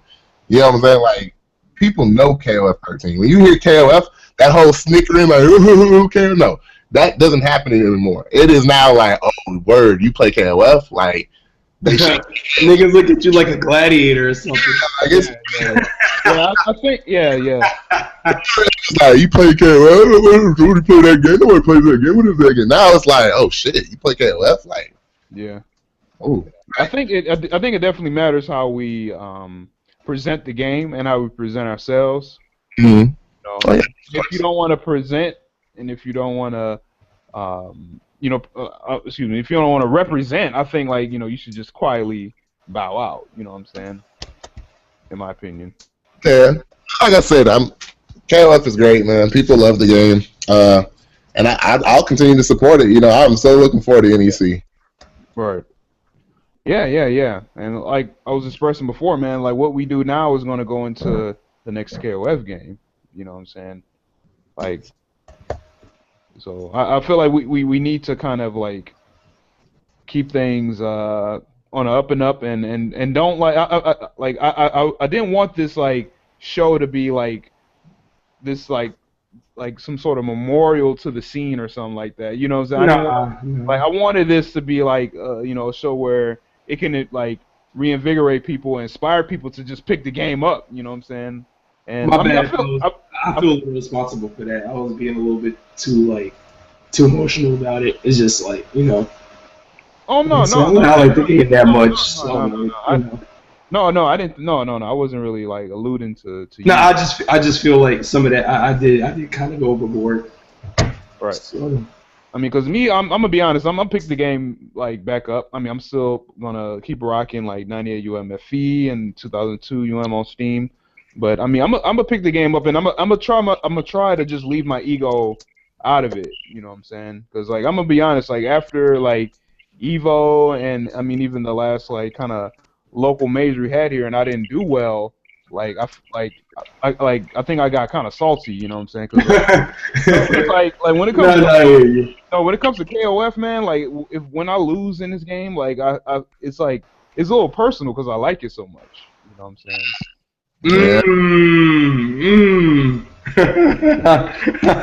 We'll talk about that on DC Uncut.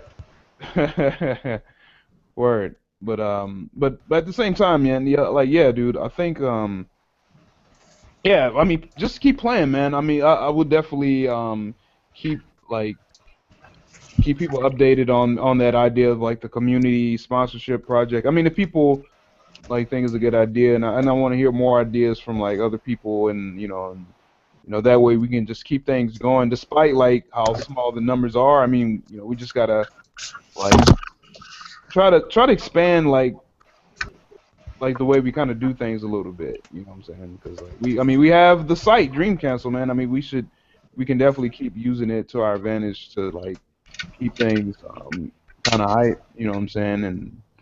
And keep the interest kind of flowing and going, you know.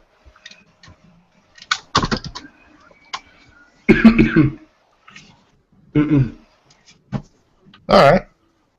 All right, cool. So damn, we're at least like 3 hours. 3 hours in, yeah. Our dude's been doing a marathon podcast today, huh? I haven't been here the whole time, but I've been Yeah, here for like 2 hours. Yeah, we took a break, and I kind of felt like we kind of needed this conversation or whatever. So. Nah, dude, this is necessary for the future, and like, in all regards, cause like, you know, like I don't mean to bring astrology and shit into this, but like, I'm a passionate lover, so like, when I like something, like, it kind of becomes an obsession. Like, KOF, when I saw like footage of the arcade version and stuff like that, like the build up for when console version, there's just like, yeah, man, this game comes out in 2 weeks, 3 weeks, you know, like a month from now, whatever. Like my boys is like, yo, watch 2K2 footage, watch 98 footage. I did all that stuff, and I was just like, oh, okay, this is cool. Then I saw Jan playing. I'm like, oh, I know Jan from Street Fighter 4. Yeah. And I was like, didn't he win an SBO and stuff? Because like, I'm hardcore. Like I know stuff about the FGC like way back before it was called an FGC. So like, you know, I was just like, oh, I know this guy. Yeah, he's pretty good. He plays this game. Oh, that's cool. Oh, damn, he's really good. I was just, oh, he's playing okay. And then like, I just saw the game. I'm like, oh man, this game looks cool.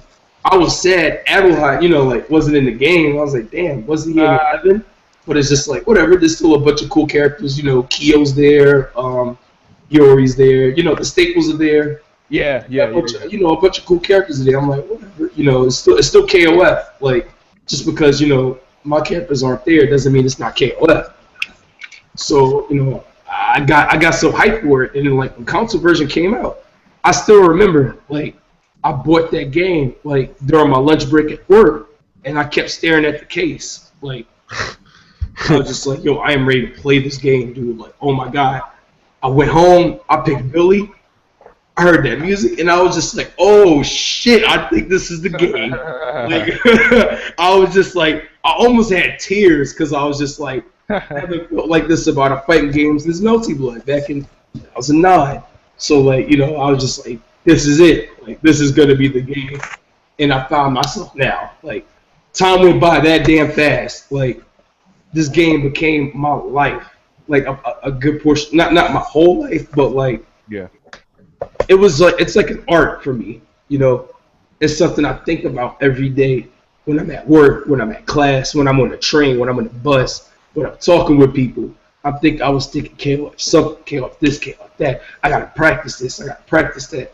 I gotta learn this matchup, or I gotta figure out a way how to learn this stuff. Like, you know, it's just that's how it was with the game too. Like, I have a Raptor, which tracks like your game, like how long you've been playing games. And this one I found out like I really love the KOF because I didn't know how many hours I was putting into it because I was on campus. You know, like I'd come from class, work, and rush straight to the house, and like you were saying, Malik, like go straight trying to understand matchups, seeing what, you know, these other characters can do, doing all types of stuff, dude. And then like I got like the weekly, you know, update of like all the time I played, and it was like, you play 18 hours of KOF. I was like, it's like, whoa, where did time go? Yeah, dude. I was like, what? Word. Well, yeah, dog. But you know what? Why don't we give shout outs and then like conclude this episode? Everybody down for that? Yeah, man. I gotta get some Jimmy Jones in my system. All right, cool. All right, well, with the shout outs, before you give the actual like shout out, whoa, somebody mic on? Oh, that's common. He's echoing. Oh, okay. All right, cool. Well, I want y'all to do, man, you know, just like give a few words, man, about like, you know, what, you know, somebody should try to do to kind of like help the community, man, you know, or like ways to kind of make things better, or like, or even just to kind of like inspire people to keep playing, man. I mean, like, you know what I'm saying? Before you give your shout outs, so why don't we start with yo, Sartre, was you there, man? Yeah. Hello. Octopus. I don't think he's in. Okay, we'll get back to you a little bit. Jeremy, why don't you start, man? Let's see, man. All I can really say is, wait, let me turn my notifications off. Best thing I can say, man, if you're having fun with the game, you love the competition, don't stop playing. Just keep going, man. I mean, if that's what you loved doing, hey man, don't stop playing because nobody else wants. Well, nobody else wants to play with you. And I guess that's about it. Sorry. Okay. Oh, you have any shout-outs? I guess shout outs to all the people I played in KOF. First off, let's see. I guess I gotta give a big shout out to North Carolina, Game Wizard, Common Sense, Soul Chris, all those guys up there. They really influenced me and inspired me to keep playing when my team started down. Let's see. Shout out to you guys, Green Council, for getting me in here. Shout out to Malik for inviting me. Let's see. I guess that's about it. Shout out to SNK for making a new game. Okay. All right. Cool. So, yeah, what was that? No common sense? Yeah. Do I sound okay? You echoing? Hold on. What are picking up your speakers or something? What about now? Yeah, it's still there, man. You have like headphones or earphones or something? Let's see if I can find some. Just a second. All right. While we do that, we're gonna. So Octopus just joined again. So yeah, you here, man? So Octopus? Yeah. Oh, cool, man. Yo, you have like some advice to kind of help grow like the community and stuff like that, or like ways to like inspire people to keep playing, even for your own area, man. And Yeah. that you can give shout outs to. This is my personal experience. This is when back way in the day when I read the Art of War. I read online that says that we're bound to creatures of habit, but we shouldn't let a good thing pass us by because we're afraid to change. So I just the only advice that I can give is try it out and don't get discouraged because you're getting tiered or injured at the day. Basically, that's it. Damn. Okay. Damn. I couldn't hear half of that, man. But shit. You have any shout outs, man? Well, just for my people back in TJ. Okay. Followed in the team pretty well. All right. Cool, man. Damn. Common sense. You still echoing? You said I am? Yeah. Here, I'll log out and come back.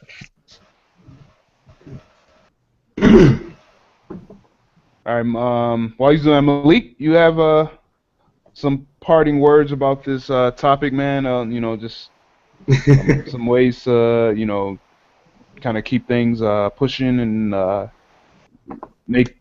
I don't want to say make people, but anything to inspire people playing KOF here. I'd like for people who played the game in the past, or even OGs who may hate the game or whatever for their own reason, I'd like them to, if possible, to try the game again with a different mindset. Actually give it another legit try, because I don't know. Every game isn't gonna be for everyone, but I feel like if you're SNK OG, you can't really hate this game. I feel like it's more of a personal thing. You hate it because of your own reasons or whatever. I feel like the game itself is I feel like it's that good. The wrongs it does are outweighed by the good it produces. So maybe it's their point of view or something. Maybe they can't handle something in the game. Try going about things a different way. Because your way of thinking might not work. Yeah. Just be open-minded. Okay. That's really it. Because we depend on you guys too. Believe it or not, we really do. We're the ones out here doing this, but it'd be great if there was more, OGs, like romance and stuff. Right. Okay. All right. Cool. And do you have any shout outs on top of that? Shout outs to KOF period, because it's a lifestyle. It's not just like, it's not a game. It's not whatever. I never saw myself saying that, but it's a lifestyle. So like, yeah, shout outs to them and SNKP, you know, making this masterpiece. I feel. You know, everybody keep, you know, hopefully, you know, keep playing, or, you know, just make everything better for the future, man. It's not, like I said, it's not dead, but like, you know, it's just, it was like a gruesome war zone. Like, that's what it feels like. Right. Okay. Common sense? Yeah. All right. Yeah, it sounds like you not echoing anymore, man. You sound good. That sound good? Yeah. Okay. You still on your phone, man? Man, we should did this from the start. Yeah, I'm still on the phone.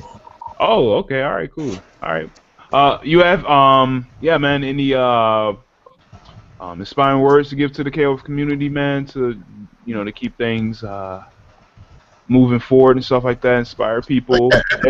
Out there, they're still rocking.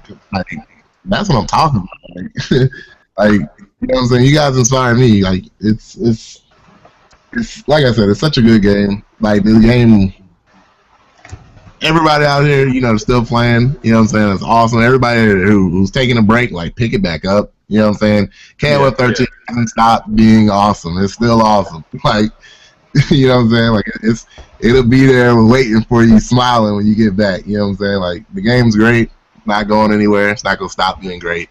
You know, so get out and enjoy it. You know, and everybody that's still rocking, like, what I'm talking about. Word. All right, cool. And any shout outs, man, to anybody? Shout out to the players, man. Like, shout out to KOF community. You know, shout out to you know, all the foreign countries. You know, shout out to the players in America. Just, you know, shout out to KOF. All right, cool, man. All right. For myself, man, I always say, like, yeah, man, if you still playing KOF, yeah, just keep playing, keep inspiring people. If you have someone that's interested in the game, man, there's so many resources online to help them. You know, just point them to whatever that you want. I mean, if you take, yeah, like y'all expressed, if you taking a break, man, try to, you know, pick it back up again and see how you feel now, because like everybody needs, you know, a little break from something. You know, and maybe you might have a different attitude or perspective on it now. I would encourage people, man, to just, like, if you have just a small group of people, man, even if it's like 4 or 5 people or even 8, man, just run like a little house tournament, man. Even if it's a round robin, record it or stream it and put it up on YouTube. You know, let us know, and you know we'll you know, give you some exposure. You know what I'm saying? If you know, if you want or whatever, you know, regardless of, you know, skill level, because you know we're all like trying to get better and stuff like that. So I mean, we're not going to judge, and you know, I would say, you know, try your best to make it out to any kind of events that you can. If you're playing on Steam, if you're playing online on Steam, keep playing, man. I mean, don't, you know, feel discouraged that the netcode isn't the way you want it. And if it isn't, I mean, like, you can kind of go, you know, which direction you want. I mean, you could decide whatever you want if you want to keep playing online. But I say, if you like it and if it's tolerable for you, keep playing it. You know what I'm saying? And keep finding those good connections. You know, keep posting on, or if you want, you know, create an account on Dream Council on the, you know, either with the chat or with the forums. You know, let people know that you play KOF on Facebook, you know, in your little gaming group and whatnot. Bring the game if people are, you know, playing offline or whatever. You know, keep hosting at your house or whichever else. Would also say, you know, support USA streams, you know, or streams that are, you know, from our good neighbors below, you know, in Mexico and stuff like that. You know, keep supporting them. You know what I'm saying? Because, you know, a lot of people watch those streams and you never know, you might kind of bump into somebody in your own region or whatnot. So yeah, just keep doing that and maintain like a good attitude about it. I feel like if you have nothing nice to say, don't really say it at all. I mean, if because like people are really impressionable, man. I mean, people pick up on vibes. So if you have kind of a negative vibe or just a, kind of a bad attitude towards like the game, people can pick up on it. And, you know what I'm saying? I mean, not everybody is like so like like super independent minded and stuff like that. People kind of go off other people's impressions, I feel. So yeah, just keep things as positive as you can, and just keep your kind of attitude in check, and hopefully things will be okay, because like I feel like the things that we do it's going to go into what happens in the future and how people kind of perceive us, and if they want to support us ourselves. So if we're not supporting the game, and if we're not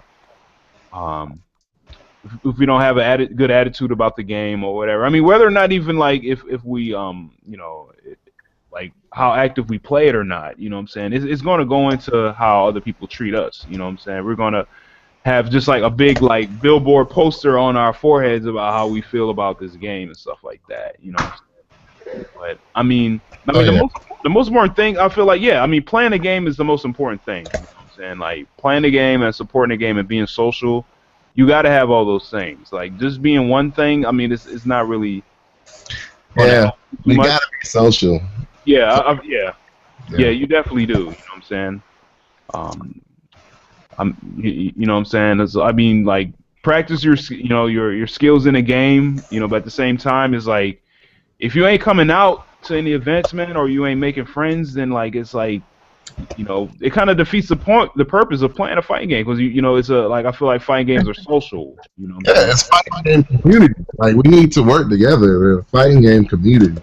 And even if like you just playing online, I mean, you can you still have a good online presence. You know what I'm saying? You're, like connecting with other people and stuff like that, and getting matches rolling and stuff like that. So yeah, man, just keep playing and just like try your best to be as social and warm to people as you can, and just keep the hype up. I mean, nothing's wrong with taking a break in the game, but like it just like make sure like just keep your attitude in check. I mean, especially just like even with myself, you know what I'm saying? Like I get salty sometimes or whatever, but I mean now I think I'm kind of inspired to kind of to kind of get like keep things kind of pushing forward and stuff like that.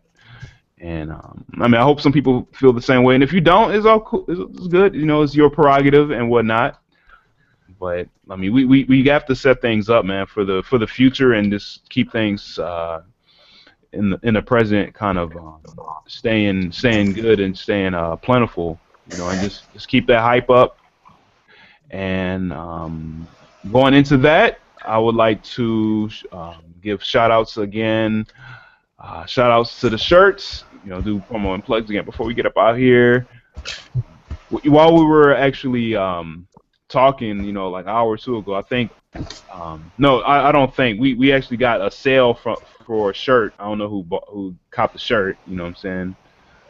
Shout-outs. Yeah, so whoever bought a shirt like at 1 p.m. Central Standard Time, shout outs to you. Thanks for supporting. So yeah, this shirt is $13. This one is $11.50. I think somebody bought this one. Yeah, I think they bought this non-slanted shirt. This one is $11.50.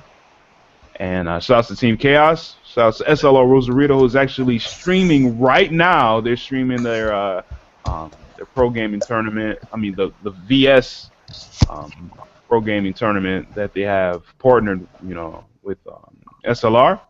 Shouts out people in Europe, Rochanagi and Gunsmith, Zero Black from Chile. Big ups to him. Big ups to FM Sway, Kings of Online, and he streams pretty good content. Big ups to Kings of Colorado. Big ups to the next organization. I think they're based out in China or maybe Taiwan. I'm not too sure, but somewhere in Asia. Big ups to them. Big ups to KOF Funeral, based out in Mexico. They have a pretty good Facebook. If you want to look at frame data, check out the app. Really useful, made by Sound by R. If you want to check out hitboxes, hurt boxes and whatnot, go to KOF13 hitbox.blogspot.com. Keep playing on Steam, KOF13. Beautiful. Chat with us on Chatwing. I'm there and a couple other people there if you want to talk about KOF or you're trying to get some games going. View the forums on your phone via Tap or Talk. And check this out up in the Bronx, the road to NEC. They're going to be playing all November long, all this month long. The month is almost over, so go ahead and get some games in. They're streaming right now, man. So I think after we go live, we might watch the stream together, for the little after show if people are down. NEC 15, December 5th, man, and they have the $2,100 pop bonus. And this should be a good tournament. I feel like this tournament, if it's presented correctly, if we get enough screen time, it might hype things up. So there's already 90 people, I think, already pre-registered. Yeah. So hopefully this will be a good show, man. This needs to be a good show, I'm still trying to make it. I don't know how this is gonna end up. Okay. And December 13th, 14th. It's good shit. Yeah. Up at the Gamecom tournament, Costa Rica, excuse me, and check that out. And I think that's I keep forgetting. We are currently making the KOF13 2014 hype video right now, and I'm assembling videos, getting clips and stuff like that to make the highlights video when it drops on the New Year's Eve or whatever, say maybe New Year's Day. So if you have any very hype, very cool KOF moments from any streams or any tournaments, or even if you're your own local videos and streams, and to please let us know. There's a thread on Dream Cancel, the video thread, and pop it in with the the time code and stuff like that. I think a lot of people like the past hype videos that that came out for 2012 and 2013. I always look forward to them. Yeah. So we're making them now, man. And it's going along pretty well, pretty good. I'm getting a good amount of videos, so let's do it. And that's about it. We'll see y'all maybe. I'm thinking maybe we should definitely do a show before NEC. And y'all agree? Oh yeah. Oh yeah, for sure. I'll try to get Wise Guy. Oh man, that sounds like crack. I'll try to get Wise Guy. All right, cool. And we probably try to get a couple more players and stuff like that. People there and going out. You know what I'm saying? Maybe do it maybe a Tuesday or maybe Wednesday, because I know Thursday and Friday people are gonna be maybe flying out or whatever that day or whatever, or just preparing and stuff like that. So maybe in the next 2 weeks we'll have another show. So I want to thank everybody for watching this episode. Hype it up on Facebook and on Twitter or Google Plus and stuff like that. Post comments, man, about this. How you feel about this episode in the comment section on the on the YouTube video page. Because if you want to express how you feel about the scene and stuff like that in your own KOF13 history. Go right ahead. So that's about it. After show's coming up next, so we're gonna go offline and we'll see y'all later. Thanks again. Peace. Take care, everyone. All right. Yo. Take care, guys. I gotta take off. Need to work.